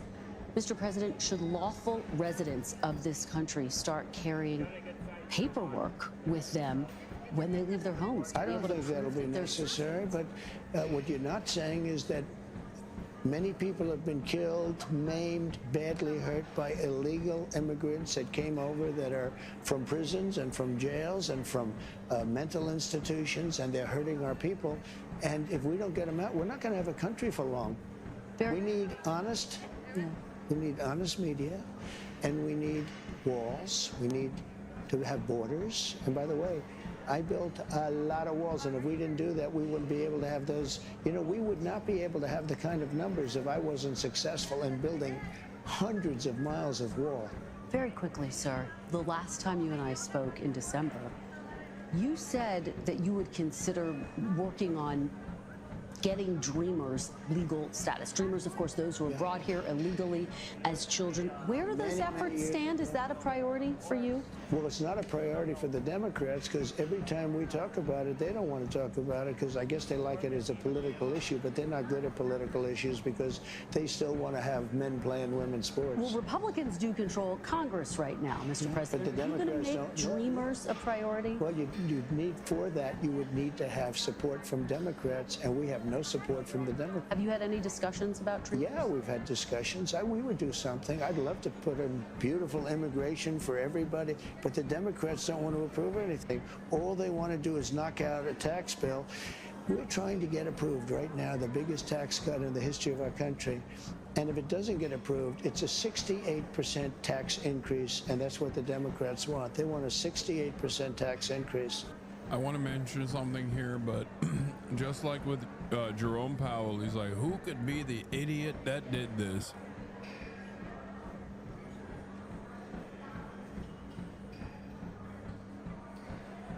With the tax increase that's coming for Americans, that is also something he did. Because he did not think that he would lose the election, so he set it up to make it whoever was supposed to be the president after his 2 terms and their problem. Because the way he cut the tax proposal I mean, it ended up working for him, but the way he cut the previous tax cuts, the legislation that they started implementing in 2017, I believe, was that the way he cut it was that all of the tax brackets under the top marginal tax rate, the top marginal tax bracket, would actually inevitably have tax increases back to the previous level before 2017. Now he wants to make those tax cuts for the working class permanent. The only tax cuts that were made permanent in the 2017 legislation was, and this might come as a surprise to many of you, the top marginal tax bracket and corporate taxes.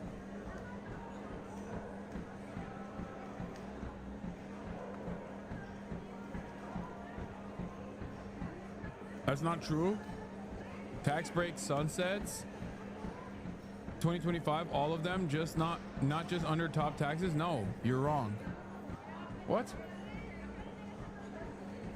I'm pretty sure you're wrong. No, he made the top marginal tax bracket. I don't think they all sunset. No, the rich ones are permanent. The top marginal tax bracket and the corporate tax cuts were permanent.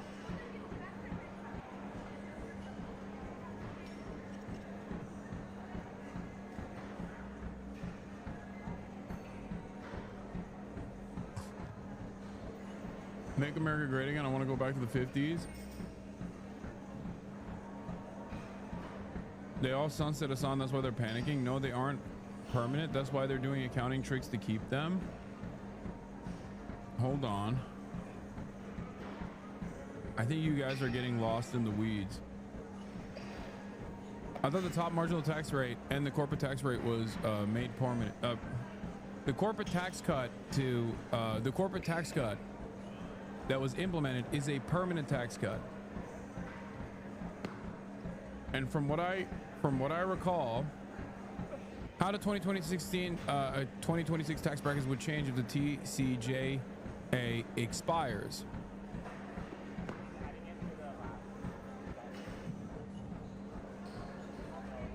Oh shit. Wait, what the fuck? I am wrong. Damn. Holy fuck. The only one that's permanent is the corporate tax rate? I know that one is permanent. But I thought the top marginal tax rate would also stay at 37%. I was wrong. And not only was I wrong, I've been wrong for quite a while.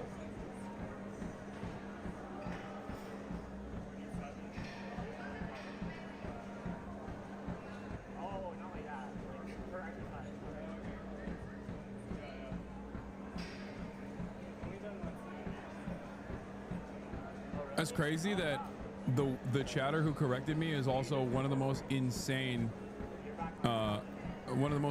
chatters that I have. Upper, lower, upper.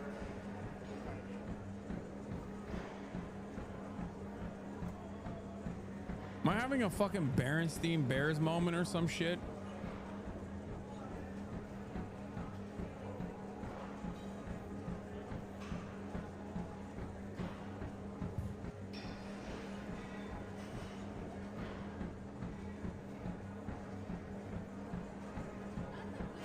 Why did I think this for the longest goddamn time?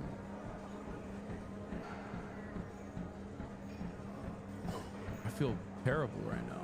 I feel like my brain is doo-doo. Time to grift right wing? Yeah. Mandela effect, bro. Gotta watch How to Win John Wilson. We got shifted into a different timeline where MAGA communist Donald Trump is in charge. I don't think you've been wrong for a long time. I remember you explaining these at the time, and my understanding was that they're just the corporate taxes stay low. No, I definitely thought the top marginal tax rate. This I thought was permanent, and then these were slated to sunset. But I think it's because of this that I thought that it wasn't the top tax bracket, but it was the one under that stays the same, I guess.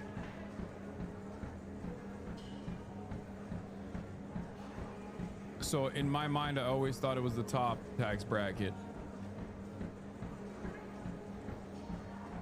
Maybe.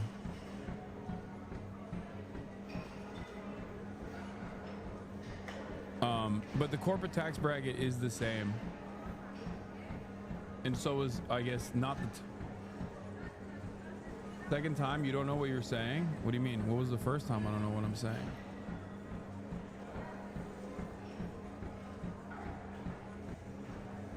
Now you have to double down and shift right? Okay, we're good. I'm doubling down.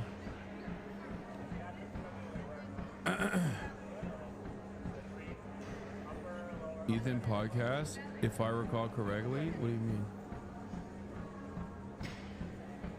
The ones that are definitely permanent is the corporate tax rate. Anyway, let's continue. It's rather incredible. And I do want to talk to you about your legislation, but let's talk about DOJ very quickly. DOJ has fired and then rehired thousands of federal workers, including FAA employees in charge of aviation safety, specialists working on nuclear weapon safety. What do you say to those who believe Elon Musk's chainsaw approach has jeopardized the safety and security of Americans? Well, he found $160 billion worth of fraud, waste, and abuse. I mean, I think he's done an amazing job. I think his people have done an incredible job. They're brilliant people. They know the computer. I actually asked him, what's their big trait? He said they're unbelievable at computers. In other words, you can't fake them out because these people were, in many cases, crooks. But it was fraud, waste, and abuse. They found, your question should be asked a different way. Were certain things found? Yes. How much? $160 billion. Think of what $160 billion is. He found $160. He said he'd find $2 trillion. Well, we're not finished yet. We're not finished yet. Do you think the work continues even though he's leaving? He said sure. He's leaving behind some very brilliant people. They were on television last night. They're super high IQ people. I like high IQ people. The Democrats don't have many of them. Let me ask you about some news that broke. You are threatening to rescind Harvard's tax-exempt status. Yeah. And yet directing the IRS to investigate and rescind a university's tax-exempt status is contrary to what's in the federal law. The law says you can't do this. Do you think you're following the law? Well, I tell you, I'm going to just follow what the lawyers say. They say that we're allowed to do that, and I'm all for it. But everything I say is subject to the laws being 100% adhered to. Are you willing to take this to court if it becomes a court fight? You're gonna take it that far? We've won a lot of cases. All right, let's talk about some of the other actions you've taken over the past 100 days. Last month, you directed your Attorney General, Pam Bondi, to review 2 people who you perceived to be your political adversaries. And yet you told me in December... Bro. What's so funny about it is, like, when he says we won a lot of court cases, he actually hasn't.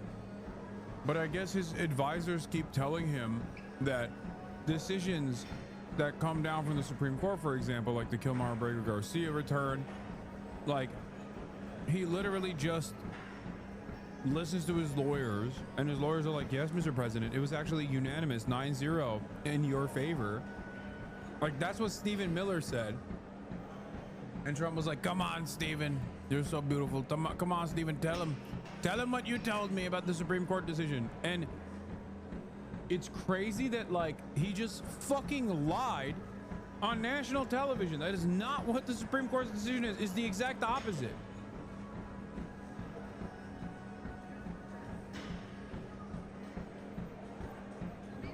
It is, the more I see of Trump on the main stage, the more I realize he is also Brandonized and is being used like a mecha, like a fucking flesh puppet by the likes of, like, Stephen Miller and some of the most reactionary Nazis.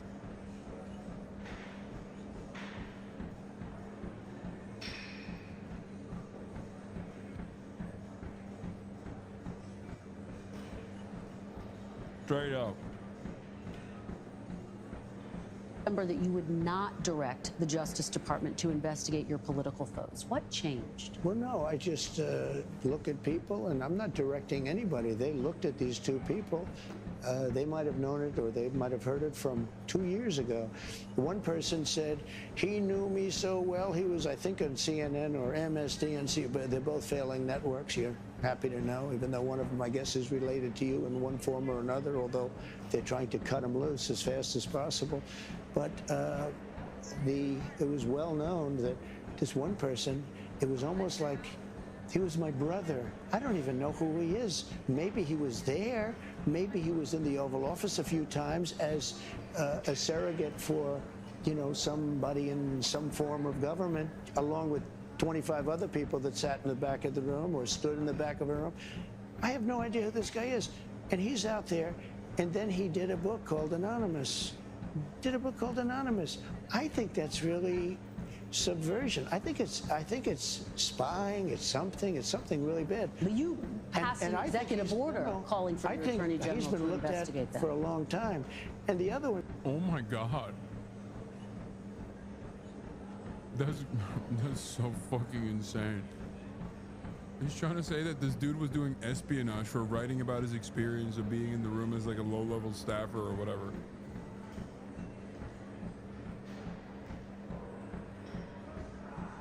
Said that the election was so wonderful. It was such a, well, it turned out it wasn't a wonderful election. It was a corrupt election. Let me ask it this way, sir, because when we talked in December, I asked you, what is your message to people who didn't vote for you? Let me remind you of what you said. You said, I love you, and we're going to all work together.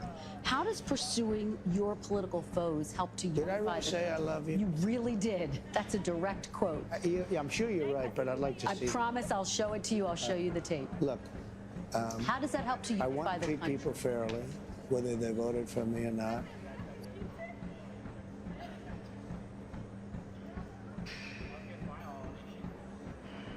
This is like Ethan Klein being like 110. You mean to tell me I've sent 110 Instagram stories?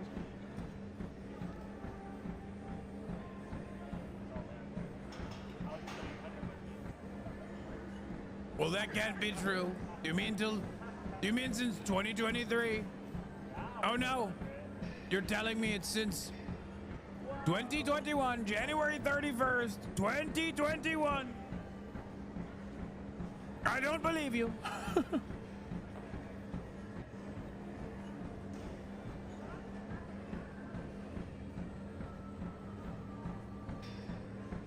I don't believe it. I want to have a unified country. It's very hard because the media is so fake, including, like even the way you ask questions. Every question is asked in a negative vein. There's a toy company that took a toddler's, you know, whatever, but you don't talk about the fact that gasoline is down at numbers that nobody believes possible. You know why they're down, by the way? Drill, baby, drill. We're drilling like crazy right now.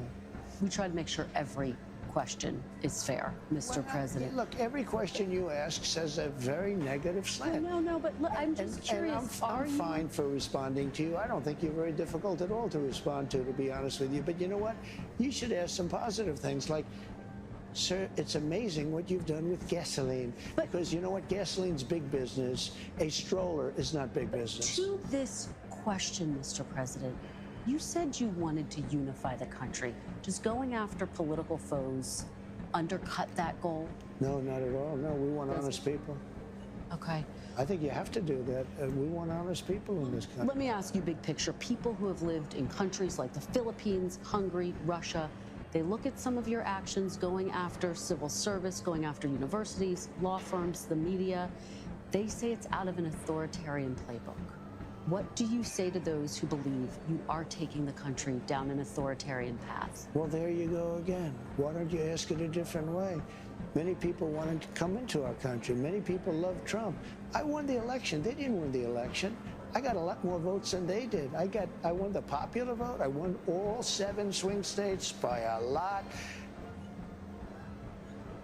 Great answer, man.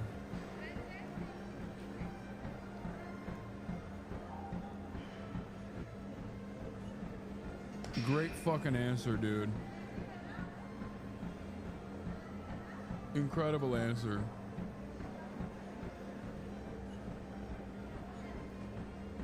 What do I say to this, you know? What do you say?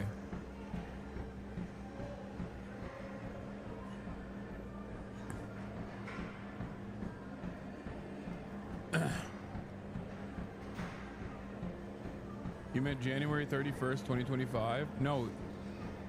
What?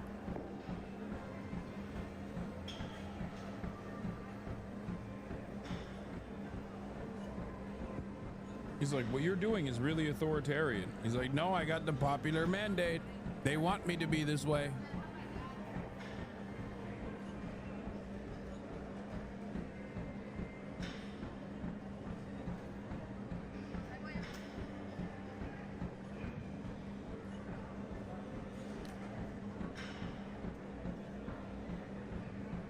A lot of people were surprised. I said, I think he could win 4, maybe 5. No, I won all 7, and I won by a lot. And I won, actually, I think there was a lot of hanky-panky going on, but it was too big to rig. That's the good news. It's too big to rig. But let me just say, so when you make these statements about, people say this, people, well, you know, they had their chance at the election and they lost big. So you should ask the question differently. You should say, what about the people that want to be in this country? What about the people that love this country? But what do you say? I'm asking it on behalf of those people to give you a chance to respond to them. What do you say to those people, sir? Those people are going to be very happy. They're going to have to see some results. And I think we had a great 100 days. There are a lot of people that say it was unprecedented. It was an absolutely unprecedented 100 days. And why does he? That's, by the way, as a longtime Trump stan, you know, because I'm apolitical, I noticed that he started doing this new thing where he always goes, why don't you ask me the question in a different way? It's that's new. That's a new meta. And I don't know where it's coming from. I don't know who taught him that. I don't know why he says that. But he always says that now. When he doesn't like a question, he goes, why don't you ask nicely? Why don't you ask me nicely? Why do you ask such mean questions? He got used to press pool. He's used to the new White House press pool questions. No, I know, but I'm saying, like, I just don't know where that, like, who taught him that? I hope that they're going to be right. Do you see dissent as an essential part of democracy? It's a part of democracy. It is. Is it an important part of democracy? Yeah, you're always going to have, Kristen, you're always going to have dissent. There's nothing you're going to do about that. Am I going to get 100% unified? It would be a strange place. I can't even imagine it where 100%. Look, you have people that are good people. They're very smart people. And they honestly believe we should have open borders and the entire world should be allowed to pour into our country. I think it's a 95-5 issue, but they believe it. They're not even bad people. Some of them are bad. You have people that honestly believe that men should be allowed to play in women's sports. Some of these people, I don't know any. I haven't been able to find any, but they exist. They say it's an 80-20 issue. I don't believe that. I think it's a 97-3 issue. Do you think people should have the right to criticize you without fear of reprisal? Absolutely, yeah. I do. That I do. And how do you square that? And I think that happens. How do you square that with the fact that you have passed these executive orders asking the Attorney General to look into some of the people who've criticized you, who've been harshest against you? I have been investigated more than any person in the history of the United States of America. I've been investigated more than the late, great, as I say at my rallies, Alphonse Capone. Alphonse Capone was a nasty man. He was the highest level gangster. And I have been investigated more than Al Capone, more than anybody. These people are evil people, and I won. And I'll tell you what, all I want to happen is for the Department of Justice and the FBI. Pam is great and Cash is great. I think they're two great people, but they're their own people. They want to do a fantastic job. And all I want to do and all I want to ask for is that they be allowed to do their job. I'm not telling them to do anything, and I believe I have the right to do it. I'm, in theory, the top law enforcement officer as the president. We went over this once before, and it turned out I was right. But I'm not looking to use that. We have two great people, and we have many, many incredible people under them, and I just want them to do their job and do it well. Let me ask you about something I don't think you've been asked much about, which is you've branded your own cryptocurrency. The coin's value actually surged recently after you announced that top holders would be invited to have dinner. I don't even know that. What did it surge to? What did it surge to? Yeah, what's it worth? You might as well tell me, because I have no idea. Well, it surged. It surged. I will find it. Hold on 1 second. 5.2 or 58%. So 58%. To what number? That's not bad. 14.32. What? Billion? No, dollars per cryptocurrency. $billion dollars? No. What's the number? I mean, what is the amount? The meme coin's value hit a peak of $75.35 on January 19th. That doesn't mean anything. And that's before your inauguration, and then it surged. Look, I'm in favor of crypto. Okay, but let me just ask you, what do you say to those who argue that when they hear that, they worry you're profiting from the presidency? I'm not profiting from anything. all I'm doing is, you know, I started this long before the election. I want crypto. I think crypto is important because if we don't do it, China's going to. And it's new. It's very popular. It's very hot. If you look at the market, when the market went down, that stayed much stronger than other aspects of the market. But I want crypto because a lot of people, you know, millions of people want it. I don't know if you know that Biden went after it violently, and then before the election, he changed his tune entirely. His head of the SEC, everybody changed their tune. You know why? Because there were hundreds of millions of people that are... There ain't no way this dumb fuck is gonna send me to a camp. He is. All of us. In some ways, it makes it so much worse that it's not even like a competent or smart strategist that is going to be sending all of us to concentration camps. You know? Forget a level 40 orc wizard in WoW. That shit is for LGBTs. You've moved on to slaying real-life monsters and becoming the politics goat. You are Jon Snow in real life. You have my axe, Asmongold. Brace, there's no wizard in WoW. It's mage, arcane frost or fire, or warlock, affliction, demonology, or destruction. And he just responds with LGBT.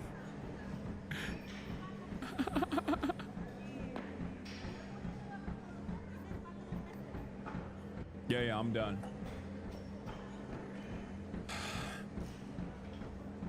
It's so weird. It's so weird seeing Brace interact with Asmongold. What is the world that we've... Hold on.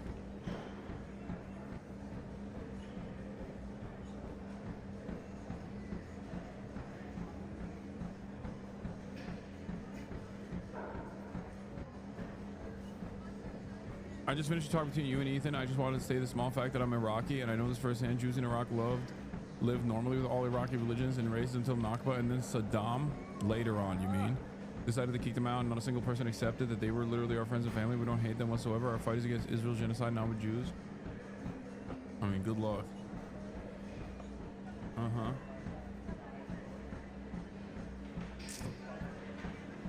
I have food over here still. Hold on, let me get that out. Yeah. That's fine.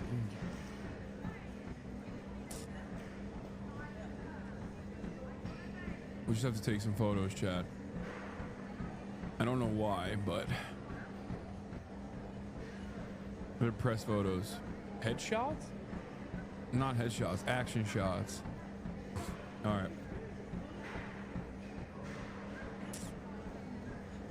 Participating in crypto, and they wanted to get their votes. So you're not profiting off of the cryptocurrency? I haven't even looked. Has your family? I'll tell you what. Look, if I own stock in something and I do a good job, and what about back shots? No, action shots, not back shots. The fuck is wrong with you? Stock market goes up, I guess I'm profiting. But who really profits is somebody like Nancy Pelosi, who uses inside information. She worked for $175,000. Wait, he's saying so he's profiting exactly like Nancy Pelosi, but it's bad because Nancy Pelosi did it. But it's good when he does it. Like, that's the argument here. The argument here is, you know who's really profiting? Nancy Pelosi, just like me. But it's bad when she does it. Hold on here. I'll put the other camera on so you're not in the fucking shot. Oh Jesus. Okay, never mind. All right, back to the. All right. A year, and that's at the high end, and she's worth $150–200 million. Who are you paying for a puff piece this time?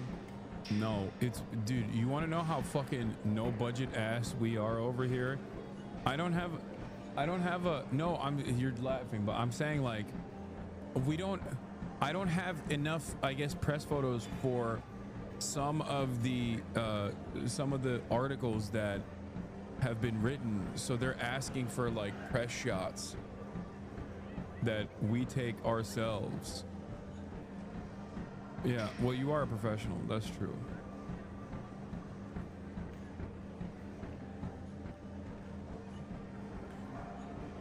Yeah. Put the video in the bag. You ought to look at Nancy Pelosi, and you ought to look at some of these politicians that are stone cold crooks. I was very wealthy when I came in. Being president, I probably cost me money if you really look. In fact, I do something that no other president has done. They think maybe George Washington has done. I contribute my entire salary to the government, back to the government. So will you contribute anything you earn from crypto back to the government? If that happens? I never thought of that. I mean, should I contribute all of my real estate that I've owned? Oh, that was a good question. That was actually a good question. And instantly he's like, no, that's a no. For many years, if it goes up a little bit because I'm president and doing a good job, I don't think so. Okay. But I've done something that surprisingly, they say nobody else has done, no other president has done. And it's a substantial salary. It's like $500,000 a year or $550,000 a year. Change your hairstyle for a bit of variety in the photos. Yeah, same outfit, but a different hairstyle will truly create that variety necessary for these press shots. 4 years, a couple of $1 million. I gave it to the government last time. I never got a story saying I gave it. Nobody cared if I gave it. I guarantee if I didn't give it, there'd be a big story. But no other president, they say, with the possible exception of George Washington, and they haven't been able to find those records. And we've had wealthy presidents before, but no other president has contributed the salary. And they told me before this that you will probably be asking me whether or not I'm going to contribute my salary again, but you haven't asked that. Are you going to? Yes.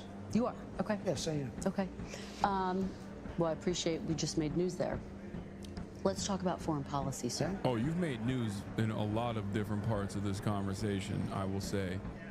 Like when he said, I don't know about due process. It's too hard. It's too hard. You just signed a minerals deal with Ukraine. It's a sign, it seems, that the United States is invested in Ukraine's future. The Secretary of State told me this is a very critical week. Are you any closer to reaching a peace agreement between Ukraine and Russia? I hope so. How would you characterize? I do believe we're closer with one party and maybe not as close with the other, but we'll have to see. I'd like to not say which one we're closer to, but we did do a deal for the American people that was good. We were able to get rare earth. You know, the Europeans are getting paid back. They have a loan. We didn't. Biden just gave them $350 billion. He has no idea where the money is, what happened. And at least we'll, in one form or another, get our, I don't feel so foolish. And remember this is Biden's war. This was a war that was never going to happen if I were president. This is a horrible, horrible war. And I get to see shots of soldiers through, satellite that are just so terrible. 5,000 soldiers are being, look, 5,000 soldiers a week on average are dying. They're not American soldiers. But I want to solve the problem. They're Russian soldiers and they're Ukrainian soldiers. And if I can save 5,000 souls, I just love doing it. How long do you give both? That's why he's doing it in Gaza. My beautiful president. Oh, that's sorry. He doesn't give a shit about that. He wants to ethnically cleanse the entirety of the Gaza Strip. So. With countries before you're going to walk away. Well, there'll be a time when I will say, okay, keep going, keep being stupid. When does that come? Are you close to it? Sometimes I get close to it and then positive things happen, okay? So I hope it gets done. Chatter's asking, did you wish March a happy Cinco de Mayo or being racist? Okay. Your close ally, Senator Lindsey Graham, has a sanctions bill against Russia. If you get to that point, Mr. President, where you're prepared to walk away, will you support, will you sign that sanctions bill? Well, it depends on whether or not Russia is behaving toward coming to a peace. We want a peace deal. We want Russia and Ukraine to agree to a deal. We think we're fairly close, and we're going to save a lot of people from being killed. We save a lot of money, too, because we're spending money like, you know, Europe is spending a third of the money that we're spending, and it's more important for Europe than it is for us. Biden had no control. He just sent money over there willy-nilly. Nobody had any idea what was happening, why they were doing it, why they were sending it, and it was massive amounts of money. So you think you're close to a deal? What will Russia have to give up? Because Ukraine, there's been discussions they will have to give up some of the land. Russia will have to give up all of Ukraine, because that's what they want. All of Ukraine, meaning they wouldn't keep any of the land that they've claimed? Russia would have to give up all of Ukraine. Because what Russia wants is all of Ukraine. And if I didn't get involved, they would be fighting right now for all of Ukraine. Russia doesn't want the strip that they have now. Russia wants all of Ukraine. And if it weren't me, they would keep going. Do you know that the European Union leaders have asked me to call Putin so many times because he doesn't return their phone call? You posted on social media he might be tapping you along. Might be. Did you misread But you might him? be tapping me along too when you tell me how nice an interview this is going to be. So, Did you? I'm used to being tapped along. Did you in any way misread Vladimir Putin? Did I what? Misread him, now that you're saying that. I'll tell you about that in a month from now or 2 weeks from now. I have no idea. I can tell you this. His ambition was stopped to a large extent when he saw that it was me that was now leading the charge, because he wasn't dealing with anybody in Europe. He wasn't calling him back. Do you know that I asked him, I said, did Biden ever call you in 3 years? Did Biden ever call? He said he never called. Do you know Biden didn't call him one time? And all these thousands of soldiers, hundreds, millions of... Bro, that's crazy. Putin loves me. He hated Biden. This is a good thing. This is a good thing. You don't understand it. Believe it. Vladimir, no. When I said that, he trust me, he heard me. He said, Mr. President, I will no longer do death and destruction. Of soldiers are dying, and people, not only soldiers, people dying in the cities and the towns, and the whole heritage of that country is being blown apart. I mean, the country's heritage is being blown apart. You know the steeples, those beautiful spires that you see, you know, the most beautiful in the world? Almost 95% of them are laying in smithereens, all broken up and so sad, laying all over the ground because they were shot. It's really a bad situation. And he didn't get one phone call from Biden. The war would have never started. And by the way, for 4 years it didn't start. I was there for 4 years. It was the apple of his eye.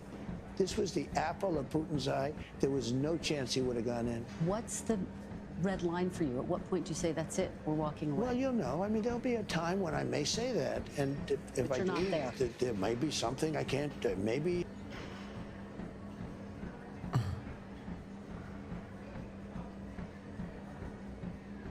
Twitch streamer Dan Saltman. Dextertonox. He's back. Austin Ox is back.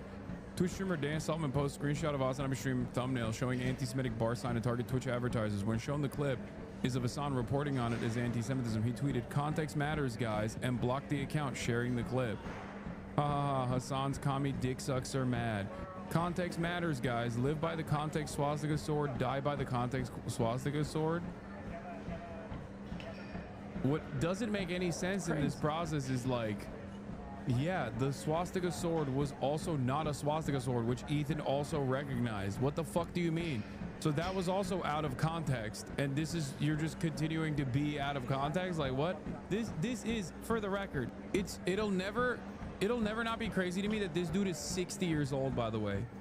Like, please, man, please fucking focus on something else for your life. This is insane. If you're wondering, what do you do in this situation?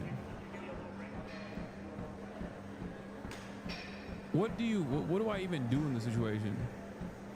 We getting a community note on Diddy Saltzman insane tweet? Just wait him out at this point? Yeah, just like real anti-Semitism looks like. This is it, okay? And ironically enough, yeah, the staff brought it out, and the staff wrote it. Like, the fact that there were people that literally okayed this, like you wrote it on a napkin and you said, this is what I want on my sign.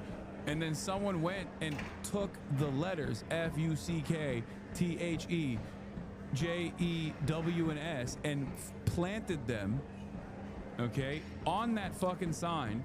And then numerous people saw it in the process and were like, here, let's get these bottle service girls to bring it out. And at no point did anybody go, what the fuck are you guys doing? Kick these fucking losers out of the bar immediately. We are not putting out a fucking sign like this. I know the dipshits that ordered it are probably drunk, but I don't think the fucking manager is on. Like, what a crazy thing that it's so, like, it's so transparently false, right? It is so transparently a falsehood, and yet nobody fucking cares. I don't understand it. Like,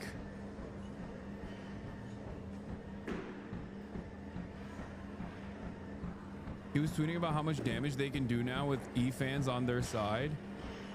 They were always on his side. What do you mean? When have they not been on his side? Like, if the damage hasn't been done thus far, it's not gonna be, this is not like a new meta for them, you know? It's just so fucking stupid. The thing that actually shocks me is how much dumber the discourse has gotten. Like, there was at least some interest from people on opposing teams in the past to be like, is this true? You know what I mean? Like, people would at the very least, if I were to do this about someone, I'm certain that people in my community would go along with it. If I were to just, like, you know, lie, right? If I were to lie about someone and be like, oh, this person did this or this person did that, like, yeah, there would definitely be a lot of people that would go along with it for sure. But I'm certain that there would be a decent number of people, even in this chat, that would go, hold on, I don't think that's the case.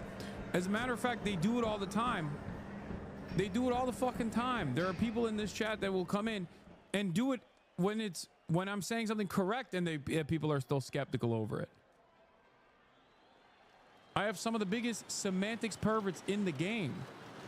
Yeah, it just happened today with the corporate tax, not the corporate tax rate, but the tax cuts being sunset. So I can't comprehend how other people, like other communities, are just actively like, yeah, I don't really care that it's wrong. I just hate this fucking guy. Every single person who did like, who hit like on Diddy Man's tweet did so knowing it's wrong. They're living in a yes-ending acting troupe. I just don't understand what that does. Like, what does that do?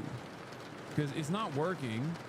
You're just basically in this echo chamber where you're imagining things about me that are demonstrably false with the hopes that, like, no one from that side crosses the boundary and comes in here. Is that what it is? Because there are plenty of people who see this shit and go, wait a minute, is this correct? Let me go check this out. You know what I mean? There are always still people that will eventually go, I'm gonna go see for myself. And then those people are gonna be like, okay, well, I guess I was lied to pretty actively by this fucking cult.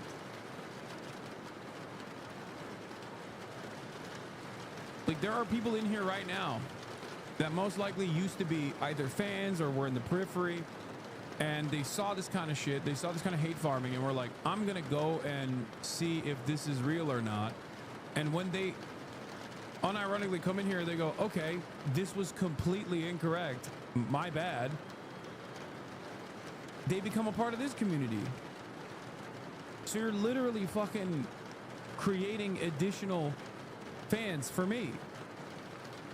That's it.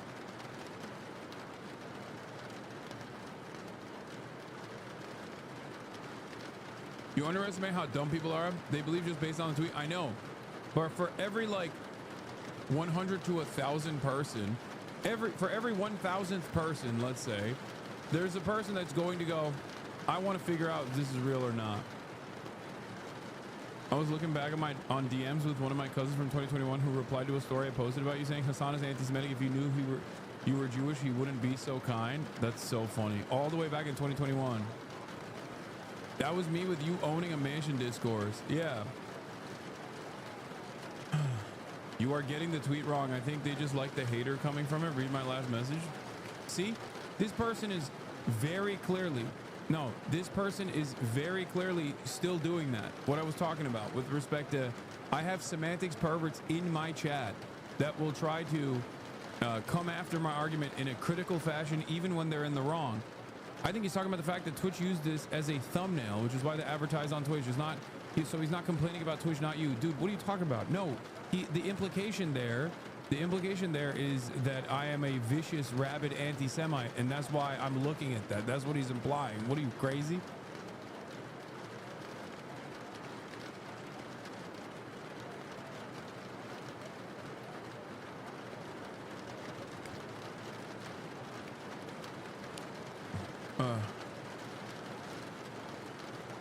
I think if you told us a lot like Ethan is faking his takes, then double, triple, quadruple down, we would 100% call you out on that bullshit.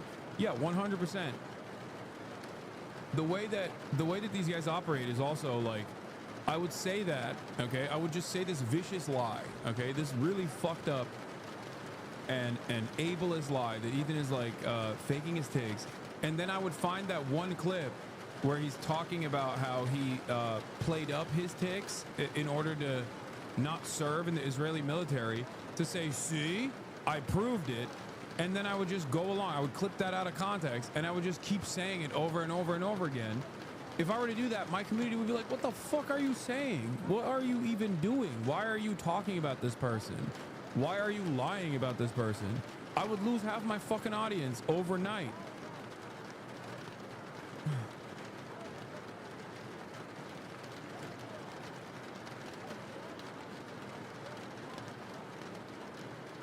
You know what I mean?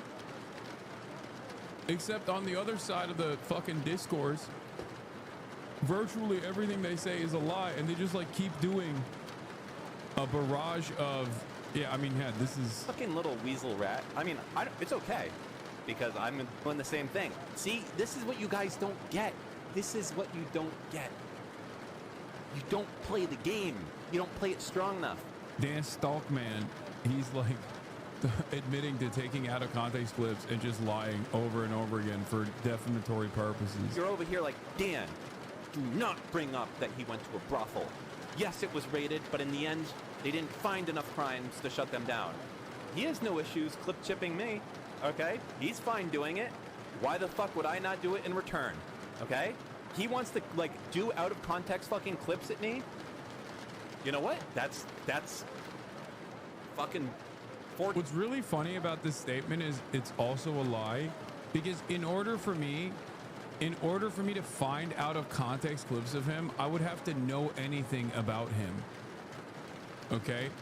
I would have to like know what the context is and then be able to cleverly clip it out of context. I don't know anything about this man. I just know he's a fucking 60-year-old pervert who's lost his goddamn mind and like has made it his life's mission to actively stalk me. I don't give a shit. I don't know who the fuck this loser is.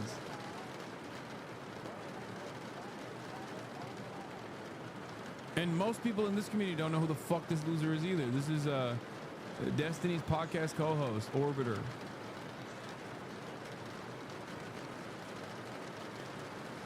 Who spends every waking moment actively trying to get me deplatformed. That's his whole life's mission. Is to create some kind of like plausible deniability for Destiny as he uses the Diddy G community to try and actively deplatform me.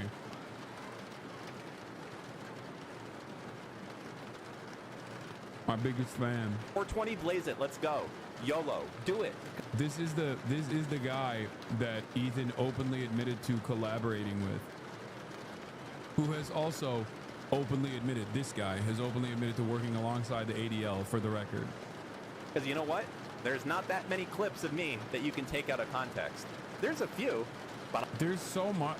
The funniest part about this also is that he's so horny to fucking try to find something that he literally burned the reputation of his privacy company by trying to get a hit tweet out, scouring the interweb for an internet archive of like a fucking Diddy tweet that I made in like 2012 that I don't even remember making, don't even remember deleting really. And he used that to be like, yeah, he used our service. He used our service to delete that. And it's like, brother, the most offensive part of this process is that you lied about me using your service. It was so stupid. It's his own fucking privacy application that he burned the reputation of to make it seem like they actively actively blackmailed their fucking clients.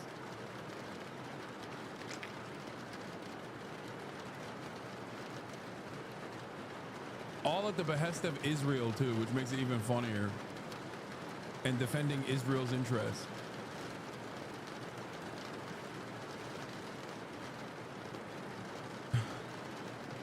Amazing.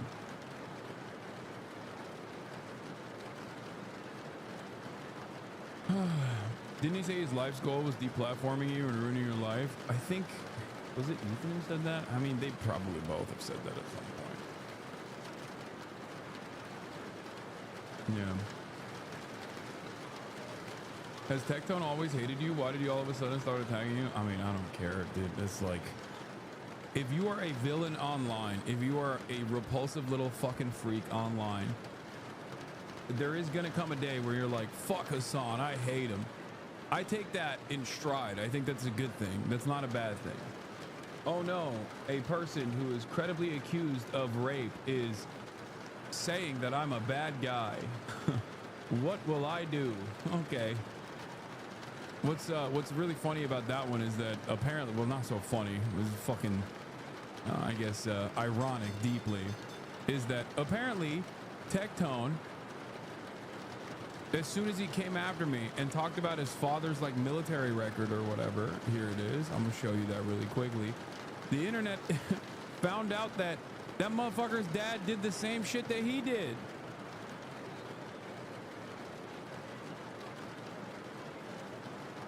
Where is it? Hold up.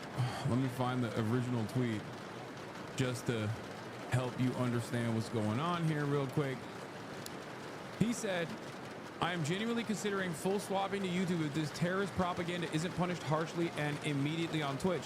My father, my brothers, and our soldiers did not bleed, sacrifice, and die for this bullshit to be allowed and promoted on Twitch. This needs to change immediately. Now, there's much wrong with this because I thought the lie that was told to America is that, you know, soldiers are literally dying to protect the First Amendment, which would fall under a defense of, you know, what I'm saying, and even beyond that, right? But it turns out, and it's also additionally funny because everyone fucking hates this repulsive little monster, this goddamn ogre, which is precisely why I said, oh no, what will anyone do if the bald pervert leaves the Twitch platform for good? Okay?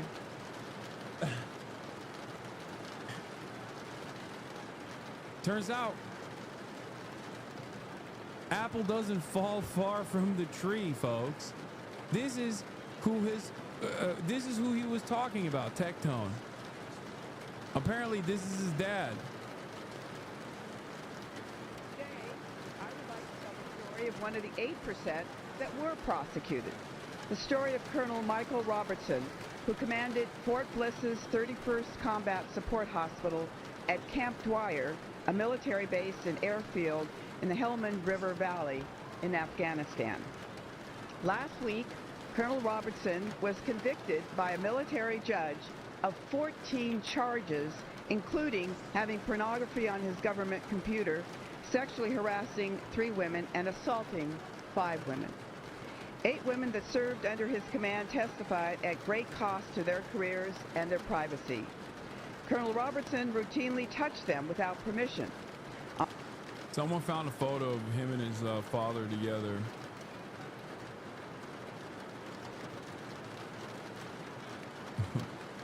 All right, pal.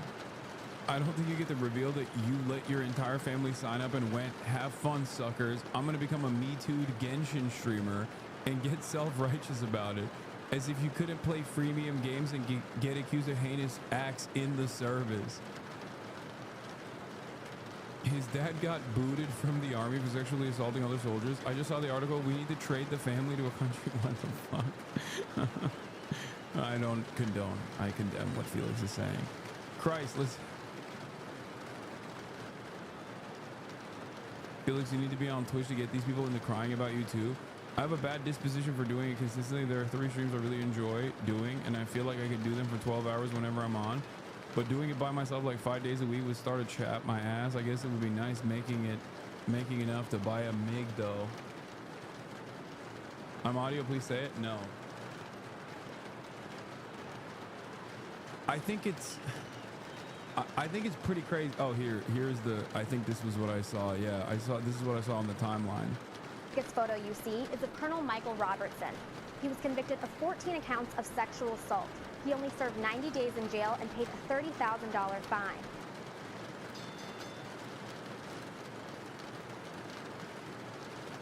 Bro, that is the craziest. I mean, it's not even a milkshake duck style situation, because it's like for a milkshake duck to occur, like, this needs to be a beloved figure and not a bald rapist himself, right? But what was hilarious about this, situation is, like, I didn't know anything about his dad, you know? Literally, where is this reference? You posted, come in with receipts posted, bro. So where did this reference happen? Do you think this person will change their perspective about this guy? Hokai Impact 3rd, gotta be the best game. Australia motherfucker. Yeah, like what? Why would you invite people looking for this information? It's so crazy. Okay, I investigated by myself, and there's a person with the same name, rank, and similar age to Tectone's dad, and he was indeed found guilty of 14 counts of sexual harassment. It definitely wasn't his dad. His dad served in the late 80s, the early 90s. Anything after that, he probably wasn't active and was a reserve. Plus, I know people like Casey, blah, blah, blah.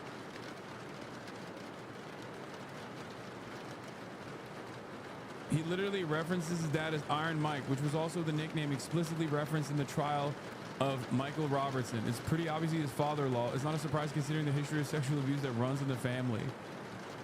Like, this man has, I guess, epigenetic memories of rape. He had to do it, you know? He just couldn't. He couldn't stop himself. It's just like, it's a familial obligation over here. He literally says, should we call you Colonel in the podcast? Colonel Michael Robertson, Lamau. In the video, he literally said he served in Vietnam. The same Colonel Michael Robertson in the assault trial who served, guess where? Vietnam, Lemfao.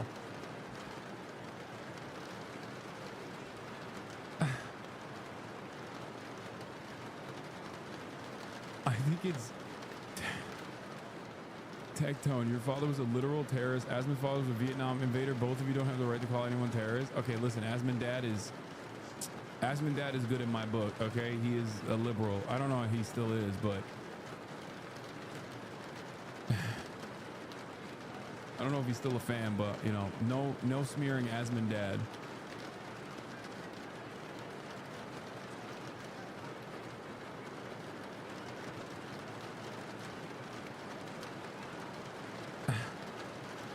I can't believe it, dude. What an insane way to just, what an insane way to learn about new information that I previously was not privy to. On their breasts, thighs, and buttocks, and encourage them to look at pornography computer.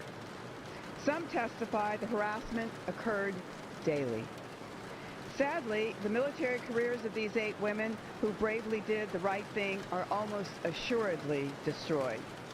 A major who filed a claim against Robertson said, quote, "I don't know if my career was in jeopardy for doing the right thing. What is this? Who in the Corps who supported you is going to trust you in the future," unquote. Despite repeated warnings, Colonel Robertson also emailed pornography to friends and female subordinates. A lieutenant colonel who was the chief nurse under Robertson's command said his command style split the staff and created a toxic environment. What makes the defense's answer to all these actions? That all of these jokes and the touching were attempts to boost morale. How much more outrageous must the excuse become before we do something about it? So what is the punishment for someone in the military convicted of 14 counts of assaulting and harassing his subordinates who was assigned to protect? Is he sent to prison for being a predator? Bro, his dad is in the congressional record for being a fucking sex pest. That is crazy. Oh my God. Is he stripped of his standing? Being a second generation sex pest is wild. I mean, like father, like son, I guess. In the military. What the fuck? Oh, no. Colonel Robertson was ordered to pay a $30,000 fine over 3 months and spent 3 months in prison. Colonel Robertson will retire from the Army when he finishes his sentence. His conviction won't affect his Army retirement. Everything I know about the way the military normally deals with these issues, I have no fear in saying that the likelihood is that the damage was significantly larger, and the very fact that he was even punished means that what he did was probably far worse, because the military usually just lets you get away with it, okay? Especially if you're high-ranking fucking Vietnam veteran, all this shit. Oh my God. Oh my fucking God. Holy fuck. I mean, you got a congressperson shitting on the fact that the American military did not offer just punishment. When do you plan on enlisting in Hamas or Hezbollah? I noticed that a lot of the little creatures have started crawling in the chat. All of a sudden. What happened? Why are y'all crawling out of the fucking woodwork right now at this very moment? It's like the worst time. It's perhaps the worst fucking time to come in here and chirp. Who is this guy? This guy is the father of this guy who posted, "I'm genuinely considering full swap into YouTube if this terrorist propaganda isn't published harshly and immediately on Twitch. My father, my brothers, and our soldiers did not bleed, sacrifice, and die for this bullshit to be allowed and promoted on Twitch."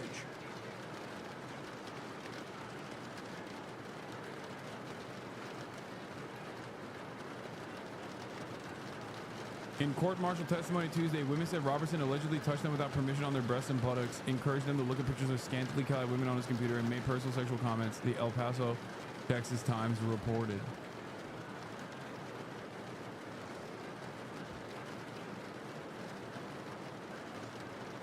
He brought this up, and then Twitter immediately came in and was like, dude, your dad literally was a fucking award-winning sex pest.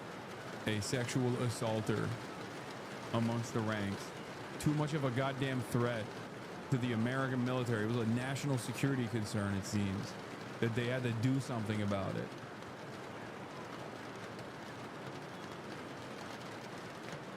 That's crazy. The U.S. military still protects rapists. There have been increasing protests in Okinawa because the U.S. won't stop protecting rapists. I was in a protest in Shibuya last weekend, and there's growing anger. No, I know that. Like a congressionally recognized sexual assaulter.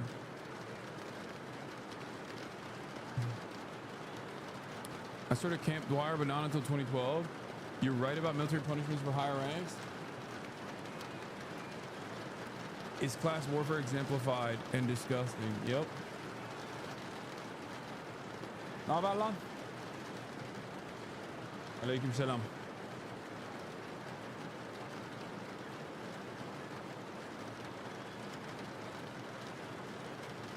Apparently they had his dad,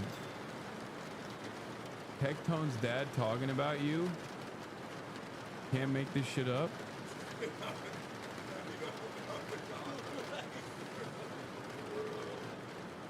What did he say? What did Colonel Iron Mike say? Bad people for thinking this shit's bad funny. No, this shit's hilarious.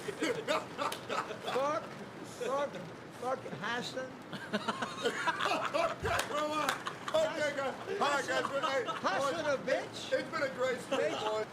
Bro, what the fuck? Bro, why are all my haters like this? What is going on, bro? What the fuck? Yeah!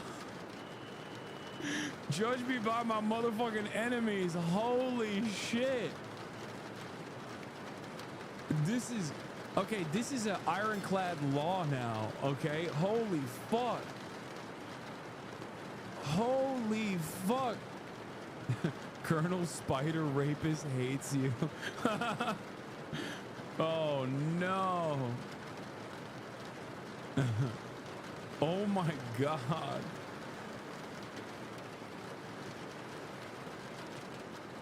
Dude, do I have a...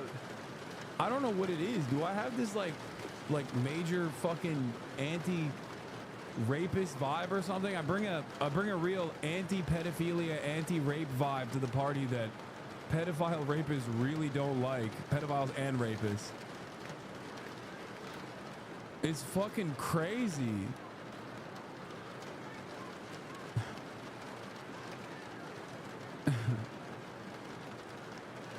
What the fuck? Been a great stream, boys. Major fuck? Yeah, I hope y'all enjoyed the stream. Hey, I'll see y'all next. That's a sick belt buckle though. Like, I can still recognize drip. Tectone is a proud patriotic guy that thought World War II was in the 1800s, by the way. Oh my God, that's awesome. Yeah, we got to put this guy up on the board too, next to Dr. Piss Inspect.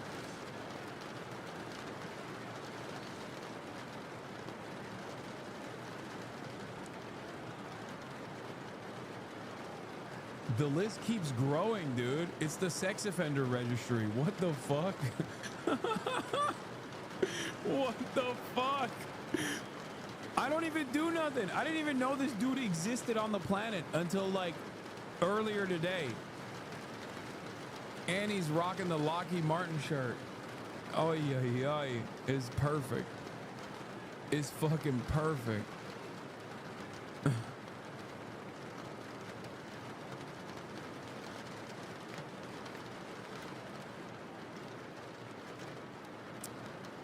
Oh, even journalists know about his family's weird business now.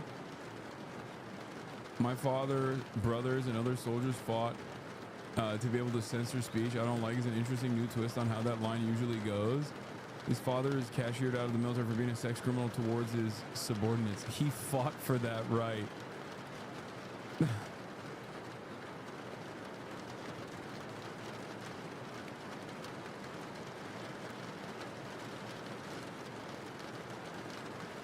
Jesus Christ. Do nothing win?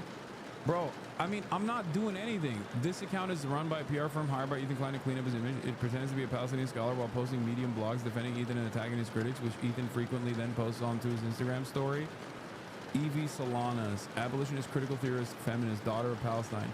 Defending Ethan Klein of H3 on Israel-Palestine Zionism. Ethan Klein is not a pro-genocide Zionist, liberal or otherwise. The blogs are written by AI with SEO designed to show up high in Google searches for key terms of importance. Ethan, like Ethan Klein Zionist, Ethan Klein sexual assault. For the latter, it used an article falsely accusing Hasan of SA that mentions Ethan of wait, what? Hasan Parker, the male feminist who weaponizes police against women and shares revenge porn. None of those things happen. This is not at all new for Ethan. I don't know. Is this Bad Empanada? Is this Bad Empanada's account? Because if it is, I'm gonna... Yeah, it most likely is. Okay. I take Bad Empanada's drama-related content with a grain of salt. I don't know if I don't trust his acumen in that regard. But yeah, you can fucking lie about whatever the fuck you want on Medium, I guess. He linked that Medium article yesterday on his story. This piece of shit running defense for Zionist Ethan Klein is LARPing as pro-Palestine. What they actually are is a Diddy G rat who's following Vile Destiny, Sex Pest fans, and Yeet the mod of the Islamophobic Nazi Zionist troll farm Dazbullah Brigade.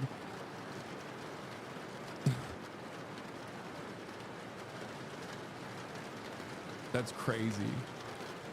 So you mean to tell me this person is writing?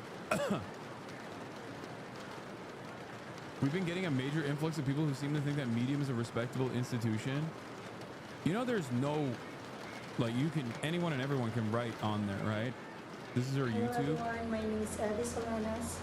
The aim of my content is to promote education in healthier, honest, and fair discourse online.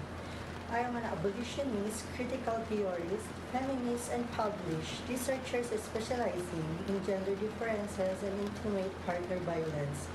I do not abide anyone who promotes violence, harassment, or hatred based on race, gender, nationality, and other immutable characteristics. I have in the past used an avatar and generated voice for some of my content. Recently, why is Pinoy Gang coming after me like this? What the fuck? I've always shown love to my Swagapinos. What the hell?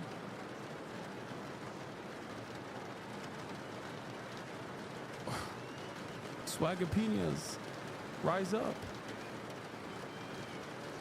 But not like this. Has to be a Fiverr gig. Not Pinoy, look at the name.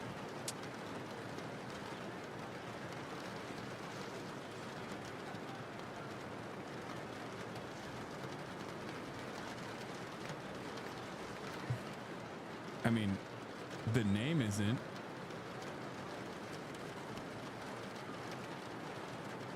I have decided to attach more of myself to this work as I feel more comfortable. However, I will continue to use the generated voice for less personal content because it helps me produce better quality products. I also have paid editors for YouTube because I don't have time to edit all of the videos I want to make. Anyway, thank you for following. Published researcher exploring the social world? Wait, what is she published?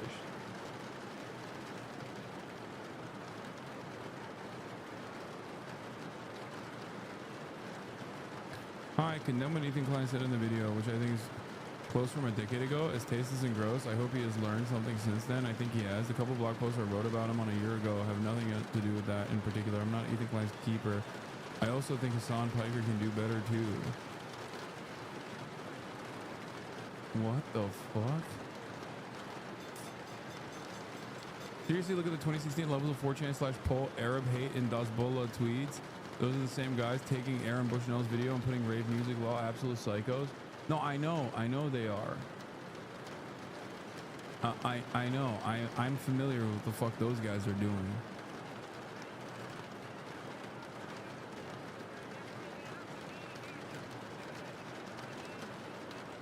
Nothing is not real. I looked into it a while back.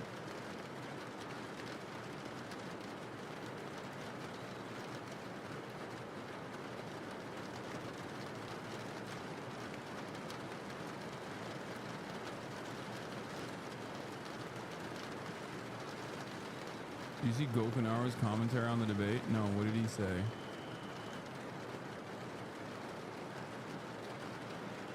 Why are chatters so fucking aware of every single one of these weirdos? Why is this community turning the garbage on? Okay, bro, fucking calm down, all right? Like, I mean, this is like a, not very sophisticated, but a very active smearing campaign that Ethan Klein is either willingly or unwillingly participating in. Like, that's fucking, I think that's valid. It's valid to look into shit like this, okay? Like, calm down. Like, there is a limit to drama, and this in and of itself is like worthwhile.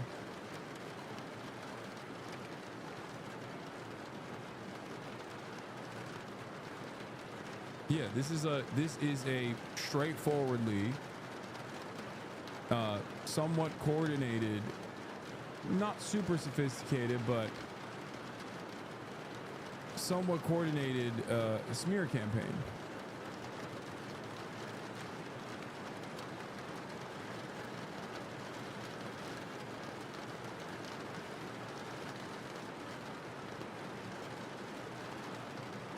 I suspect that that person who's on that YouTube page is probably not the real person, though.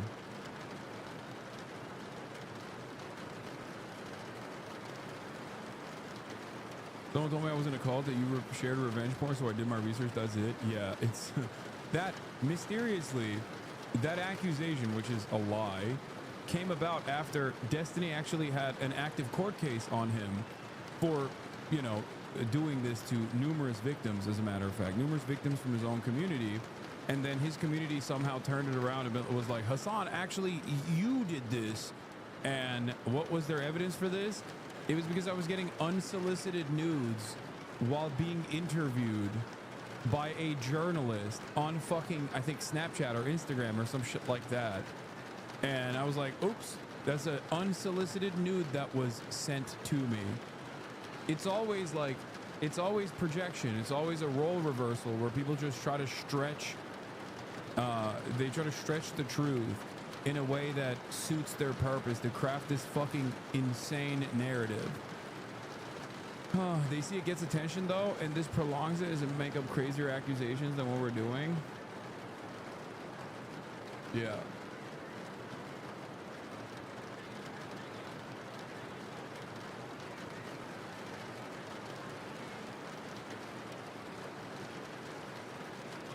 What are you gonna do? That wouldn't be me, for the record. That would not be me sharing revenge porn. That would be me being victim of sexual harassment. And no, I don't have a Snapchat anymore. But I'm saying that, like, you know, receiving an unsolicited nude would be victimizing me under normal circumstances. Not that I fucking care, but not the other way around.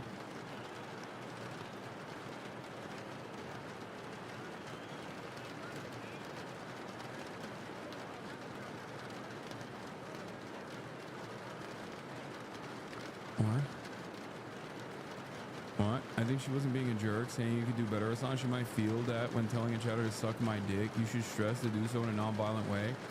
Oh, God. Oh, my God. You are getting fucking... You are literally getting primed by an AI bot, chatter. I like to think that at least 11 months in this fucking community would have caused someone to be a little bit smarter than an AI bot, like someone who was easily duped by an AI bot that wrote a fucking Medium article that is clearly designed to smear me. That's your takeaway from this? Getting real hard for me to not say suck my dick.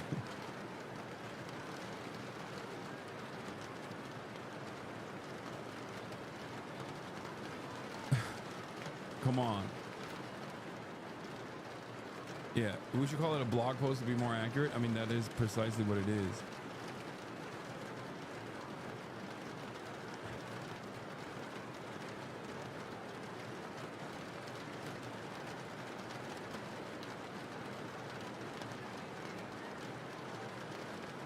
Non-violently. I'll say it over and over again. Chatter's confused being charitable with being a useful idiot too often. I know.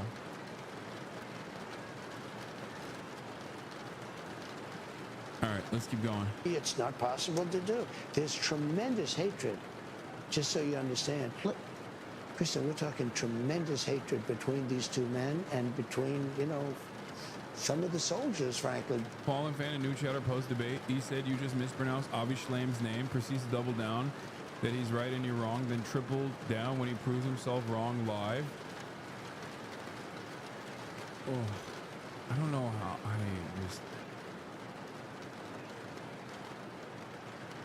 I don't. Let's move on, please. Let's get back to the real drama. My goat, the president.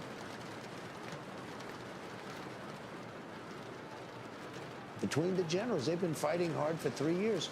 I think we have a very good chance of doing it. Very quickly, if you do walk away, would that mean that you would pull military and intelligence I don't want to say that now. It's too early to say that. I don't want to get into that argument. Let's move on to Canada. You have long talked about making Canada the 51st state. There's obviously a new Prime Minister of Canada, Mark Carney, who you spoke to after his victory. He says that you didn't talk to him in that call about making Canada a 51st state. No, he called me. He was very nice, and I congratulated him. He had a victory.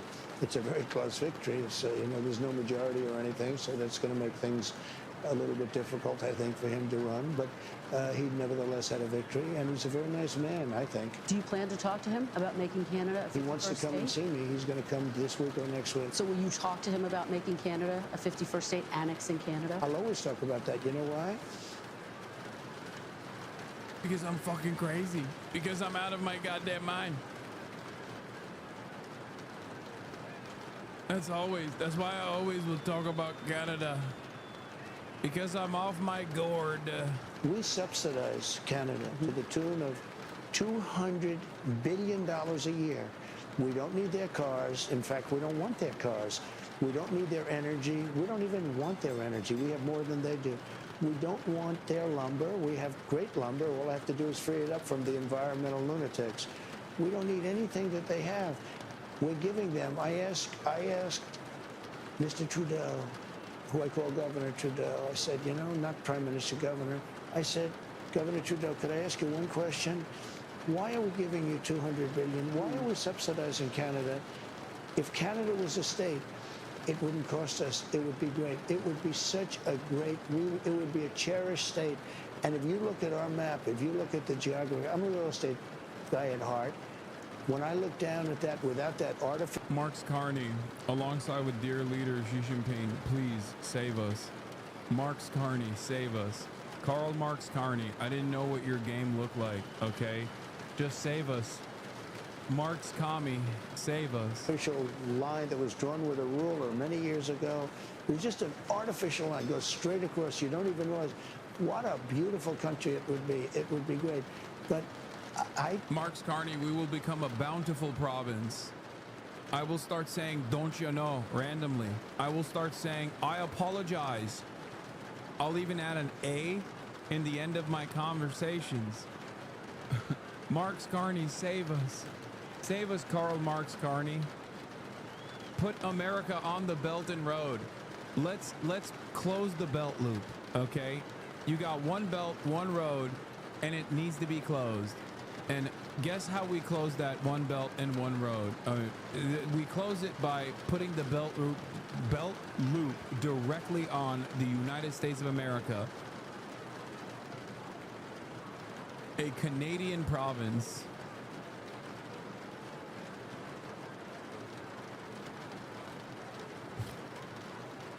Hey, bud. I don't think the American public wants me to... Marx Carney gonna come out and be like, he said he was gonna do the Amerification of Canada, but we just Canada-fied America. I did NATO. Pay $200 billion a year to subsidize Canada. Again, remember this. Yeah. We don't need their cars. We don't need their lumber. We don't need their energy. We don't need... He's so good at being a National Socialist. Like, he is actually the method. Like, he is doing the Hitlerian method so hard. He doesn't have the ideological acumen or the conviction to follow through on this agenda, even though he is surrounded by people who very clearly do, like Stephen Miller, who is a fucking Nazi through and through. But as far as the rhetoric goes, it's so, like, he says borders are a scar on the face of the earth, like he's fucking Giannis Varoufakis. When talking about the annexation of Canada, he talks about how you don't need these many commodities. Let us rid ourselves of these material possessions and care about what truly matters. You don't need 35 different toys. You can make do with 3 or 4. Enough of... Long gone are the days where we wanted to constantly seek out abundance. It has taken a major toll on the environment. We must go back We must return. And then why is he doing that? Oh, because he wants to decouple trade from China, from all of China's trade partners, because he wants to, I guess, nuke China without having too much of a severe repercussion in the process. It's crazy. He has the populism down pat. This man could tomorrow, if he wanted to, I think, bring about Medicare for all to this country. He would never do that because he is a capitalist through and through. But I'm not even kidding when I say he could just come out and be like, every American deserves to be saved. There is no freedom until you have freedom from medical debt. Can you believe it, folks? America's the only country in the developed world that still has the concept of medical debt. How can you claim to be free? How can anyone claim to be free if you have the freedom to what? Choose which healthcare provider you're gonna get shellacked by? That's why I'm abolishing the profit-centered, privatized healthcare structure, an expensive middleman that no one wanted. That's right. And I'm also freeing Luigi Mangione. I'm taking him out of prison, folks. Look at how beautiful he is. He looks like he just came out of central casting, folks. He looks like one of those guys. Italian, beautiful, beautiful Italian eyebrows. I took one look at those eyebrows and I said, Medicare for all today, Medicare for all tomorrow, and Medicare for all yesterday. He comes out of the gate swinging like that. All the cult turns around. FDR numbers, woke Trump.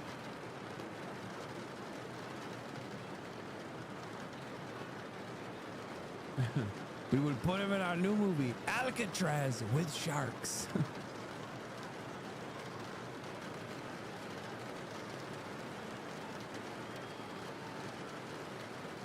Oh my God.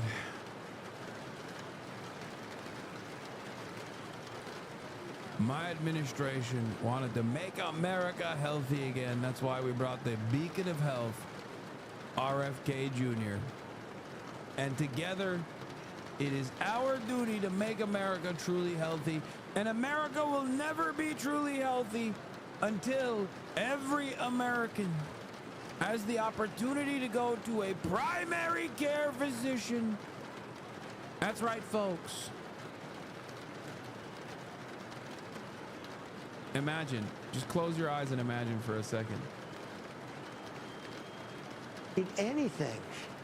We do very little business with Canada. They do all of their business practically with us. They need us. We don't need them. You and I talked, and I asked you if you would rule out military force to take Greenland, and you said no, you don't rule out anything. Would you rule out military force to take Canada? Well, I think we're not going to ever get to that point. It could happen. Something could happen with Greenland. I'll be honest. We need that for national and international security. But not with I think Canada? It's highly unlikely. I don't see it with Canada. I just don't see it. I have to be honest with you. Okay, but you don't rule it out for Greenland. And by the way, Canada, they spend less money on military than... Bro, what is this conversation that's taking place? The United States of America's president is talking about how he won't rule out a military annexation. A military annexation of fucking Greenland, dude. What? Of a NATO nation. Oh my God!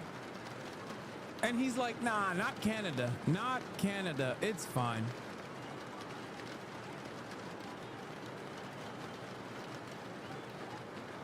We won't do it to Canada. I'll spare Canada. Practically any nation in the world, they pay NATO less than any nation. They think we're subsidized. They think we are going to protect them. And really... If you put an Iron Dome in Vermont, we'll put rocket launchers in Montreal. Okay, Canadians, calm down. Okay, calm down. Calm down. All right. Chill out. Canadians think they're American for a brief moment when they say stuff like that, where it's like, come on. We are. But the truth is, they don't carry their full share, and it's unfair to the United States and our taxpayers. But you are not ruling out military force to take Greenland. I don't rule it out. I don't say I'm going to do it, but I don't rule out anything. No, not there. We need that. We need Greenland very badly. Greenland is a very small amount of people, which we'll take care of, and we'll cherish them and all of that. But we need that for international security. Do you know, we have Russian boats and we have Chinese boats, gunships all over the place, aircraft carriers, gunships, going up and down the coast of Greenland. We need that to be protected. Internationally, we need it. So you are willing to send U.S. troops to claim a sovereign territory? I didn't say that. You asked me a question. Would you? Is there a circumstance? It could happen. I doubt it will, but it certainly could happen with respect to Greenland. Okay, let me ask you about Iran. Your administration has had conversations with Iran. Is the goal of these talks limiting Iran's nuclear program or total dismantlement? Total dismantlement. That's all you'll accept? That's all I'd accept. Now, there's a new theory going out there that Iran would be allowed to have civilian, meaning to make electricity, but I say, you know, they have so much oil, what do they need it for? But, you know, I've seen it with other states where they're looking to do something and they have a lot of oil.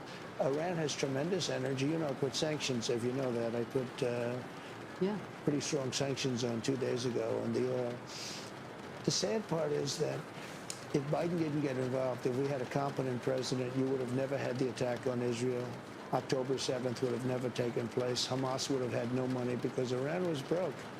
And now, in a period of 4 years during the Biden administration, they became very rich. They have over $300 billion cash in the bank.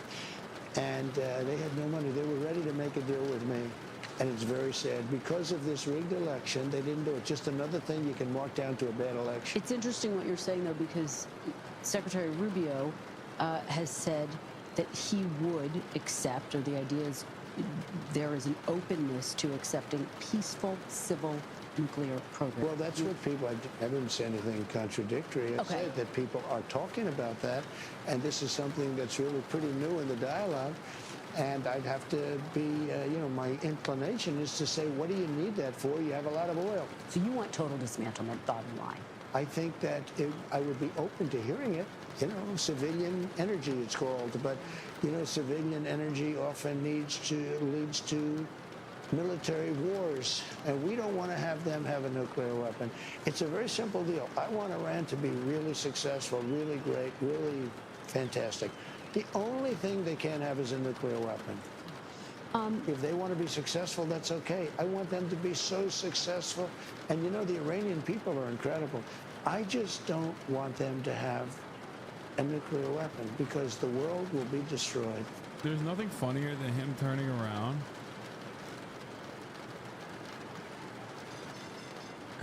and trying to re-implement the Iran denuclearization agreement, which, of course, the first time around, his signature accomplishment was destroying it at the behest of Israel. So what he's doing, okay, Jerome Powell, he's like, who's the stupid guy that appointed him? Or tax cuts that are slated to sunset. Who's the stupid guy that designed the tax code to sunset by this point? Or the Iran denuclearization agreement is like, who is the dumb guy who told Iran that they no longer have to abide by the denuclearization agreement? It's like everything he's doing. The TMC, oh, dude. NAFTA 2, also known as the TMCA, some guy came in, did a horrible trade deal with Mexico and Canada. Who could have done this? He's literally, or not TCMA, sorry, USMCA. Wait, what the fuck is the US-Mexico-Canada deal? What was the TCMA? Where did I get that from? Texas City Management Association. No. Anyway. USMCA, you're right. Yeah. Or wait, that's another good one. Who the hell brought all these Venezuelans into the country? Who in the hell would bring all of these Venezuelan Trenderagua gangsters into the country? Trump did all of that. TSMC for semiconductors is what I was, fucking it up with. Anyway, it's like every single thing that he's fucking complaining about, he did his first administration.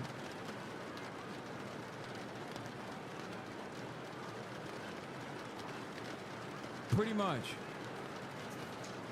Just to recap, we're talking about your desire to claim Canada. Who's doing questions Greenland. now? What do you say to people? You forgot the Panama Canal. Panama Canal. What do you say to people who say they voted for you because they wanted you to end foreign conflicts, not start new? I don't see that as conflict. I think that's... Can you explain how he did that? Donald Trump literally extended temporary protected status to Venezuelans on his way out again. Like literally, one of his last acts in office was to extend temporary protected status to Venezuelans.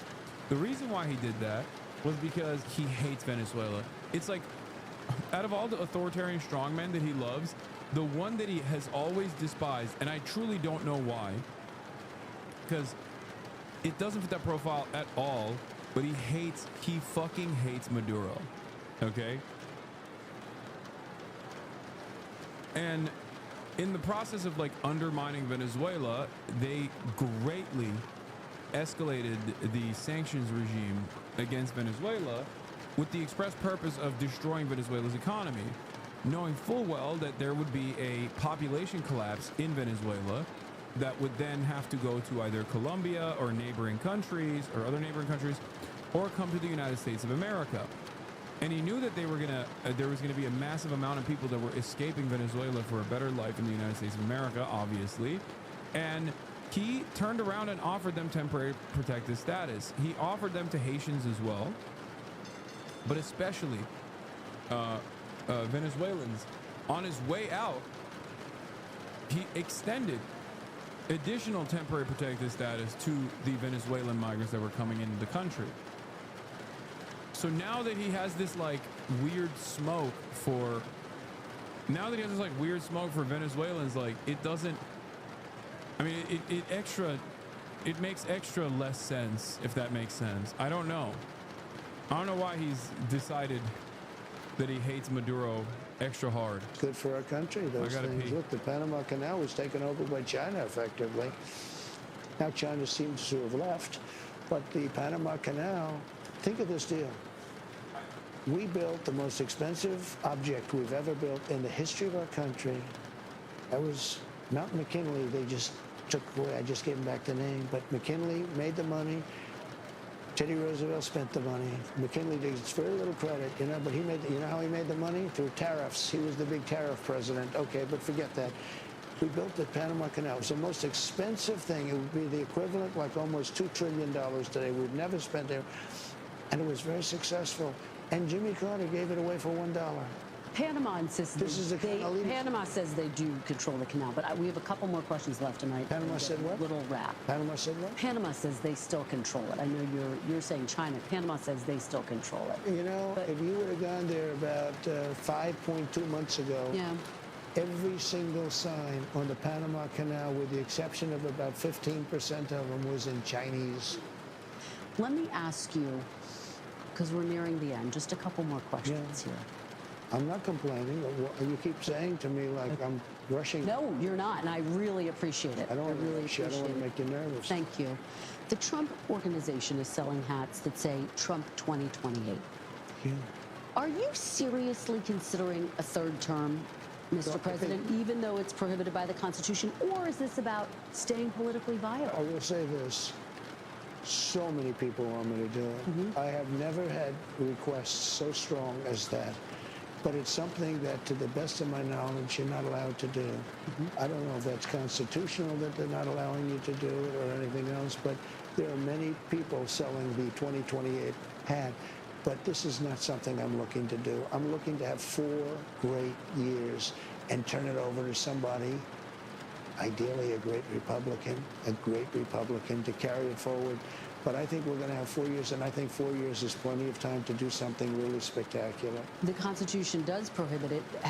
Some of your allies are pretty serious about this, though, Mr. President. I've spoken to them. They say they are coming up with potential ways. Well, obviously, the biggest one would be a constitutional amendment. That's because they like the job I'm doing, and it's a compliment. It's really a great compliment. Has anyone approached you, though, with an actual plan, a way to actually start the process Well, there are of a ways of doing constitutional it. amendment? There are ways of doing it, and you know the same thing. And if you look at the vice presidential thing, and you hear different concepts and different other people say you can have a write-in vote. There's lots of different things. With all of that being said, I want to be a great president. I will have served. Hopefully, everything will go well. I feel very good. I just did a physical. I took, unlike all other presidents, I took cognitive tests and I aced it. I got 100% correct. And the doctor, one doctor said, there were numerous doctors watching. And he said, I've never seen that before. Biden didn't take a cognitive. He couldn't have gotten the first question right. But I came out great with the physical, both physically and mentally.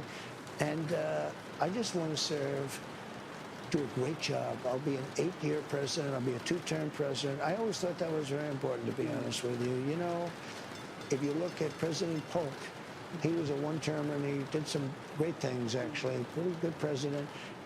And I'm not saying you can't do that, but there's something about being a 2-term president that was very important to me.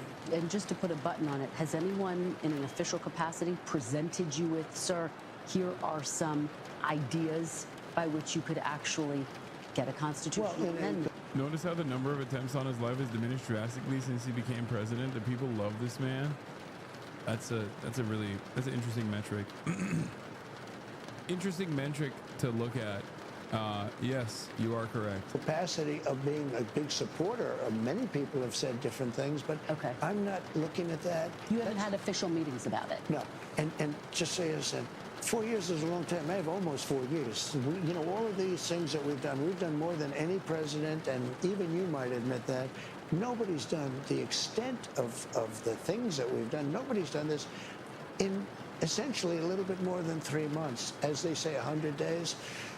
I'm looking to do a great job as president and set the country on the right track, because if I didn't win, this country would have failed. We would have been a failed nation. You have built a political movement that has transformed the Republican Party. It's transformed the country, quite frankly. Political movement in history, MAGA. Make America great again. When you look to the future, Mr. President, do you think the MAGA movement can survive without you as its leader? Yes, I do. What gives you? I think it's so strong, and I think we have tremendous people. I think we have a tremendous group of people. We talked about a number of them. You look at Marco, you look at J.D. Vance, who's fantastic. You look at, I could name 10, 15, 20 people right now just sitting here. No, I think we have a tremendous party. And you know what I can't name? I can't name one Democrat. I mean, I look at the Democrats, they're in total disarray. They have a new person named Crockett. I watched her speak the other day. She's definitely a low IQ person. And they said, she's the future of the party. I said, you have to be kidding. I don't know what they're going to do. And I really believe in a 2-party system. Oh, no. He's flexing. He's saying, he's doing the Nancy Pelosi. He's like, I want a strong Democratic Party. I want a strong Democrat Party. That's what I want. Because it's good to be challenged. It's really good to have a 2-party. You know, it's good. Being challenged is okay. It keeps you sharp. I don't know what they're going to do. They have nobody. Bernie's 87 years old or something. And you know, Biden is the worst thing that ever happened to old people, because he was grossly incompetent, and I think maybe for artificial reasons. You know, he had operations and things, so maybe that's an artificial. But I know people that are unbelievably sharp, and they're older than 87. But I watch Bernie Sanders. He's a nut job, but he's still sharp. He's sharp as he's the same guy he was. He hasn't gone down. But Biden is really, he's the worst thing to happen to old people.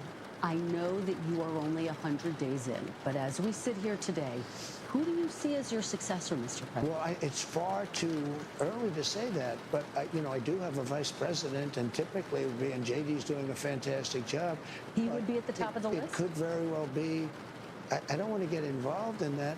I think he's a fantastic, brilliant guy. Marco is great. There's a lot of them that are great. I also see tremendous unity. But certainly you would say that somebody's the VP. If that person is outstanding, I guess that person would have an advantage. But I think the other people would all stay in unbelievably high positions. But, it could be that he'd be challenged by somebody. We have a lot of good people in this party. Thanks for watching. Stay updated. That was masterclass. Masterclass, folks. Master fucking class. Just got in here. Did you see Asman falling through his attic searching for dead animals? Did he fall through his attic? Did I misunderstand his point? Because yes, I did see it. And I quote retweeted it. Here he said, took the day off to find some dead animal in my attic that smelled bad. Oh, wait, he fell through. Did he fall through, or did the dead animal fall through the attic?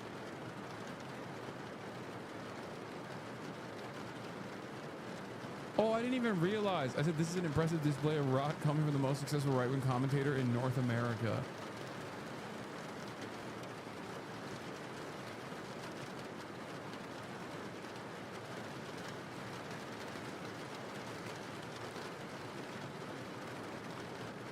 Bro, dude, the structural integrity of that attic was basically non-existent.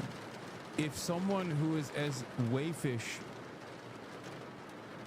like Asmongold's like a twig. How the fuck did he have enough weight to even go through? Tofu drag. Yeah, dude, Asmongold's living in Asmongold's living in tofu walls, dude. What the fuck?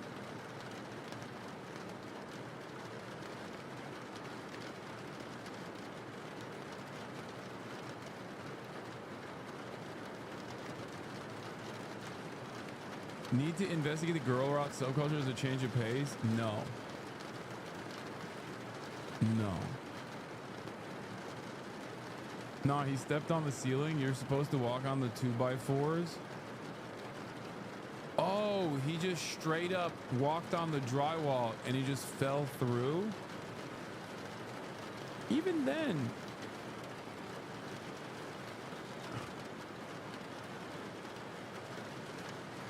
Even then, I feel like, shouldn't it still like hold him up? He's not that heavy.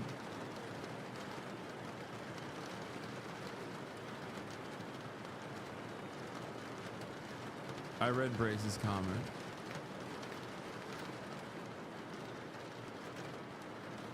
If you step between the raptors, sheetrock is not strong.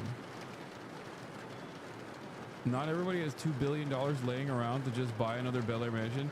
Yeah, you're right. Except Asmongold is exceptionally wealthier than me. So he's the one guy you can't say that about. Also, additionally funny, considering that, do you guys live like this? You don't make any money in comparison to Asmongold. Do you live in these circumstances? No. So, like, this is unique. This is exceptional. This is truly, truly horrifying, horrifyingly repulsive. It's not like he also lives in like a high value real estate market either. He lives in Austin, Texas.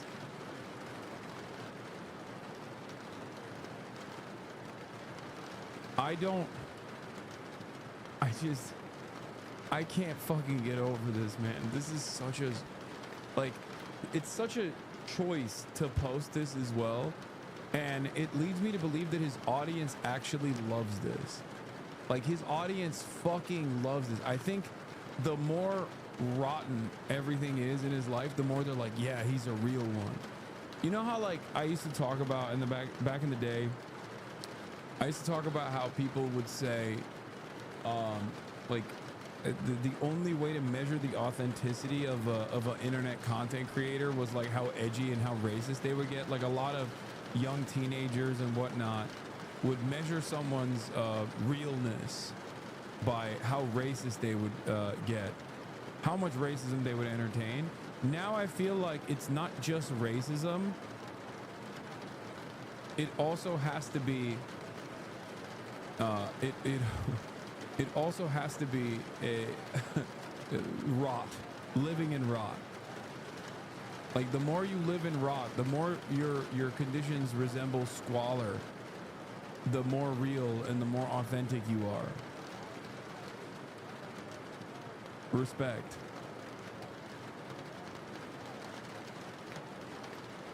Rot Maxine.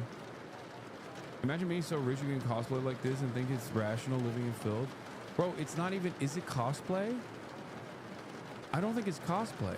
We need a different term for it. This is what it is. It's not like he's living in a fucking ginormous mansion and he's like carefully designed certain areas of the mansion that look like it's a fucking Dark Souls mission. No. Like,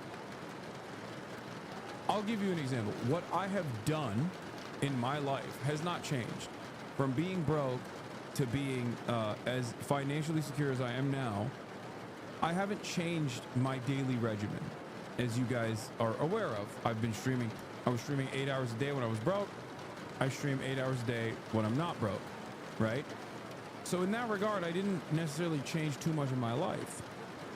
But I did improve my living conditions because I'm a normal person who's like, yeah, I want to have a big house where I can host my family, you know, and my friends, and not live in rot.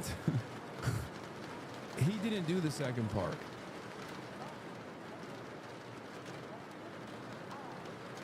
Eight-hour streams, Lamau.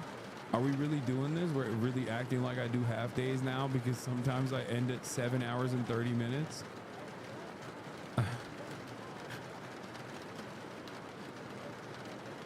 So who is more real? I guess he's more real. He doesn't give a shit about anything.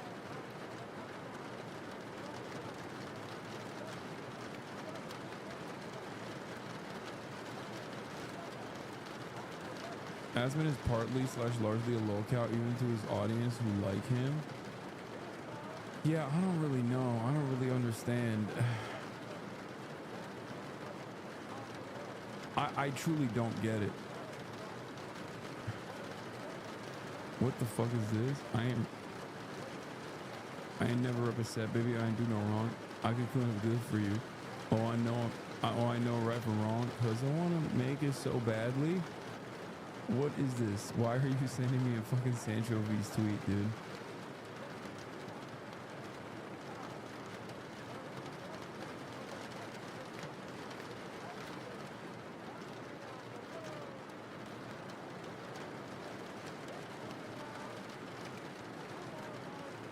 Oh yeah, I'm docking your pay? For what? What you're paying for in the thousands of hours of stream content that you get for free if you have a Twitch Prime, by the way. No, he doesn't drive the 99 Mustang anymore because it literally broke down when I was in Texas doing his podcast, and I believe he got a new car. Yeah, the price point comes down to like 5 cents. 5 cents an hour. Yes, I did his podcast, dude. I mean, this is before he went full blown.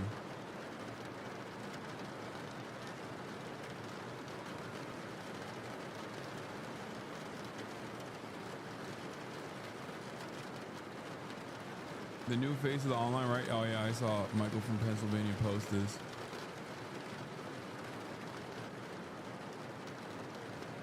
Where's the audio? Yeah, Drama Alert went from saying he's so gross to fucking to loving every moment.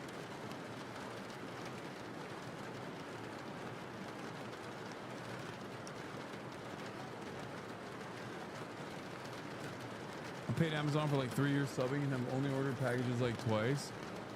Ain't nobody asked you to get Amazon Prime so you can get a Twitch Prime. I always tell you, you can use your mom's Amazon Prime account and connect it to your Twitch account.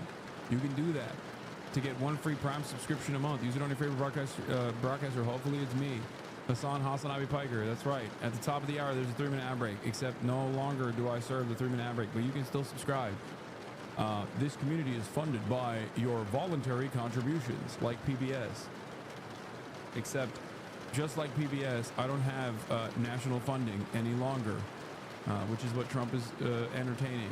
He is entertaining to, I mean, he's considering taking away.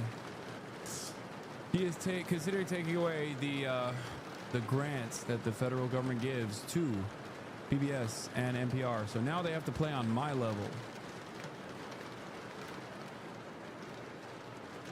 What is broke to you, though? I thought you admitted to being a Nepo baby just yesterday. Not trying to attack at all. Genuinely asking.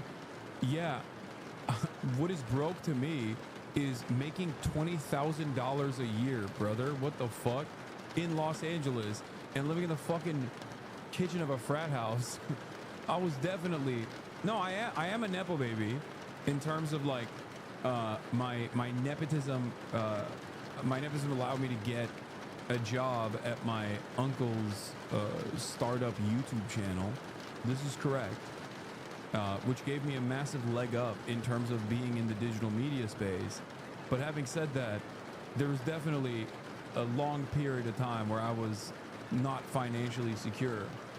I grew up affluent as well on top of that, but that affluence went away by the time I got to college because my father lost all of his money. Basically gambling in the stock market.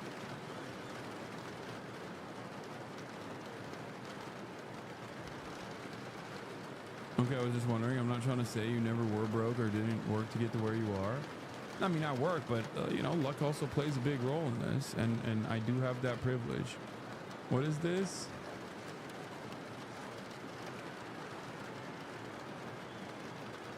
Hasan's zeroing in on TikTok right now. Bro's going after my 75-year-old cancer-ridden dad because of alleged sexual harassment claim from 17 years ago when I was 15 years old to try to paint me as a rapist. This guy's fucking psychotic. He must be upset because his best friend's on trial right now. Who? Who's my best friend?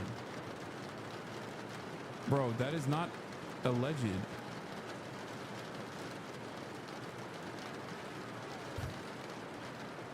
Okay, now I gotta quote retweet him. Hold on.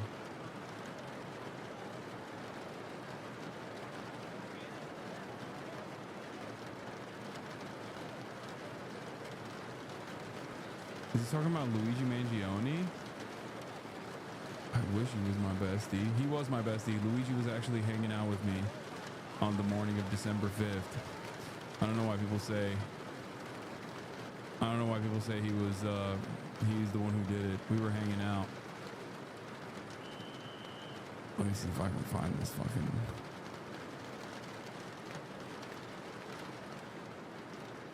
I'm trying to find this video real quick. I'm gonna quote retweet it. Hold up.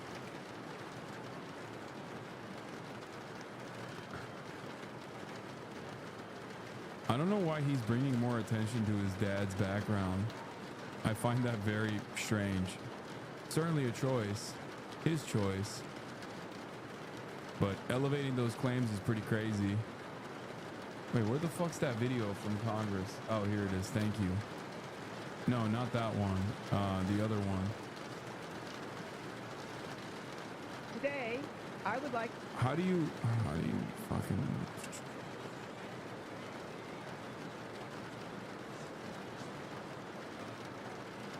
Hold on. I'm gonna repost this.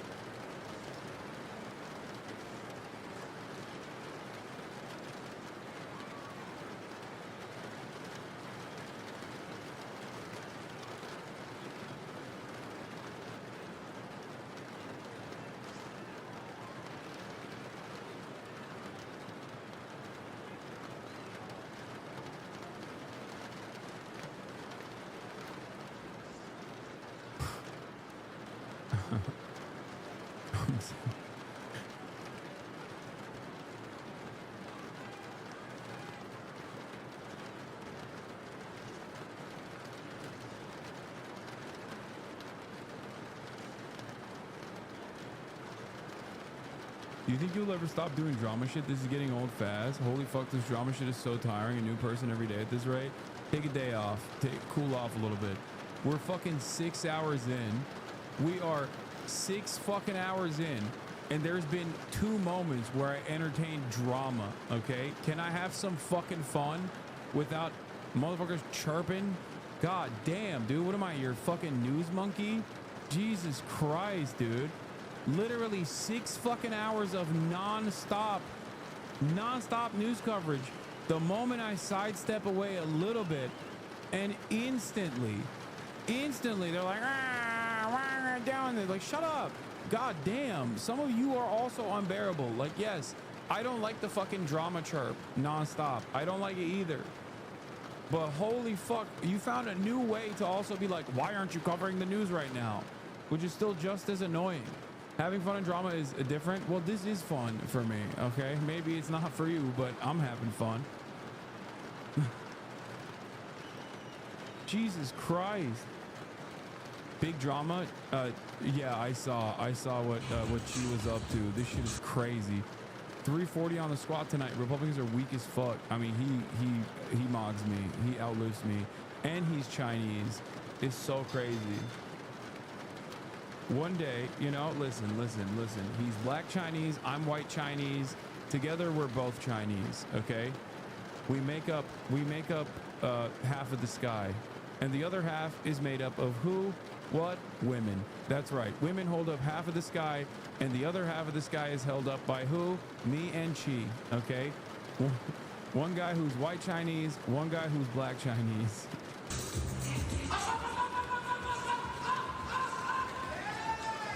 That's crazy.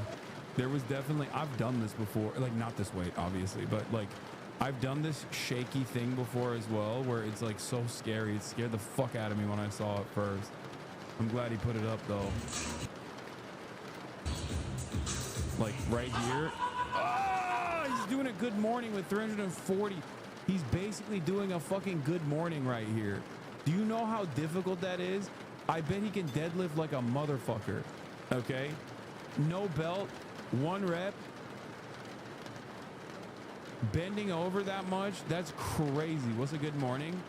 A good morning is a different exercise. Fuck, man, it's not. It's a squat. No, I know, dude. I know he's squatting. But this level, look, right here is good. But right here where he gets stuck, all of that weight is on his lower back. That means his lower back is insanely fucking strong. Yeah, I saw that fucking tweet too. Outflanking Mao from the left. I actually think women hold up 65% of the sky.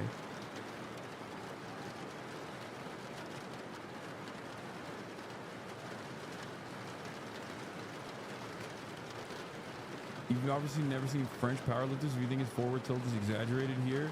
No, I do this too. I do this as well, by the way. This right here is a fucking spinal erector snapping moment right here.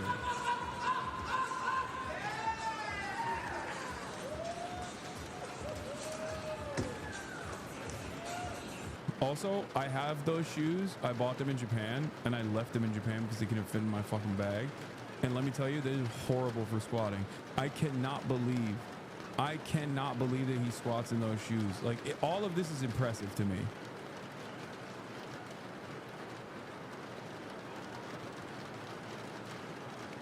Heels coming off the ground, bad form. No, dude, it's too heavy. Shut up, chatters. He made it though, and that's what matters. He put it up there. He got depth in there, and he put it all the way up. Everybody stop.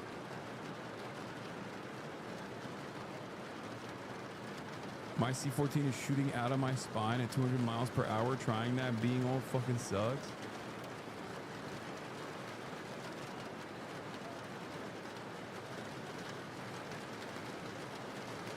Another big drama, we have to say W. Dave Matthews. Why would I? When you say white South African, the type of man that comes to mind might be Elon Musk or Peter Thiel or David Sachs. But like a drop of water in the desert, there is Dave Matthews. Why would you say reluctantly W. Dave Matthews? Does Dave Matthews suck? What's the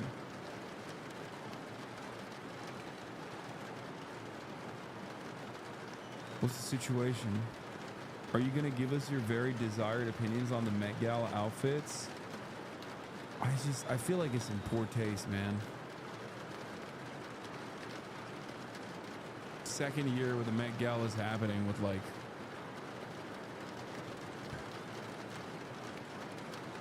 you have the most what? You have the most mentally insane haters? Motherfucker be trying to piss on the wrong boost. So fucking difficult to villainize and try to blow up shit that is solely allegations to begin with proven false. Though what's on the hunt knows about the truth or facts. It just sickens me to know, and I'm so tired of this nasty bullshit being spread by him/orbiters and dumbass dick suckers lapping it up. I know if it's got me this much, there are many more. It's pushing worse. Little bitch made coward boy already machine gunned his own legs off, so now he's trying to just bullet and bury his influence and career. What?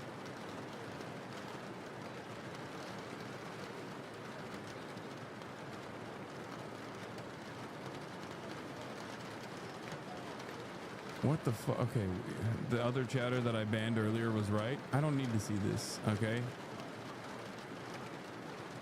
I don't need to see that. That's a little bit too much into the fucking, into the sauce, into the weeds. Dave Portnoy exploits after anti-Semitic sign is shown in a Barstool bar. I covered this yesterday, obviously.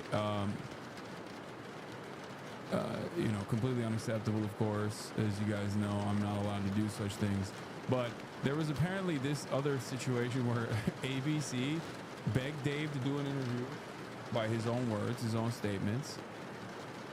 Okay.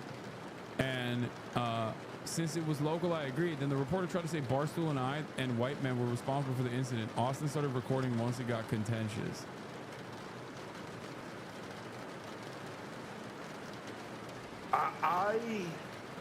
First of all, what time is it? It is 7:15. I'm out here in beautiful Scottsdale for the. Teresa calling you a Diddy partier now. What do you think of that?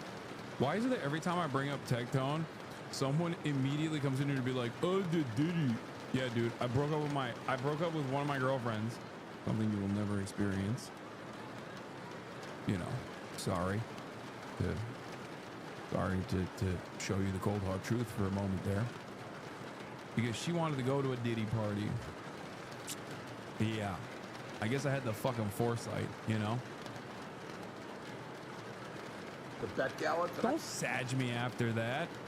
Don't hit me with the, oh, I was just reading what people said, sag. And obviously this thing at the bar, the fuck the Jews sign, the anti-Semitic sign at my bar, still going. So all press being like, will you talk about it? Yeah, I'll fucking talk about it. So ABC News. It's not that they're misrepresenting your Coachella after party statement. Yeah, no, I went to a party at Coachella, and I also was grossed out by it. And the party was thrown in part by P. Diddy many years ago. Philadelphia. They reach out. They beg me to do an interview. They give me the reporter's name. It's some report. What grossed me out was like, I talked about this fucking years ago on stream about how like it weirded me out. I had consumed some very legal mushrooms, very legal shiitake, I think, or maybe portobello, and I went into the backyard, and there was this like tent style structure that they had built in the backyard. I mean, it's like one of those like fucking advertising parties, you know what I mean? Like it's like sponsored by, I don't fucking know, Pepsi or some shit. Like it's just how it is in Coachella. And I went to this backyard where there was a fucking gazebo, and I looked up at the gazebo, and they had this like crazy fucking they had this crazy projection at the roof of the fucking gazebo, and it was like this child, and I think they had like they'd made this, it was a young boy. It was like an AI video, and this was before AI was popping, so I thought it was like extra weird. It was like maybe CGI. Yeah, it was like a young boy and then a young girl like opening up a Christmas present, and I was like, is Alex Jones right? Is Alex Jones actually fucking right? What is going on here? And I left. And I thought it was weird, and I reflected on it, and I explained it to you guys on a stream in like 2019 or something.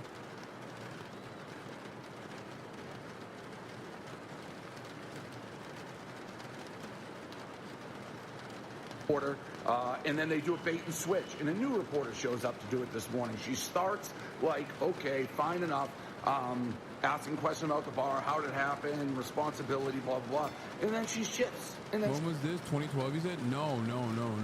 It wasn't 2012. It was in Coachella. It was like 2019, I think. She does whatever. The girlfriend breakup is at a separate instance. A media scumbag does. She's like, bro, you should have not said that. In 2019, the fuck are you talking about? Also, it doesn't even make me look bad. It's me being creeped out by Diddy. What the fuck? It wasn't like a Diddy party. It was a fucking Coachella party. Which I even forgot about. Even forgot about fucking going to and talking about. How many views did we pull in 2019 streaming? Like 200?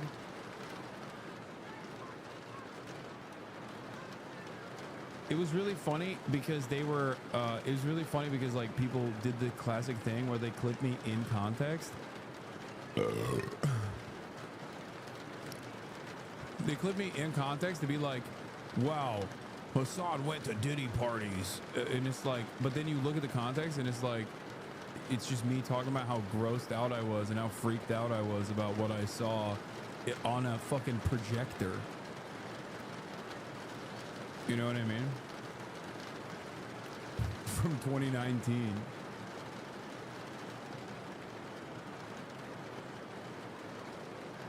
Yeah. The two clips they were using was me calling out the weird behavior and dumping my girlfriend for wanting to go to a Diddy party.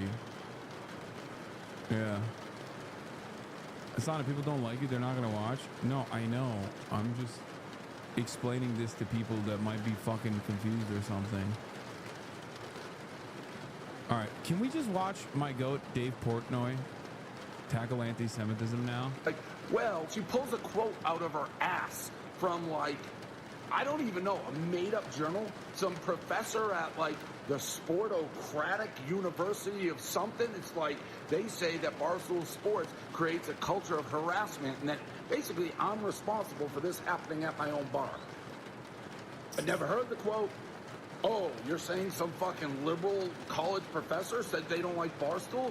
So I was like, well, who fucking said it? And what is this even journal? We go back and forth. Austin, who's here, started taping it. This fucking piece of shit, let me put it in right now. Here's who I would say is causing that type of environment. All these colleges who let Jewish kids get harassed on campus 24/7. I've been speaking out about this since it started. So these professors, I'd love to know, first of all, that sounds like a made-up. Oh my God, this sucks. I didn't think he was gonna hit the fucking, I didn't think he was gonna hit the fucking, like, college campuses have gotten out of control. There's like, they got Hamas everywhere. I didn't realize he was hitting those fucking notes. I gave him too much credit. Yeah, because he was so, I mean, first of all, he's still valid to do what he did in terms of the obvious, actually anti-Semitic incident that took place at his bar. And I'll take it one step further and say that it was nice of him to even turn around and be like, I'm gonna actually like use this as a teachable lesson instead of trying to destroy the lives of these kids, these drunk college kids or whatever, which is like an unexpected level of grace from a guy like this. Like, it was a surprisingly mature attitude to take in the situation. I'm a big sucker for people who are invested in rehabilitation. So I even mentioned that. But now he's over here being like, oh, the fucking college campuses, they got Hamas terrorists everywhere, dog. I don't know what that quote is. The Society of Sport. Where are the professors from? Where are the professors Like, I don't think Dave Portnoy gives a single shit about Israel. Here is a guy who is so, by my estimation, here is a guy who is so far removed from Israel, there is 0% chance There is 0% chance he's like a big Israel guy, okay? As a matter of fact, I feel like it almost feels like a lot of the big time Israel accounts are using him now to be like, oh, he loves Israel now. He's Mr. Israel. He does not give a shit. He's like, Israel, what is that? It's not a fucking Boston suburb. I don't care. Is that oh, you mean Israel Adesanya? Yeah, he's a real fighter, that guy. All right? Don't talk to me about any other Israel related shit. What do they got? They got pizza? Is that a pizza store? I don't want it. Didn't even know he was Jewish until now. Yeah, I don't know when. I think I found out that he was Jewish when I saw him wearing a yarmulke and waving the Israeli flag at the Bryce Mitchell fight, the neo-Nazi fight. Like, he's not. He is so Boston. He is Boston through and fucking through. Okay. When you're that Boston, I feel like when you're that Boston, you turn into a man who is Irish Catholic, no matter what. It doesn't matter what your background is. You're just fucking Irish Catholic. Oh no, don't show me this. There's no country that's consistently attacked by the enemies then used restraint in defending themselves despite superior military more than Israel. I want peace for all innocents in the Middle East. I also fully support Israel. Oh God, stick to pizza reviews.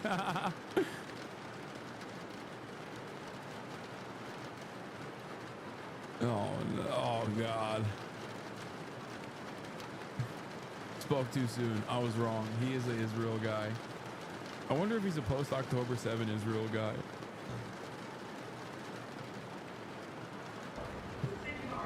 Well, why don't you answer where the professor's from? Well, no, you're quoting two people. I have no idea who they are from a made-up journal, so tell me where the professors are from. Okay, so, no, that's a real university. I'd like to know where they're getting their information. I don't like quotes and I have no idea where they're coming from. I totally disagree for what you just said.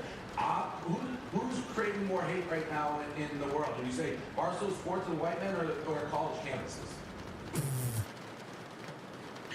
No. Listen, the reason why I didn't think he was like this is because he has moments of clarity sometimes where he cuts through like all the Trump shit, and we cover it a lot on this broadcast where he'll be like, listen, I don't know what the fuck these Republicans are doing with abortion. Just leave abortion back to the individual woman. I'm not exactly a big time feminist, but I don't think we should be touching women's bodies like that. You know, that type of shit. And it's like,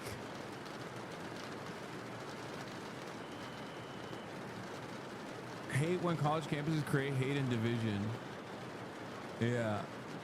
Barstool shilling gambling their college age fans is kind of out of the morality game. No, I never said he's a moral arbiter. I'm just saying that there are interesting moments of moral clarity in Dave Portnoy's life that I think makes him a interesting figure to cover, which is precisely the reason why I thought he would have probably hit a different note on this, and he wouldn't be like one of these like, oh, these college campuses are where hate is actually coming from type of guy.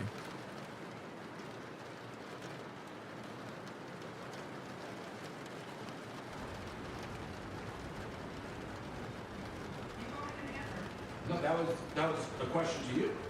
I'm a journalist. I'm asking. Well, I don't play by those rules. What does that mean? You're a journalist? I'm a journalist. I run a big media organization. I just asked you a question. Go. He's a Boston man. You thought he wouldn't be racist to Arabs? No. That's a good question. No, I didn't think he would be woke on that. I would have just thought that maybe this would be another one of those issues where he's just like, I kind of understand where the kids are coming from. You know what I mean? Like, that's what I thought. Does that seem that far-fetched? to think of Dave Porter being like, oh, I kind of get it. They really got to stop killing all these kids, man. That type of shit. Maybe I'm wish casting, but because he has that air to him. Rehabilitation for white people and just white people is a classic. Oh, wait. Oh, you're talking about him? No, I think one of the dudes was like Muslim. I think one of the dudes that did it was like literally named Muhammad or some shit. I don't know if I got duped by Hosborough accounts or not. I asked you a question. You answer the question. You answer the question. You're not running this interview. All right, then the interview's over. Look at the way he got up, yo. Look, this is supposed to be his big moment. Look at the way he got up. Hold on. I just asked you a question. Bro, I asked you a question. You answer That was so sassy. the question. You answer the question. You're not running this interview. All right, then the interview's over.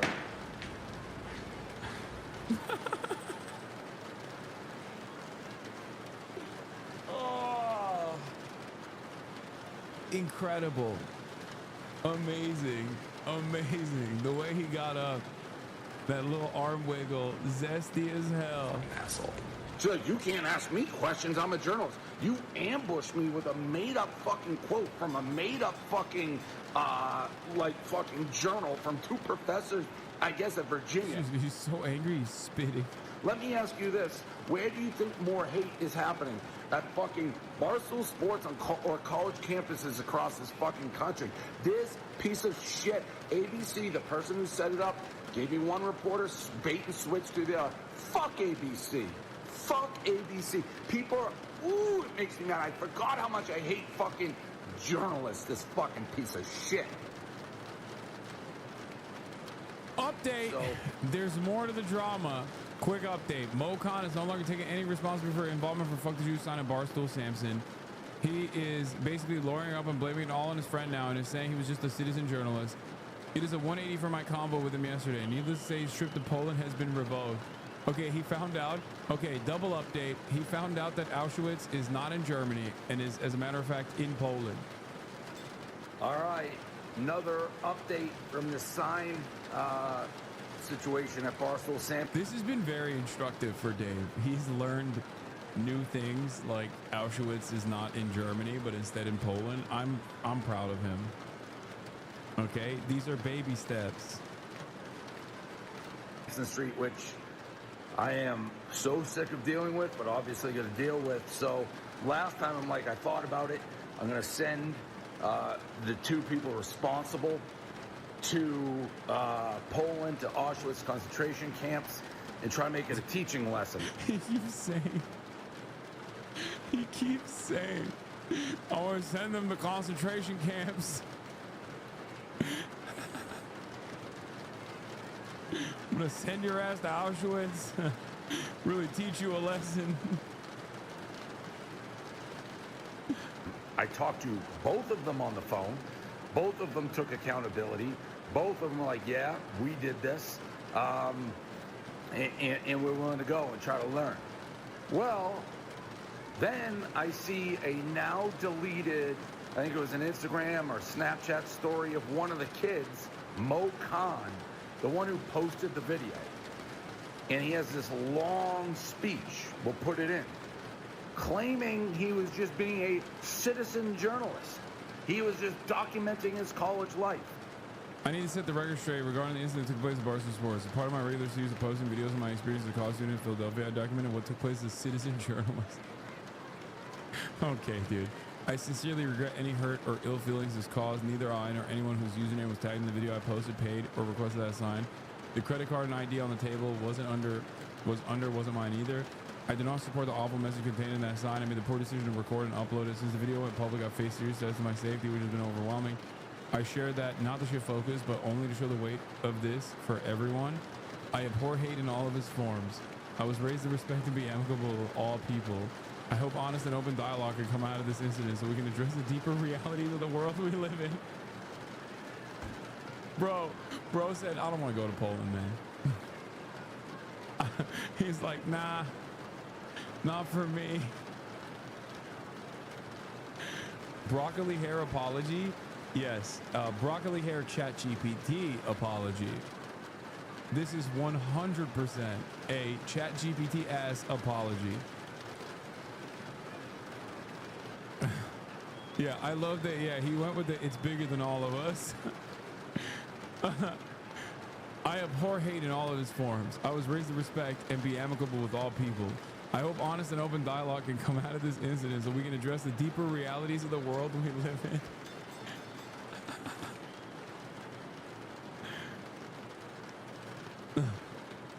ChatGPT, can you please write an apology for me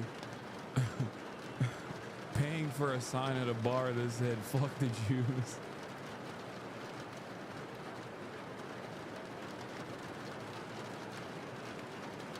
With what I've learned and will continue to learn, I hope to help create a safer space for everyone.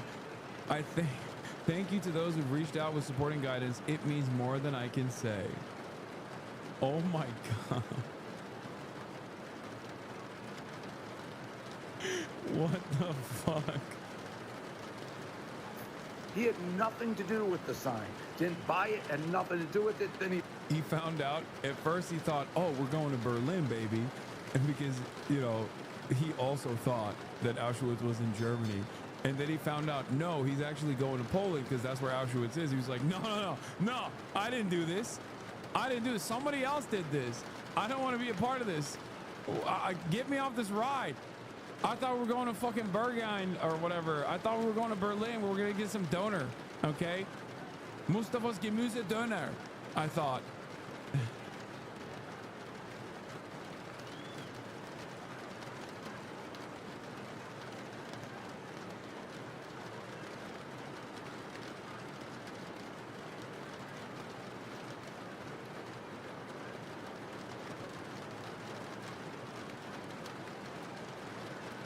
even know what it was. He's just being a citizen journalist. Quite literally a 180 from when I talked to him. So I called up Mo. He presses record. It's a little message. Hey, this call is being recorded. He's like, I'm with my parents or whatever. I'm like, Mo, what's going on? Like, we need some accountability. You hand up, I did it, I fucked up, I'm stupid. Like, let's try to learn from this. And he's like, well, you know, I had nothing to do with it. I felt pressured into admitting that I had anything to do with it. This is the kid who uploaded the video laughing and being like, fuck the Jews. The kid who uploaded to Instagram. He's like, well, I'm not gonna lie, Dave is 100% right. And I can't believe I'm saying this, but like, he literally extended grace to these dudes who he could have obliterated. Okay? He could have genuinely been, I mean, he could have been way fucking worse. He has a massive media franchise, and this dude got a free trip to Europe, to Poland. Okay, fair, but still to Europe. And it probably would have been like a barstool thing, you know, he probably would have made content out of it. And instead, he turned around and boofed it for no reason.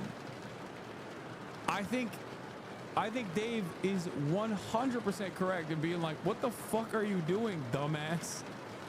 Like, I gave you the unironic opportunity of a fucking lifetime, and instead you just turned around and flipped it for no reason.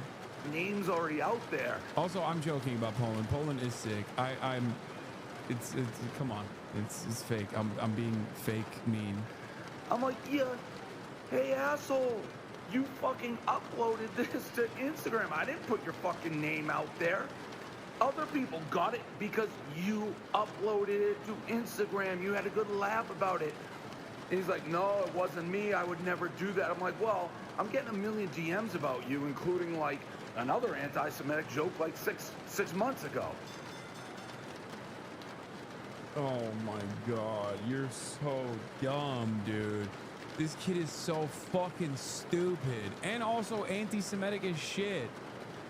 Oh my God, oh my Lord, Zoomers are so fucking cooked. It's over, dude. Throw this country in the trash. We are so cooked. We are so unimaginably cooked.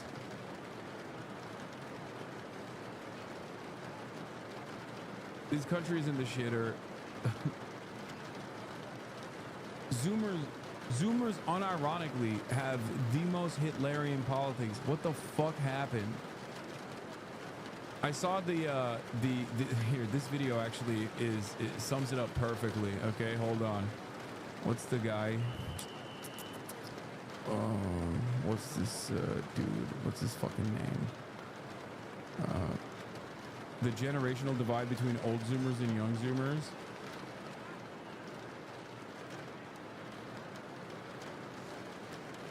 There's a major generational divide between old Zoomers and young Zoomers, and I watched a fucking YouTube meme video earlier today, and it was pretty good. From a small thing, or a man carrying things. Thank you. Thank you. Man carrying thing. He did a fantastic, quick little meme on it. Hold on, where the hell is it? Well, no, that's not the right one. Oh, basically the two types of Gen Z. How was my day? Let me tell you. I began it with a charitable contribution to a progressive political candidate in my district. Local politics are important to follow if you want to strengthen your community. Then I proceeded to take my 2 rescue dogs, Ron and Hermione, for a walk. I changed their names, but they only respond to those ones now. After which I drove to my job where I make minimum wage with 0 benefits. Then finally, I joined my college friends for a rep screening of a beloved 1980s horror classic. What did you do? Cried.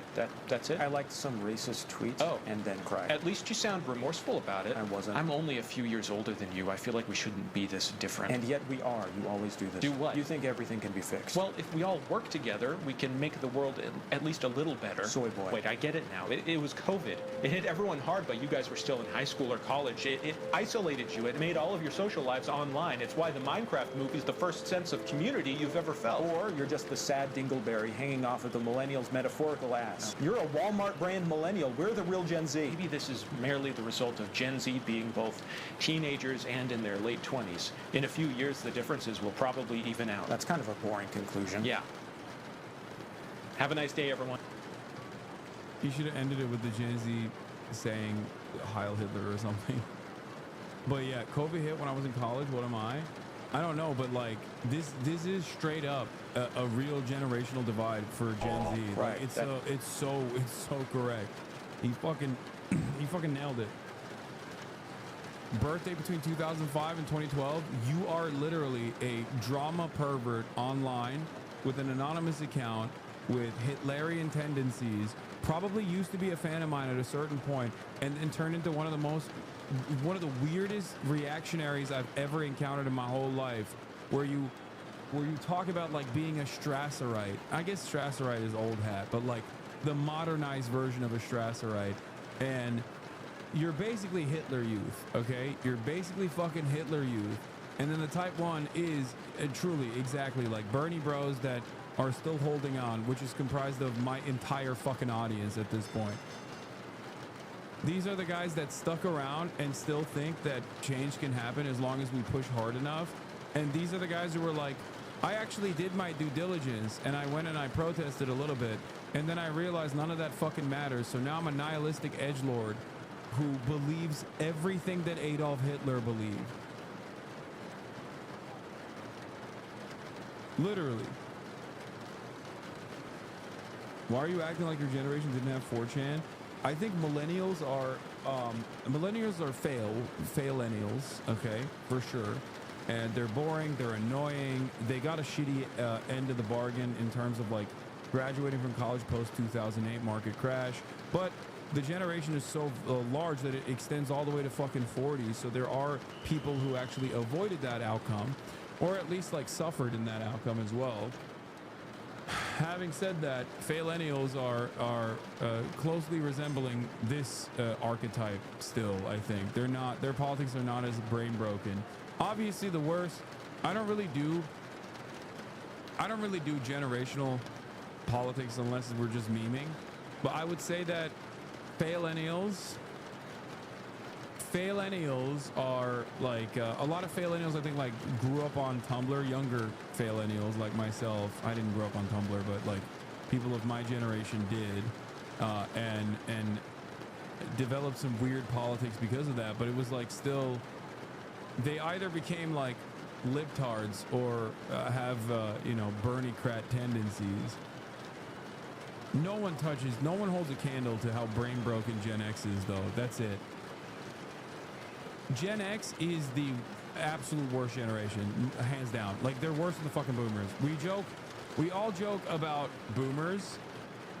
But like when we talk about boomers, we're talking about Gen X, the lead poison generation. They are so awful on every metric. They are so violent. They are so reactionary. They make up the MAGA base. Them and the young Zoomers whose brains were also broken by COVID.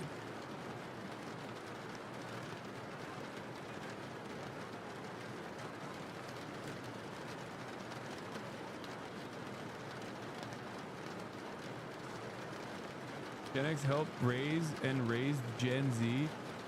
True. Yes, but they also, that goes both ways. Gen X, if you have like awful parents with awful politics, you end up usually having radical politics in the opposite direction, where you become, you know, like a Marxist-Leninist or whatever. Whereas I think the younger Gen Z are brain broken specifically because of COVID and not because their parents' politics were awful.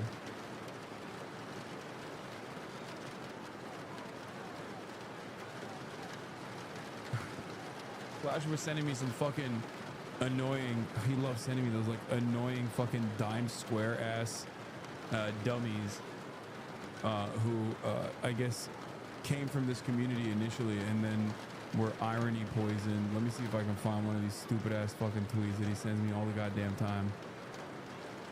Wasn't it Slasher? I think it was. Oh yeah, it is, yeah. Like, it's shit like this.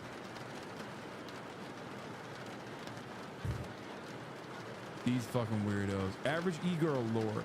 Only reason why I'm in here in this chat is with this account is because one time in the early 2023, I had a crush on Hasan Piker and went down a rabbit hole and made a Twitter account to stalk his profile and came across Red Scare and RFH and that whole sphere and got addicted.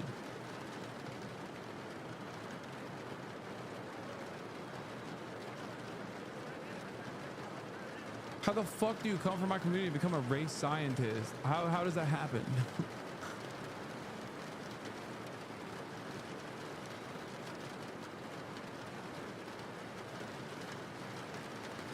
What does this even mean genuinely? These are extremely niche online political subcultures built around podcasts. So many fucking fallen fan to reactionaries out there. I don't even know what RFH is. I guess this is RFH. Hollow Earth Turf. Artemis Cultist, Luge Harvester, Pietard. At eternal war with Rome, infinite love is the only truth. Everything else is illusion.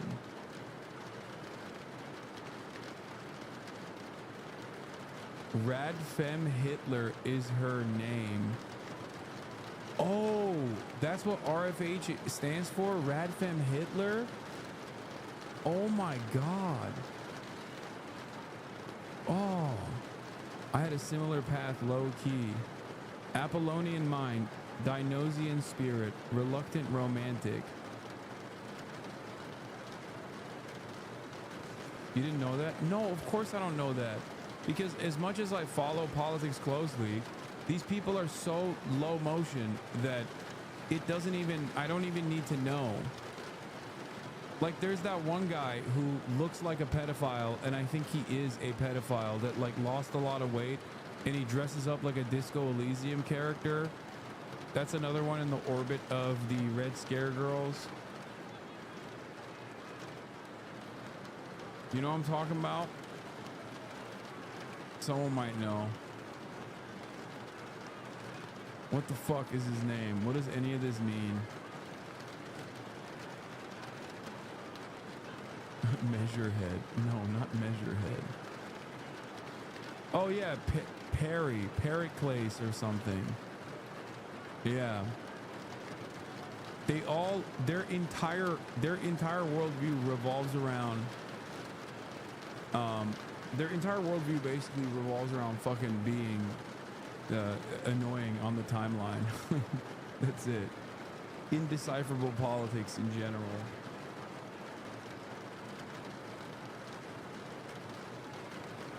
Izzy here, senior year of high school online because of COVID, and one of my classmates was big in TPUSA, and he told us his TPUSA sponsor would throw us at homecoming with the one rule: we don't bring alcohol. The sponsor said it was okay if we show up drunk, and even suggested we leave the bottles in our cars.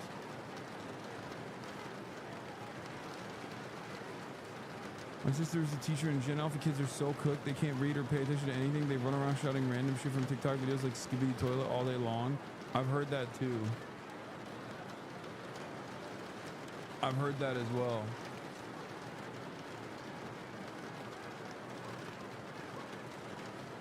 Or react about ancient Greek philosophers being the original podcast bros? No.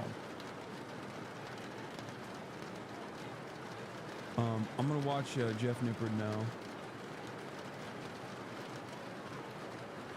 Zoomer Hasanabi head archetype, volume up. Give me the lunch money that your bourgeoisie parents stole from the proletariat class, dude. I You love loser. that. I just had a protest last year. What were you doing? Supporting genocide? It's not too much white guilt. I bet someone didn't do their land acknowledgement today. You're a first-generation immigrant? Fucking poser. Hello! It's been 4 weeks since you last changed your hair, loser. You need me to do it for you? Nice outfit. Doesn't look sustainable. Where'd you get it, Shein? I saw you fat shaming the other day. What's up with that? Don't you know all bodies are beautiful, nerd? I bet you follow sexual and gender norms, don't you, loser?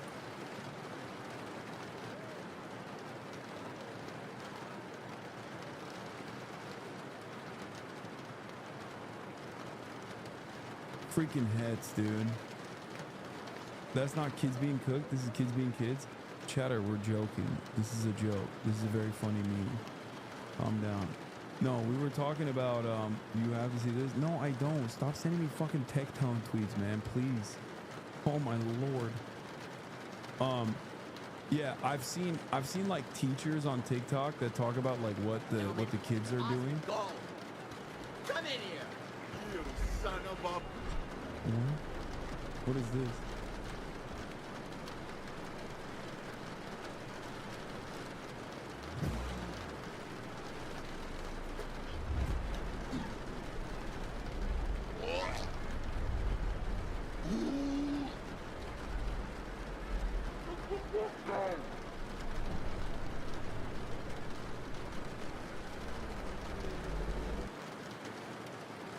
You're stuck in the car with Terry and he's out? Oh, let's go.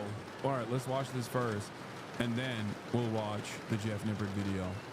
Hassan. Woo! I'm so excited. I feel like we've been trying to make this work for like 2 months. Tradition this season of Stuck in a Car With is I get someone a little something. Oh, I had something for you. What, actually? Well, but it's I didn't bring it, but it's okay. I'll give it to you on the podcast. Okay, yeah, very excited. It's nothing big. But... What? That? Oh my God, this is so cute. Thanks. You actually packaged this?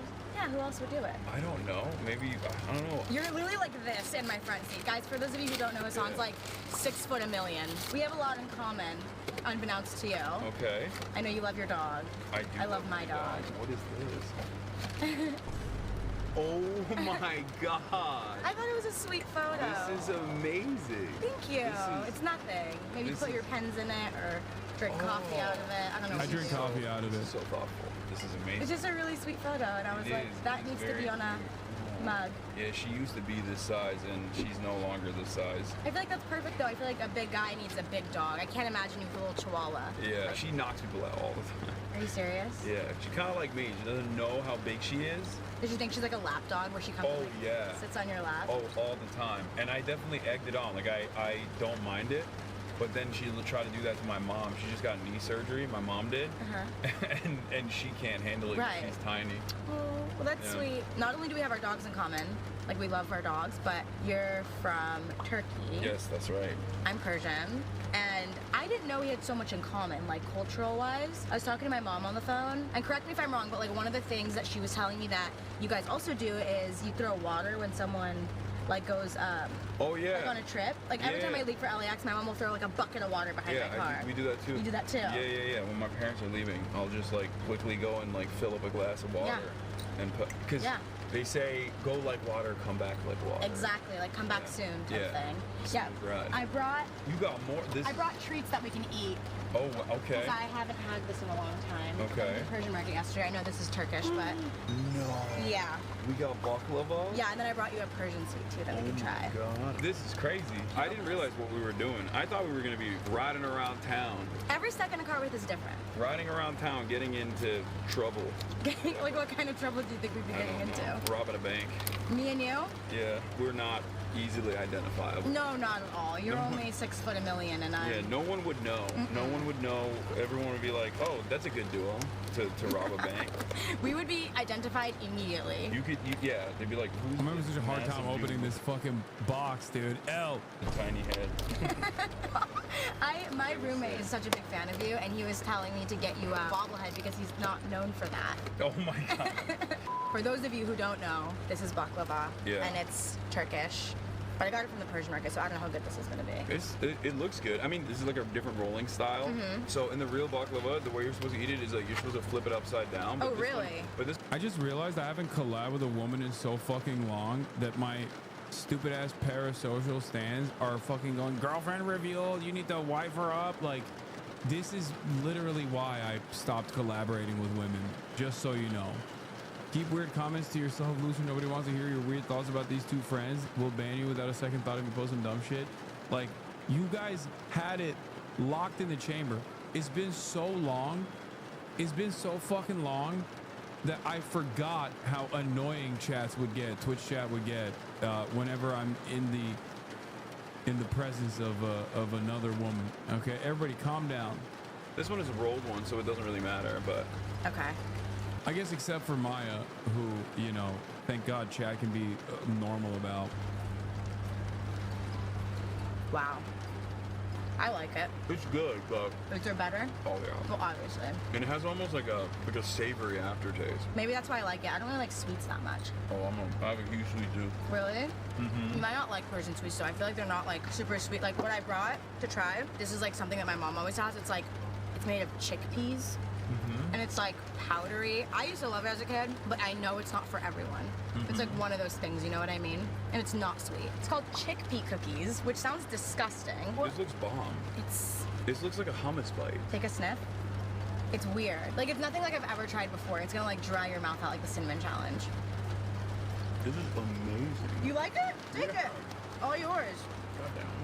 This is better than baklava. Really? Yeah. Well, I mean, it is from the Persian market, so that would make sense. It's like cinnamon, where it's like powder, and then it's like peanut butter, where it like sticks to the roof of your mouth. You grew up in Turkey? Yeah. When did you move to the States? I moved here when I was 18, which is in 2009.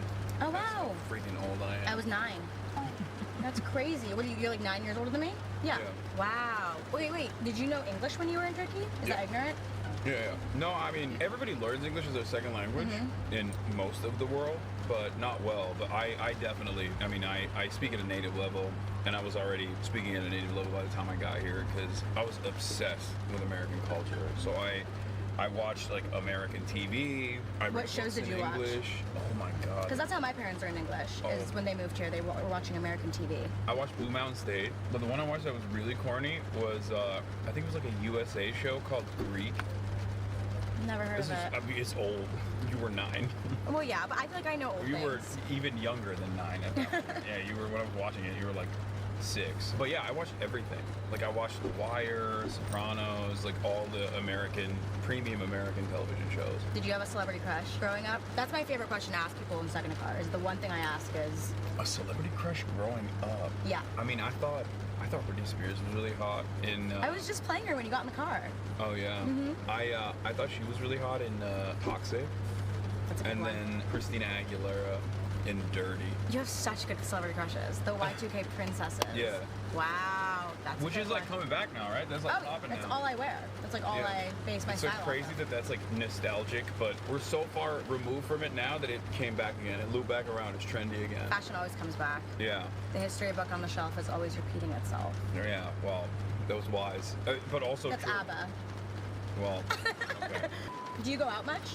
No. Super introverted. No, not at all. Super extroverted, but you like to stay in. I used to go out. What happened to Dua Lipa? She was asking when I was younger, chat.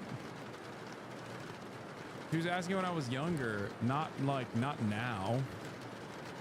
My celebrity crush now would be very different, obviously. All the time. I was super extroverted, and then I started streaming on Twitch. Dude, only this community would look at a interview that I conducted with like a TikToker and YouTuber that is so far removed from the political side of things and instantly go, is she a Shaw loyalist or what? Be real. Like, calm the fuck down, dude. Be normal, okay?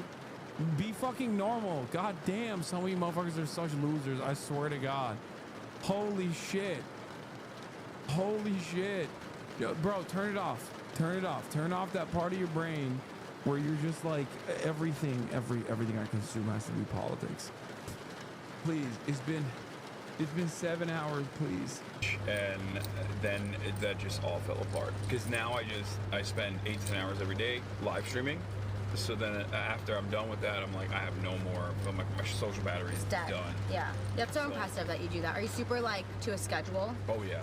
Are you like a super type A person?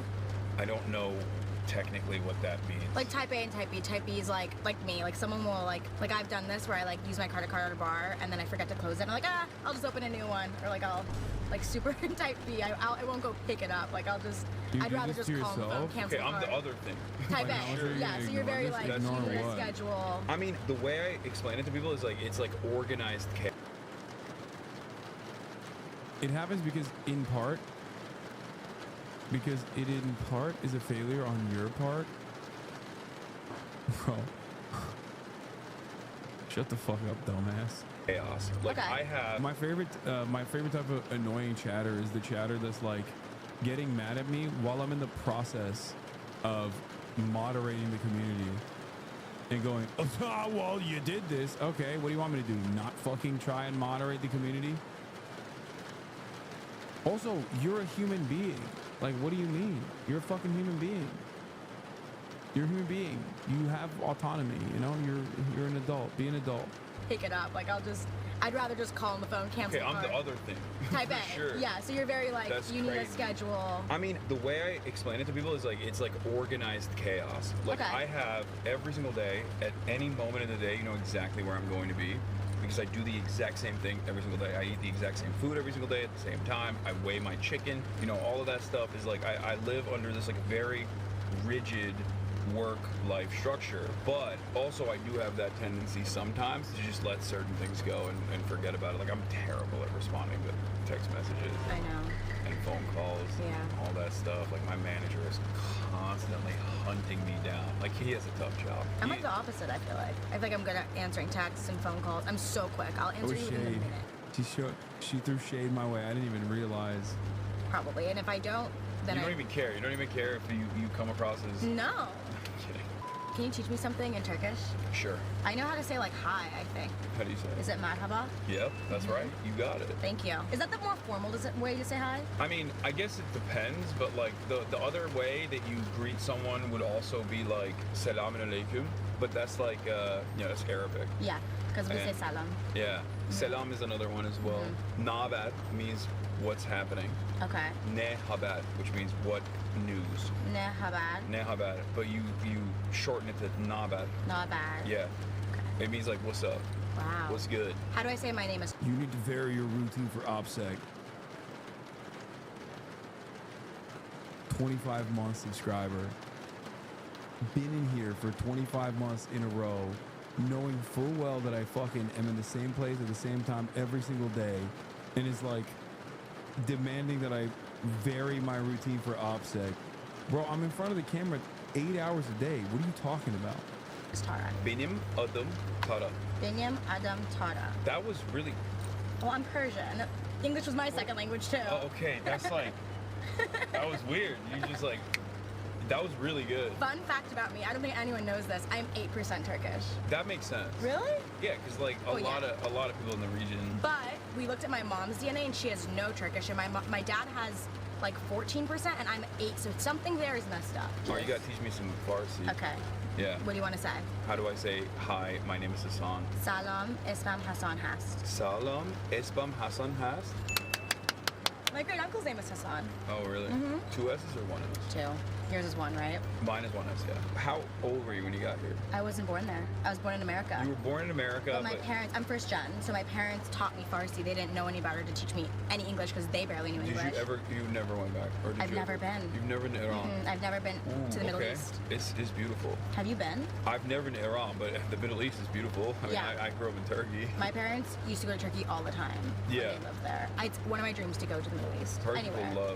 they love Turkey. Yeah. I had, I remember like my mom would make me like little coffees, like the Turkish coffees where you flip it over and then you can like... Fall. Yeah, fall. Yeah. Oh my God. It's like reading the tea leaves. Yeah. It's like, it's almost like reading your future. And That's then like an auntie thing. It's like, that's all the aunts do that. Yeah. My aunts used to do that to me. They serve it with like a cup of water, am I correct? Yeah. Look at me. Yeah, you know your shit. Well, it's because I feel like it's like similar cultures and my mom was so invested in it. Is it true that you used to do paintball all the time? I have paintball, but what? Not all the time. I don't know, I read somewhere that said you were like professional at it. No. And I was like, what? I have paintballed before, but not like... Does it hurt? Yeah. I've always wanted to do it. Yeah, But I mean, you get like welts if you don't have... So why do you guys choose to do that? I think it's because like it's simulated combat. It's an adrenaline rush. Yeah. Because you don't want to get shot at all. No. So... Do you like adrenaline rushes? Like, would you ever go skydiving? No. No. Never. Really? No way. No shot. I'm not like a What big... would it take for you to go skydiving? Nothing. Really? Full Medicare for all. Okay. I would do it. If someone was promised that, Yeah. you would do it? Yeah, if America got healthcare for everybody, I'd be like, all right, I'm doing it. That's a great incentive. Yeah. You heard it here first. Yeah. Well, if the day ever comes, which it probably won't, unfortunately. Lol, pussy. Well, dude, I don't understand it, man. I don't understand it. I think it's white people activities. White people love creating intense situations for themselves. You know what I mean? Like, it's fine, man. Life is intense as it is. You know, I'm choosing to avoid that kind of stuff. Okay. No, this is white. Okay, this is the different layer of whiteness. People that are adrenaline junkies, for me, I feel like you're a whole different kind of white. Like, I'm white, but I'm not white. You know what I mean?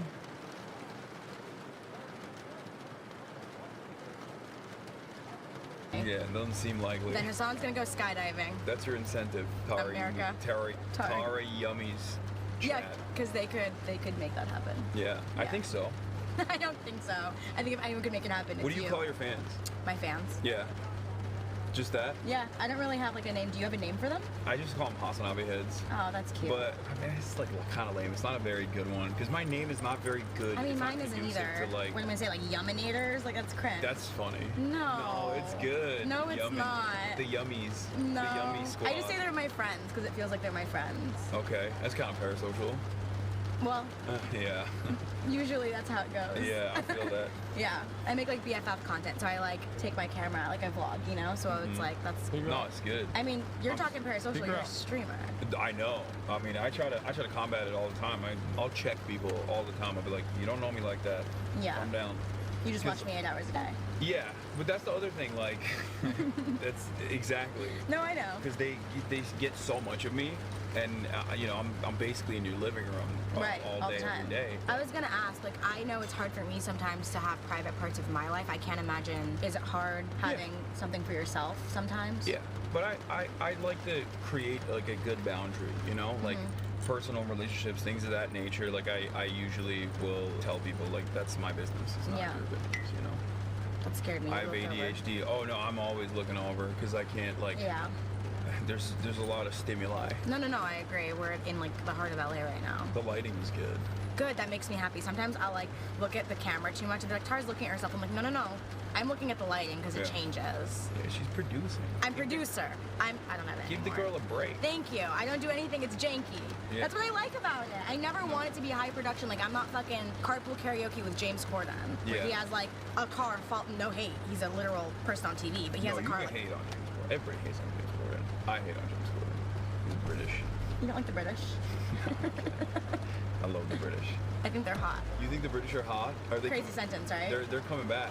What do you that mean? means they must be coming back. The Harry Potter era, everybody was like, oh my god, I want to be British. When I was growing up, like all the millennials, they thought like British people were so hot. And Well, so I think they're hot because of One Direction.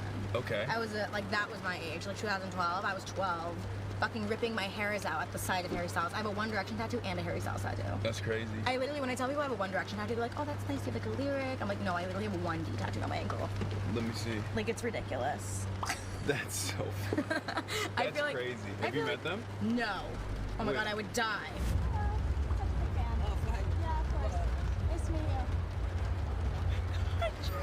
I was gonna say, would anyone make you starstruck? For me, Harry Styles would make There me was starstruck. one person that did make me starstruck. I was running production for like a live streamed event many years ago, before like live streaming even became like a huge thing, and they hired me to basically film it. It was the Peabody Awards for journalism. I was walking behind the stage after I was done filming, and I saw Jon Stewart pass by me, and I was a huge fan of Jon Stewart, and I still like. Amy Goodman got me starstruck too. I forgot about that though.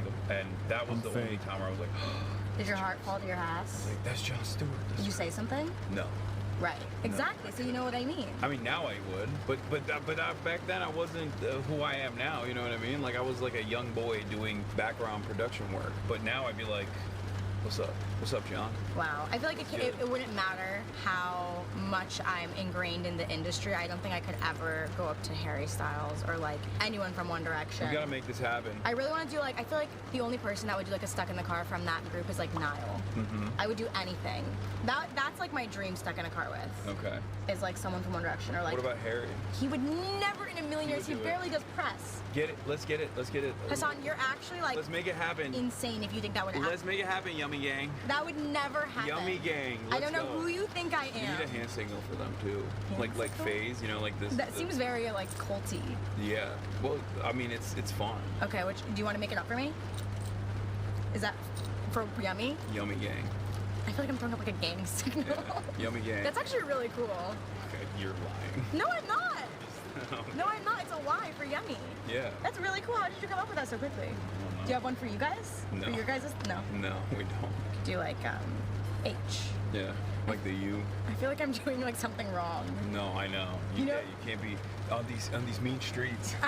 The mean streets of Yeah, mean streets of Fairfax, Melrose. Melrose. I'm scared. Now I'm scared. Yeah, no, we're gonna get got. The palm trees and the. This is not how I envision myself going out. In you a know pink- what I mean? in a pink car? In a pink car. That's how I envision myself going out. You might be thinking, why is this video ending so abruptly, Tara? Why are you in the car stuck alone? Well, I'm a piece of shit YouTuber, and we filmed this about a month and a half ago, and I never lose footage. For some reason, I think something happened with my SD card. It got corrupted. We had like 30 more minutes of footage for you guys. This was a super long Stuck in a Car with, only for the YouTube gods to say, Tara, you're not gonna get the rest Yeah, we filmed like so much. We filmed a lot more. And I guess you'll never know. Lost Hasanabi footage. this video. Hassan, I'm so sorry, and he was thoughtful enough to make an outro for me. So as per usual, guys, comment down below what you guys want to see next. It's time to skedaddle. That's the best I could do for an outro. I'm sorry. Hope you guys enjoyed this. I'm so red in this because I had just worked out. Look at this. And I literally was like, do you want me to put a shirt on? Because like I sent this and I was like, I probably should do this with the, like I sent it to be like, is this the appropriate speed? About a month and a half ago, and I 30 more minutes of footage. Tara, you're not gonna get the rest of this video. Hassan, I'm so sorry, and he was thoughtful enough to make an outro for me. So as per usual, guys, comment down below what you guys want to see next. It's time to skedaddle. Was it after a shower? No. You can tell how red I am because it was after I played basketball. And I texted her after. I was like, okay, so is this the speed that you want me to say it in? And she's like, no, this is good. And I was like, all right, if it's funny. Were you providing material support for the Houthis and the lost footage? Yes, that's what I was doing. Skedaddle. That's the best I could do for an outro. I'm sorry. Hope you guys enjoyed this video. Bye, guys. The lost footage is Hasan saying he will love me back. Yep.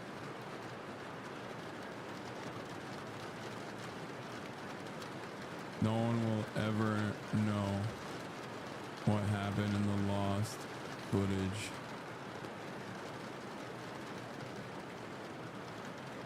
The hair. Yeah, the hair was crazy. Oh my god, I'm freaking out. Never thought that this collab would be today. Gasped embarrassingly loud when I saw the notif.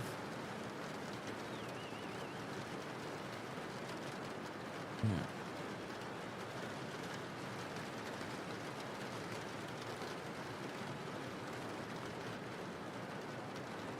Some of the lost footage was found, by the way.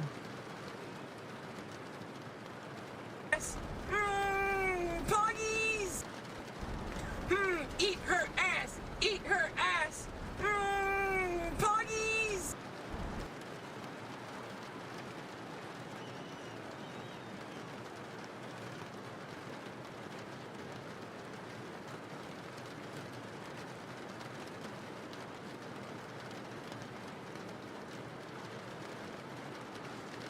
It's so funny how different LSF used to be back then.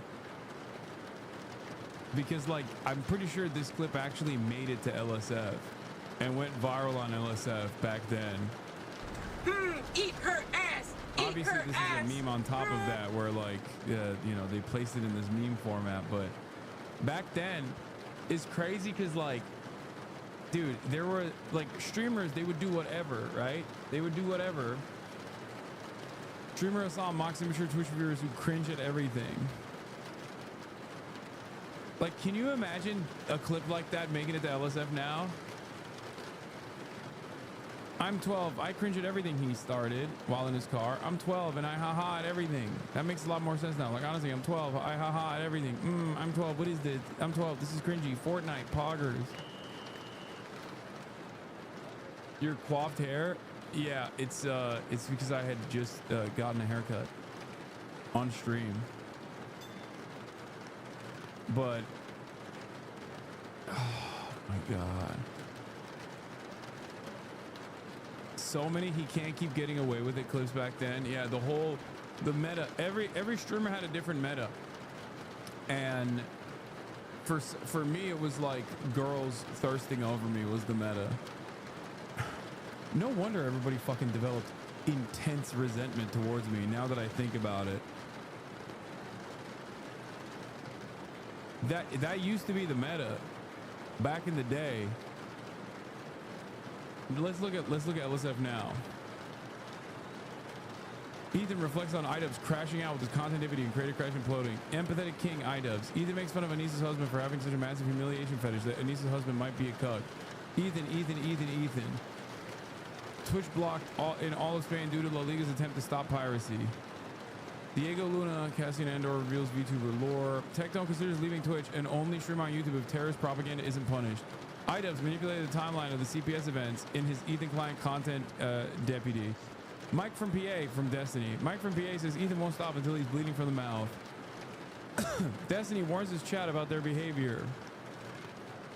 iDubbbz steps away from Creator Clash. iDubbbz pretends people calling CPS on H3H3. What has happened? What has happened? There used to, if you went back in time, like to 2019 to 2020, there was always some shit happening on the platform as a whole, right? That they would post about. Like, people would organically go there. Fans would organically go there and post their funny clips from their favorite content creators. And now it's just like Destiny's own cumsock.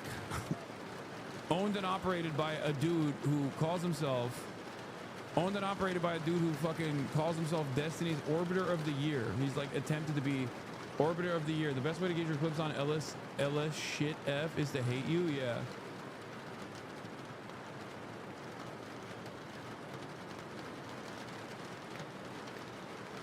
Rogue Mod took over the entire moderation team and just turned it around into this like annoying fucking thing that basically has become a completely isolated echo chamber that no one really entertains any longer. It's just a way to try and brigade and get to our all. Reddit is used almost entirely by the unemployed now, I have to imagine. Yeah, look at this, look at this, look at this. Back in the day, Hasan can't keep getting away with it. So Chatters, remember when he says he'll fuck your mom, he's only a plane ticket away. And you know he's flying first class. He gave me the champagne socials hand gesture as I walked past him on my way to the couch. To be fair to Stature, it is not that unreasonable to fly first class. These are positive. Can you imagine? These are positive comments on LSF. Hasan can't keep getting away with it. With fucking... What is this clip? Clip is no longer available.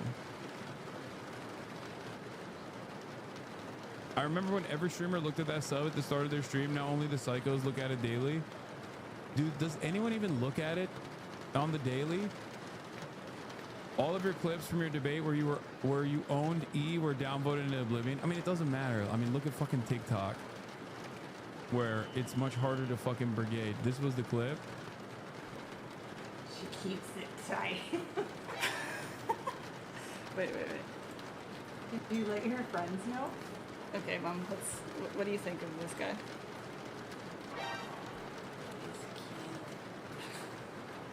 You're not supposed to say that. Oh. Oh my god, he keeps it tight.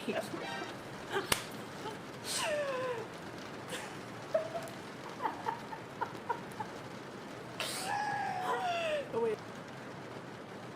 This is why I have so much. I think this is what developed so much resentment from a lot of fucking Redditors. I mean, my expectation isn't shit like this anyway. Like, I don't expect people to be like, oh, Hasan is so hot or anything like that. But it was like a normal fucking subreddit for Twitch streamers. Because at the time, if you go back to this era, at the time, like, other streamers would post stuff that they were doing, and then it became like this toxic, filthy, drama-infested place.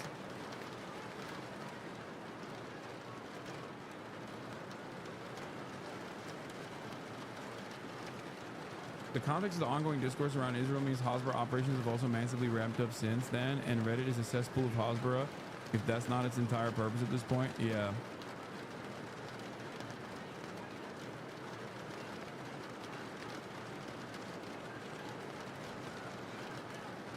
We need another Where Are They Now segment for chatters again for all live stream shit sub comments positive review.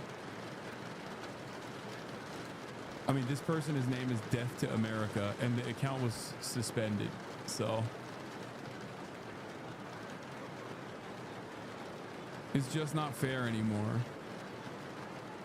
Man, it's been so long. I really need to get laid. Hasan experience for the third time in a month as he flees from a storm of torrential flooding caused by all the women even more down bad than he is. Haas mods.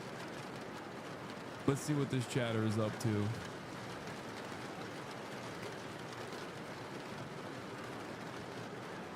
Oh, he stopped posting. I guess. No, 2 months ago. Crusader Kings. Today I learned. We're doing a Where Are They At Now? Old Redditors versus Where Are They At Now?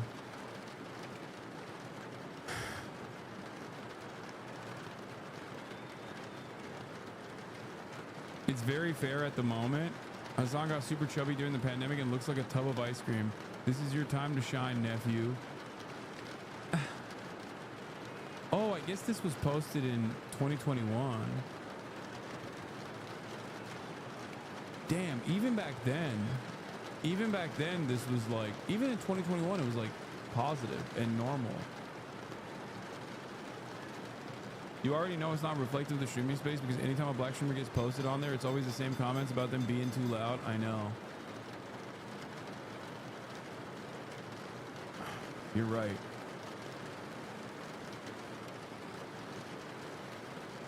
Everyone is freaking out over... most of your diehard fans have either fled Reddit entirely a long-ass time ago or exclusively the deprogram and true and all subs. What the fuck happened, dude?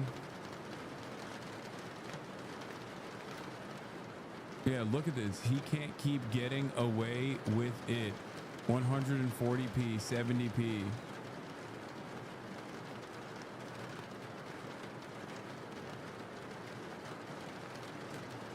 Which year was Hasanabi negativity year? 2021. The brigading literally started hitting hard when he did the first fundraiser for aid to Gaza. They downvoted like psychopathic monsters. No, it started in 2021 when the House controversy, Twitch leaks of people's like overall revenue generated from Twitch, House controversy, and then Porsche controversy, Gucci shirt controversy. Half of them were fucking literally Austinox that cooked my ass.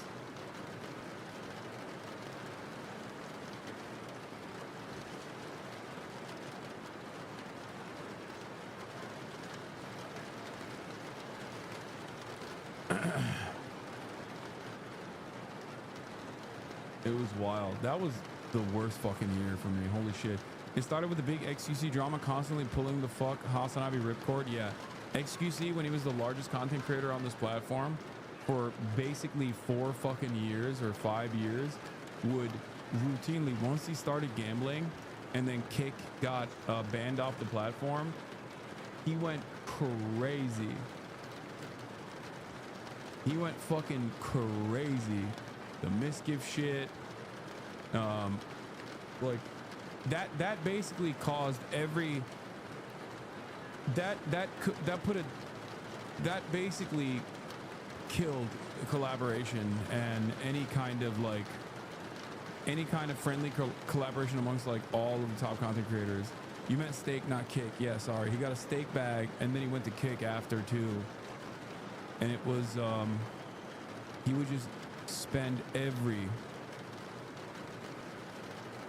waking moment shitting on me, literally non-fucking stop.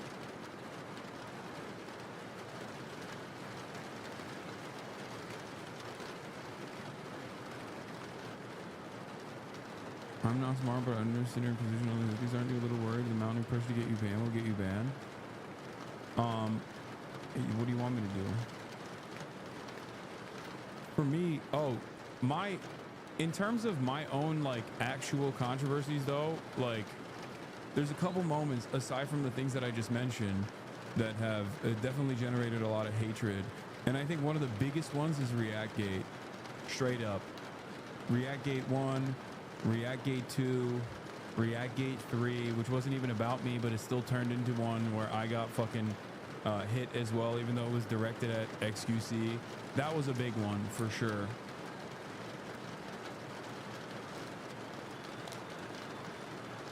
Housegate was really bad too.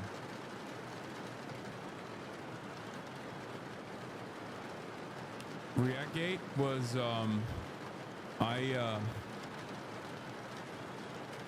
one day I'll tell you guys the truth about what was happening as to why sometimes I would be away from the camera an extended periods of time, but usually I was cooking and I had a setup where I would literally continue watching the video and I would rush back to pause it. It was so stupid. I should have never done that, which is why I stopped.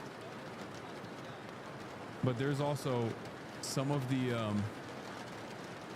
around the Housegate controversy. There was a bunch of other, like leading up to the Housegate controversy with the leak of Twitch chatters. There was a bunch of stuff happening behind the scenes as well.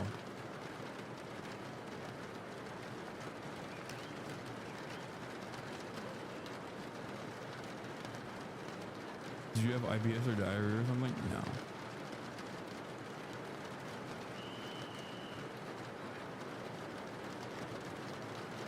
You should make an off-stream YouTube video about your stalkers, man. I've seen this shit all go down over the years. No.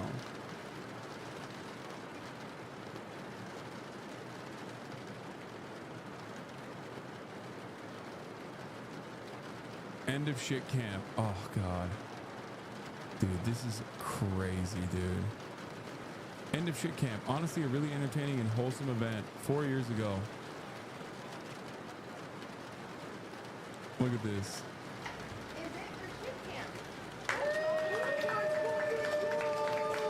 That's it. I hope you guys have had a fun week. I mean, I guess it's not. There's some people that'll never be in this room together ever again.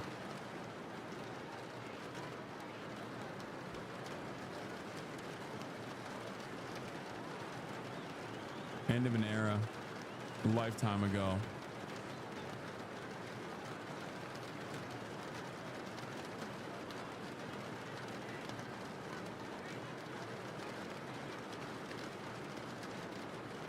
A month later, the whole gambling drama happened, I think, which really set it off. Yeah.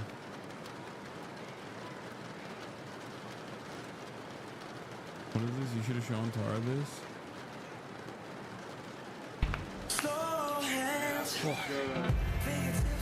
What is this? Neil Horan, ex-Hasan? Okay.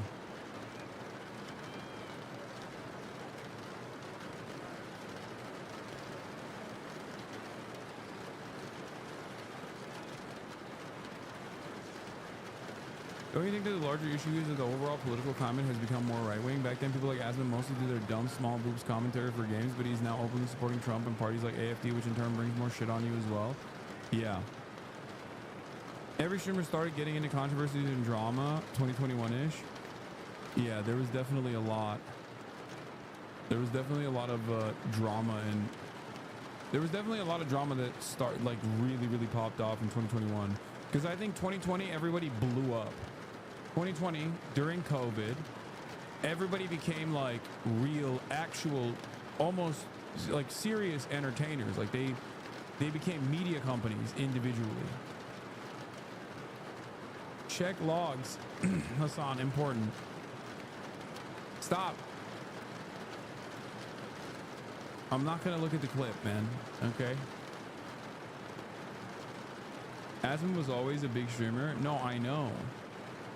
I'm saying that big streamers became even bigger streamers.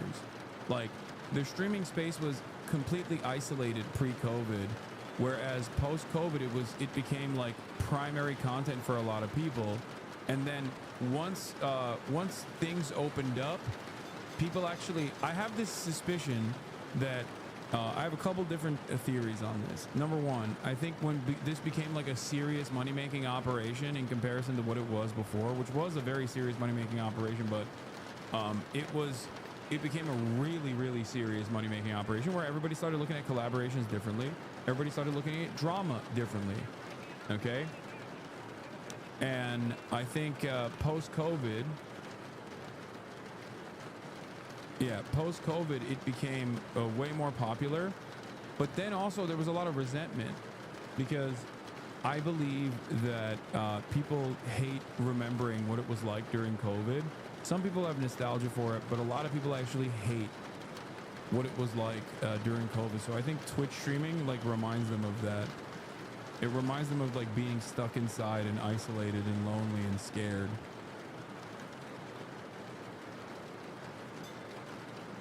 So for a lot of people, I think that also comes with the accessibility of Twitch streamers as opposed to other celebrities that are infinitely more popular, made it so that people could be spiteful and resentful towards these celebrities that they've developed parasocial relationships with. The unhealthy parasocial relationships turn into unhealthy obsessions and sometimes even stalker-like tendencies. And I think that in and of itself kind of bricked the platform. All of those things combined completely brick the platform and ruin collaboration in general. Now you still have collaborations that take place all the time, but there isn't like the same meta as there used to be. There was always like a meta on the platform that everybody followed. And there were also like all the top content creators were friends with one another and would like actually actively hang out with one another. That also went away completely. There was a lot of animosity among streamers that turned into like real resentment, real cliques, real fighting. And people became obsessed with drama too. Post-COVID, drama was used as a way to try and keep numbers up, which destroyed the long-term viability of the ecosystem. Yeah. And then gambling, crypto, NFT, that also, again, money factor. Absolutely fucking changed the dynamic as well. You're one of the most collaborating streamers that is not in a set streamer collab. Yeah.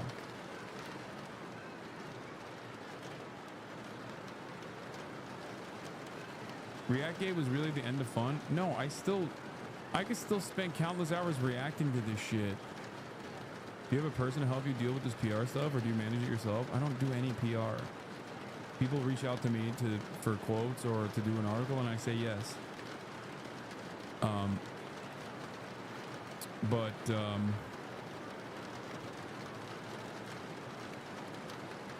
But yeah, I think the platform before 2020 was like much more fun, I will admit. And then the 2020 to like 2022 era was like explosive for growth and popularity, but things truly fell apart with all the fucking crazy drama. XTC literally drama farmed his own divorce and had 180k people watching it and was over after that. He always farmed drama for the clicks after that. No, he was doing it before then too.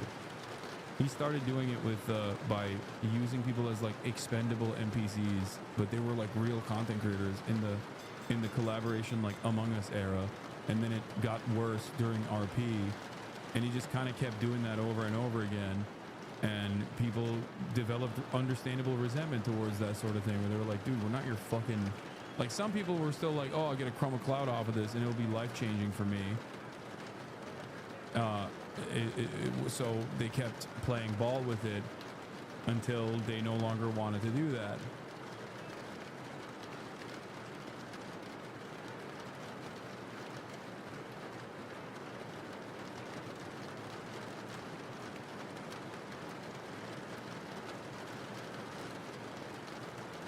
But as far as like reacts goes, I just don't find it fun.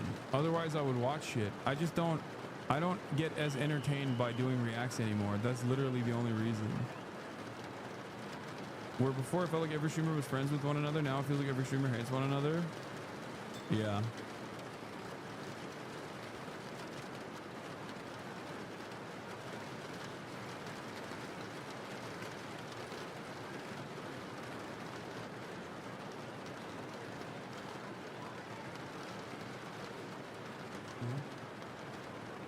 That being said, what's your genuine perspective on the longevity of Twitch or streaming in general? Would be generational in terms of cohorts of streamers coming to similar issues, etc.? I don't know.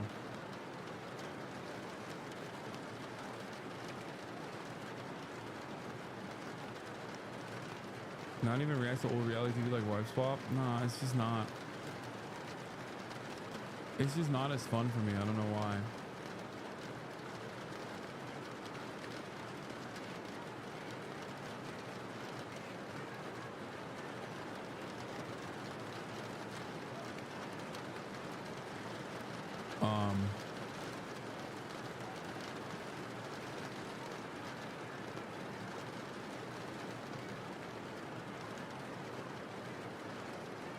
What else?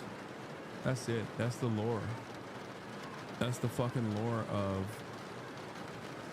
what happened with Twitch. And here we are now. And there are still people who are, you know, breaking new ground, breaking boundaries, like Kai, the new phase, and they're doing a lot of that, and it's fantastic.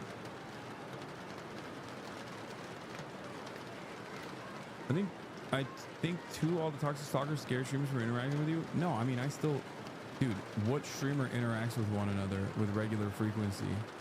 It's not just me. If that was the case, first of all, that is the goal of those toxic stalkers. It doesn't work. Streamers don't give a shit about that. They have their own version of that regardless. I still do content with other streamers. That's not a problem. It's just that most streamers also rarely ever interact with one another in the same way that they used to. That's it.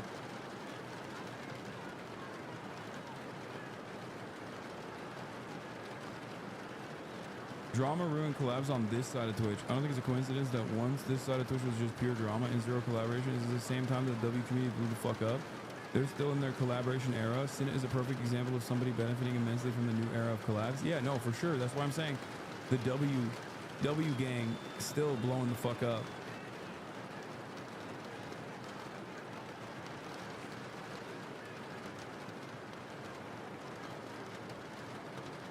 It's over for you, Unc. You're old news. That's true. I'm done.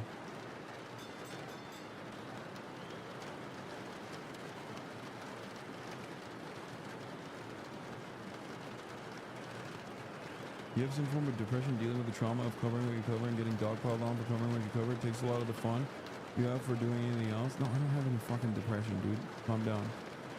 I'm very happy with my situation. Have you ever asked B for a collab? No.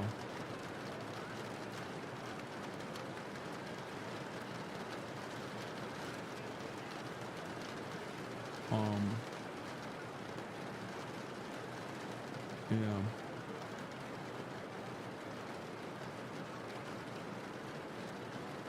Remember there was a dude on Reddit who used to do the Twitch Atlas that showed the web of Twitch communities and how they connect. Unfortunately, they stopped making them. Would have been interesting to see how that map has changed over time. I think that they did that over Reddit though, no?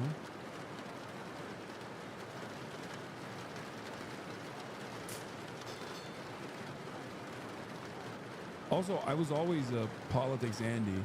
And as a politics Andy, I was always in a unique space on my own, pretty much. Especially in comparison to other top content creators on this platform who usually shy away from those sorts of things. So, you know.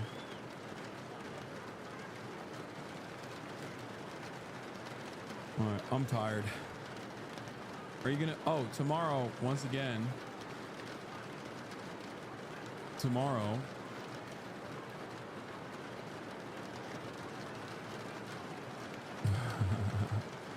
look at this. These guys go everywhere. Why does Speed follow Hasan? That guy literally supports terrorist groups such as Hezbollah, responsible to deaths of thousands of Syrians, civilian Houthi pirates, etc.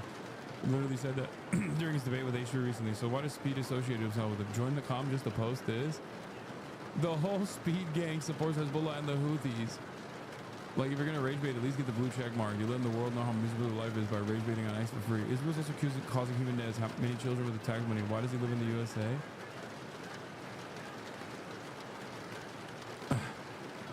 Like, he tried to free Palestine, you Nazi. Oh my God, they ate his ass alive. Okay, the kids are good. The kids are good. He's just like responding to every single person. Responding to every single person that is like shitting on him. Someone said IDF soldier on duty? Question mark.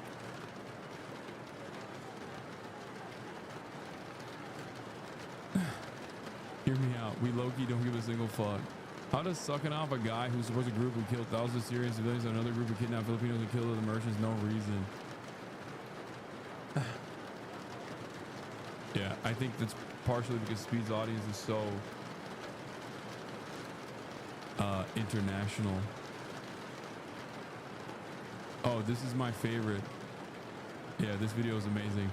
Well, the only way to start his army, send them and the military police, fresh should do the same. Such a gracious sheet. Oh, where it was such a beautiful country, I snapped a rough sleeper, blocking the delivery of boots chemists on Friday. What the fuck? Not on hashtag clean the fucking streets. I cannot believe they caught this poster. Good day, lads. Fuck it, hell. Time to grab a pint. Proper Brexit geezer. Fucking clean the streets. You already know it.